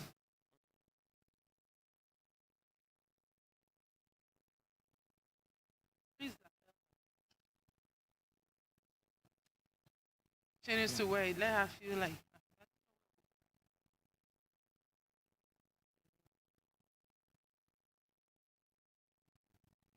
As we are decorating now, please, Akanimo, be close by. You are the next person. Akanimo Samson Oriowo. Clap for her. Clap well. Yes, we can stand. Yes, good. Don't go. Just so you can take a picture.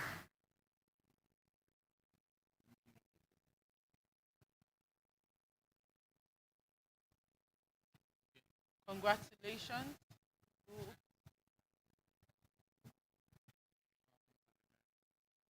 Akudinobi. Mojo. Is she here? No, no, she's not. You see, FSC is a global thing. All the way from Cameroon, we had 4-cam table. Thank you, sir. 4-cam table. Well done.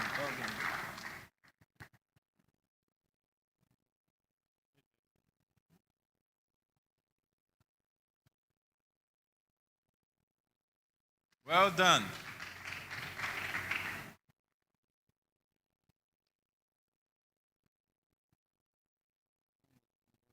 Mwazwe eligwe dire. Okay. Dire.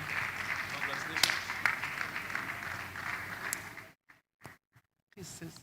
I love it when men come up to get trained. Because sometimes in Africa, it looks like it's only women that do family stuff. But when the men show up, they show all out. Congratulations. Thank you.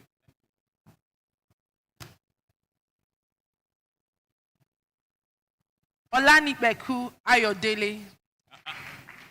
Please clap. Please clap. Thank you. So that as you're seeing these people, you know who to talk to. Because once we say community would help, if you speak to the wrong person, they will confuse you. So you had better identify with people who are competent and have been trained.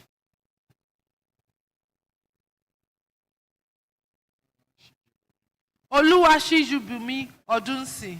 I got that one.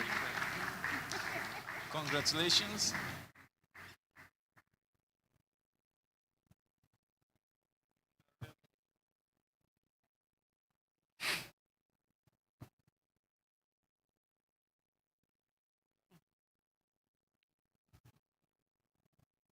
I'll keep this for later. Omoyemi Rebecca Oladimeji. Okay. Hurry up. You're here. Thank you. Thank you.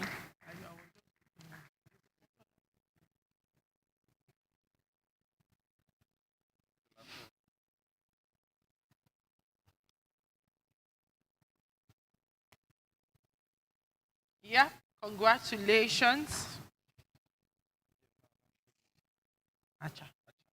Adiola Olashupo Acha. Please clap.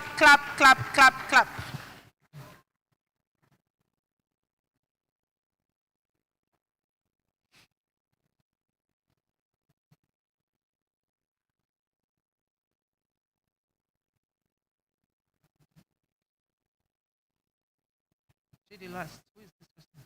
Okay, she's not here. Omotola Eunice Atitebi. Come on. Please clap Give it for up. her. Doing admin work, getting trained. Yes. Well done. Well done.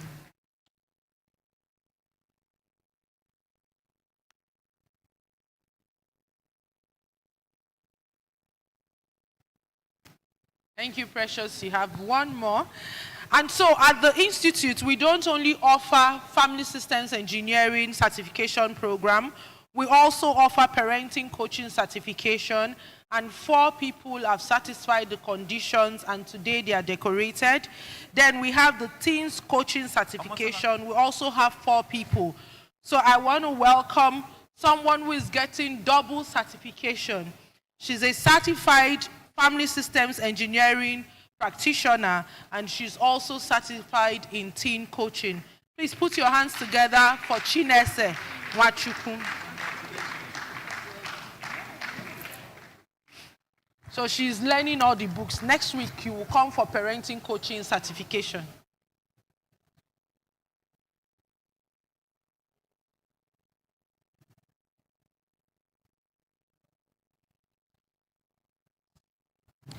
And so that's it. Thank you, Precious. Thank you, everyone. Please, just a minute. We are going to take pictures with them.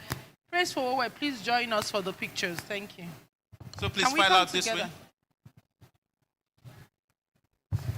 Precious, please. Thank you. So let's, yeah. Make it PF centralized, please.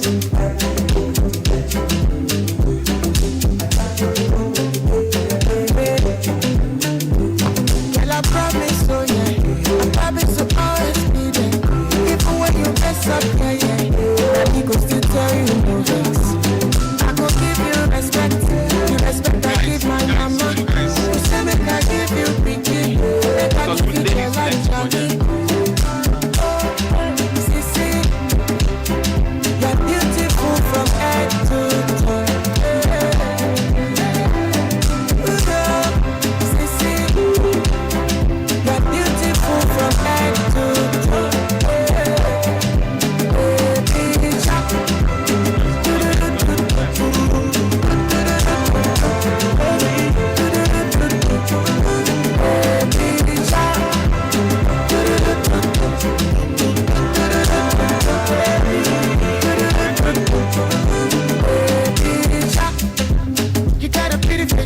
Thank you, everyone. Thank you, and congratulations. But you're never gonna allow me to touch.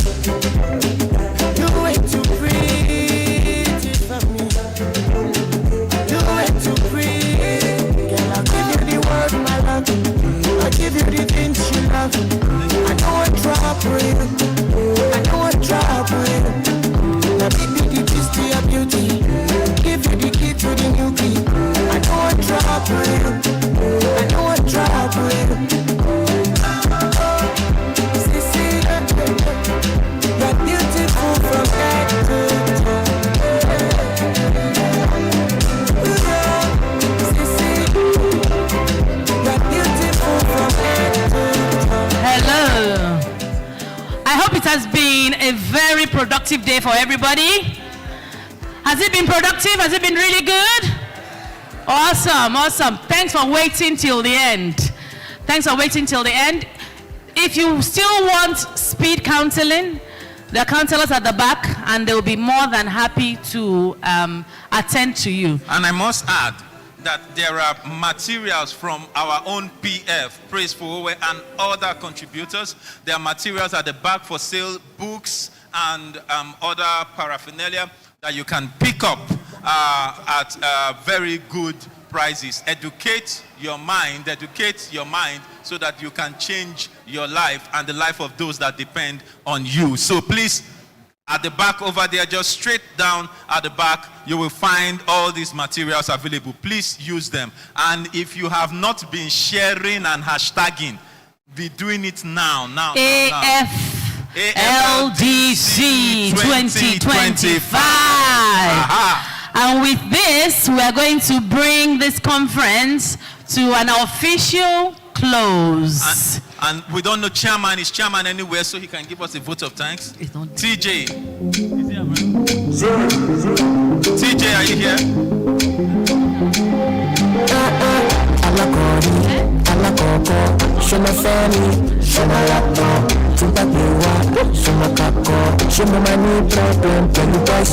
Speed counseling at the back, books at the back as well. Media, there's something you are owing me. Media, there's a video you have that you need to play for next year's conference. Media. Thank you so much for coming, to all our students. Thank you very much. Of course, our speakers, we can't thank you enough. We will keep thanking you. All our Ashwebi members, we're going to take a picture as well, like we normally do. Thank you to everyone that has traveled far and wide. I pray that you get home very well and safe. Thank you very much to all the people that contributed in all capacities.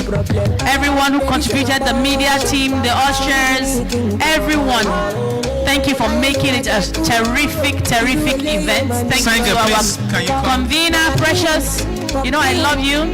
Can't understand the love. Too thick. Very thick like Momo. Thick love. Thank you all. So if you are part of the FSE team, start loading. Start coming upstairs. Please, can somebody so we can find take our picture? Let's start coming upstairs. I said no, if you make me conform. We are okay, now run up, very gentle girl. I pick you up and you pick it up.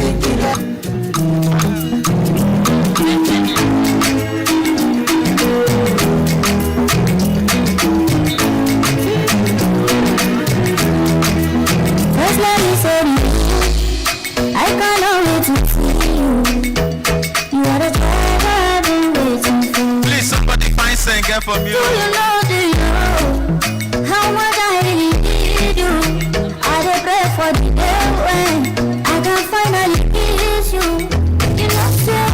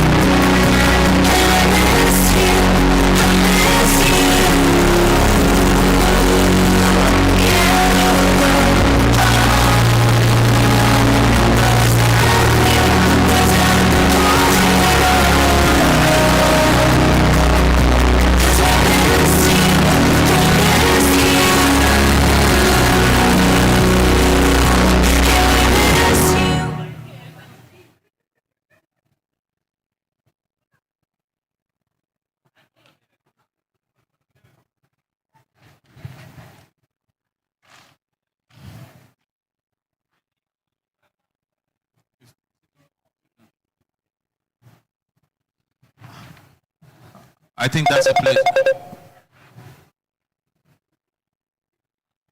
We recognize the memory of Blessing, who was a very big part of this family and this community and this network. And she was part of the planning program. And we send our deep condolence to the family. And we thank God for the gift that she was to the world.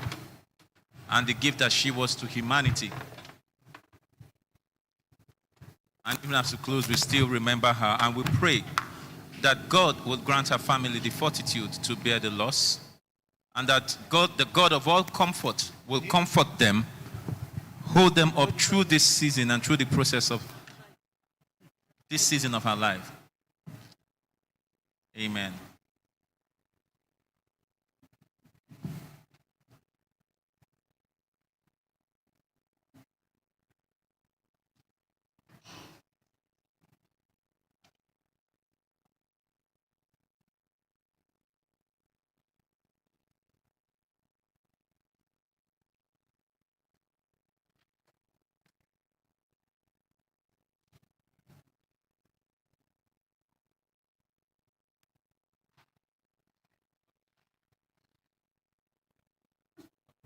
Okay, guys, thank you very much for coming.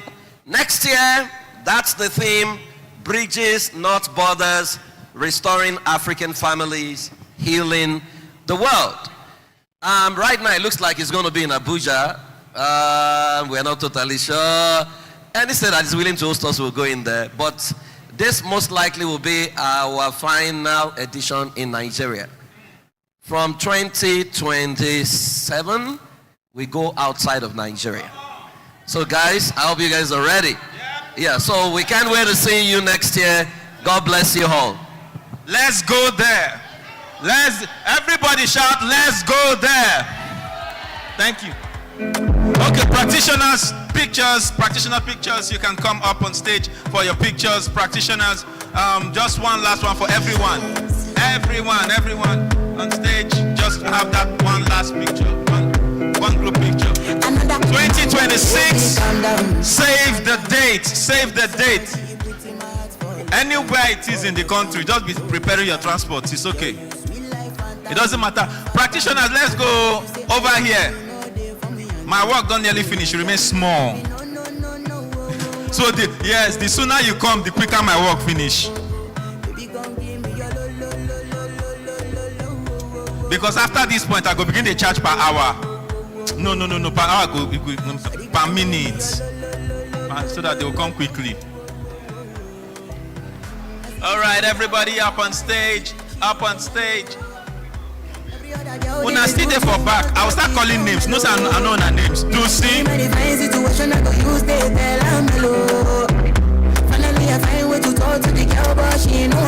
somebody.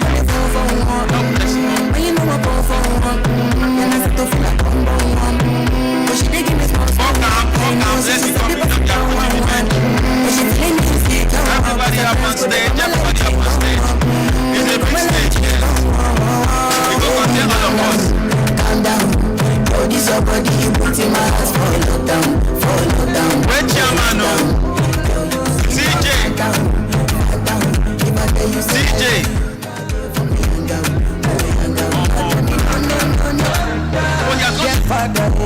I thought that's it. Okay. Practitioners, please come up on stage for a group picture. All practitioners present, come up on stage. All practitioners present, come up on stage. I won't focus on you. We have there's a position in the center that has your name on it. Please make way.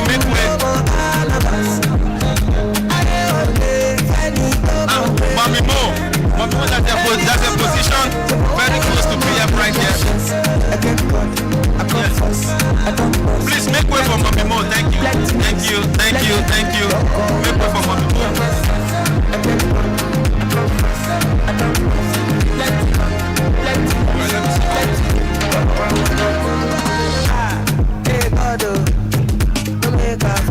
Okay, so what's going to happen?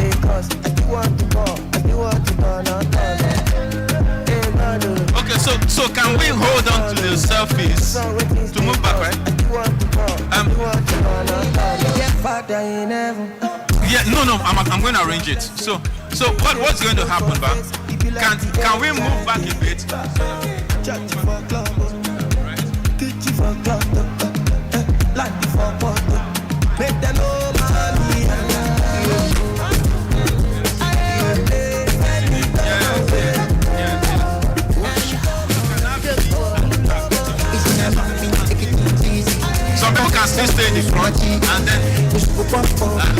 Yes, yes, thank you. Thank you. All your sorrow make it just free. Yes, if you know be tell like oh my God. We need to come like almost like a V. Yes, come closer like this. Yes. So we have to be up and come forward. And if you know be tell like it's like a V, right? Joy is gone. Just need some people to arrange not just one line, so we can still get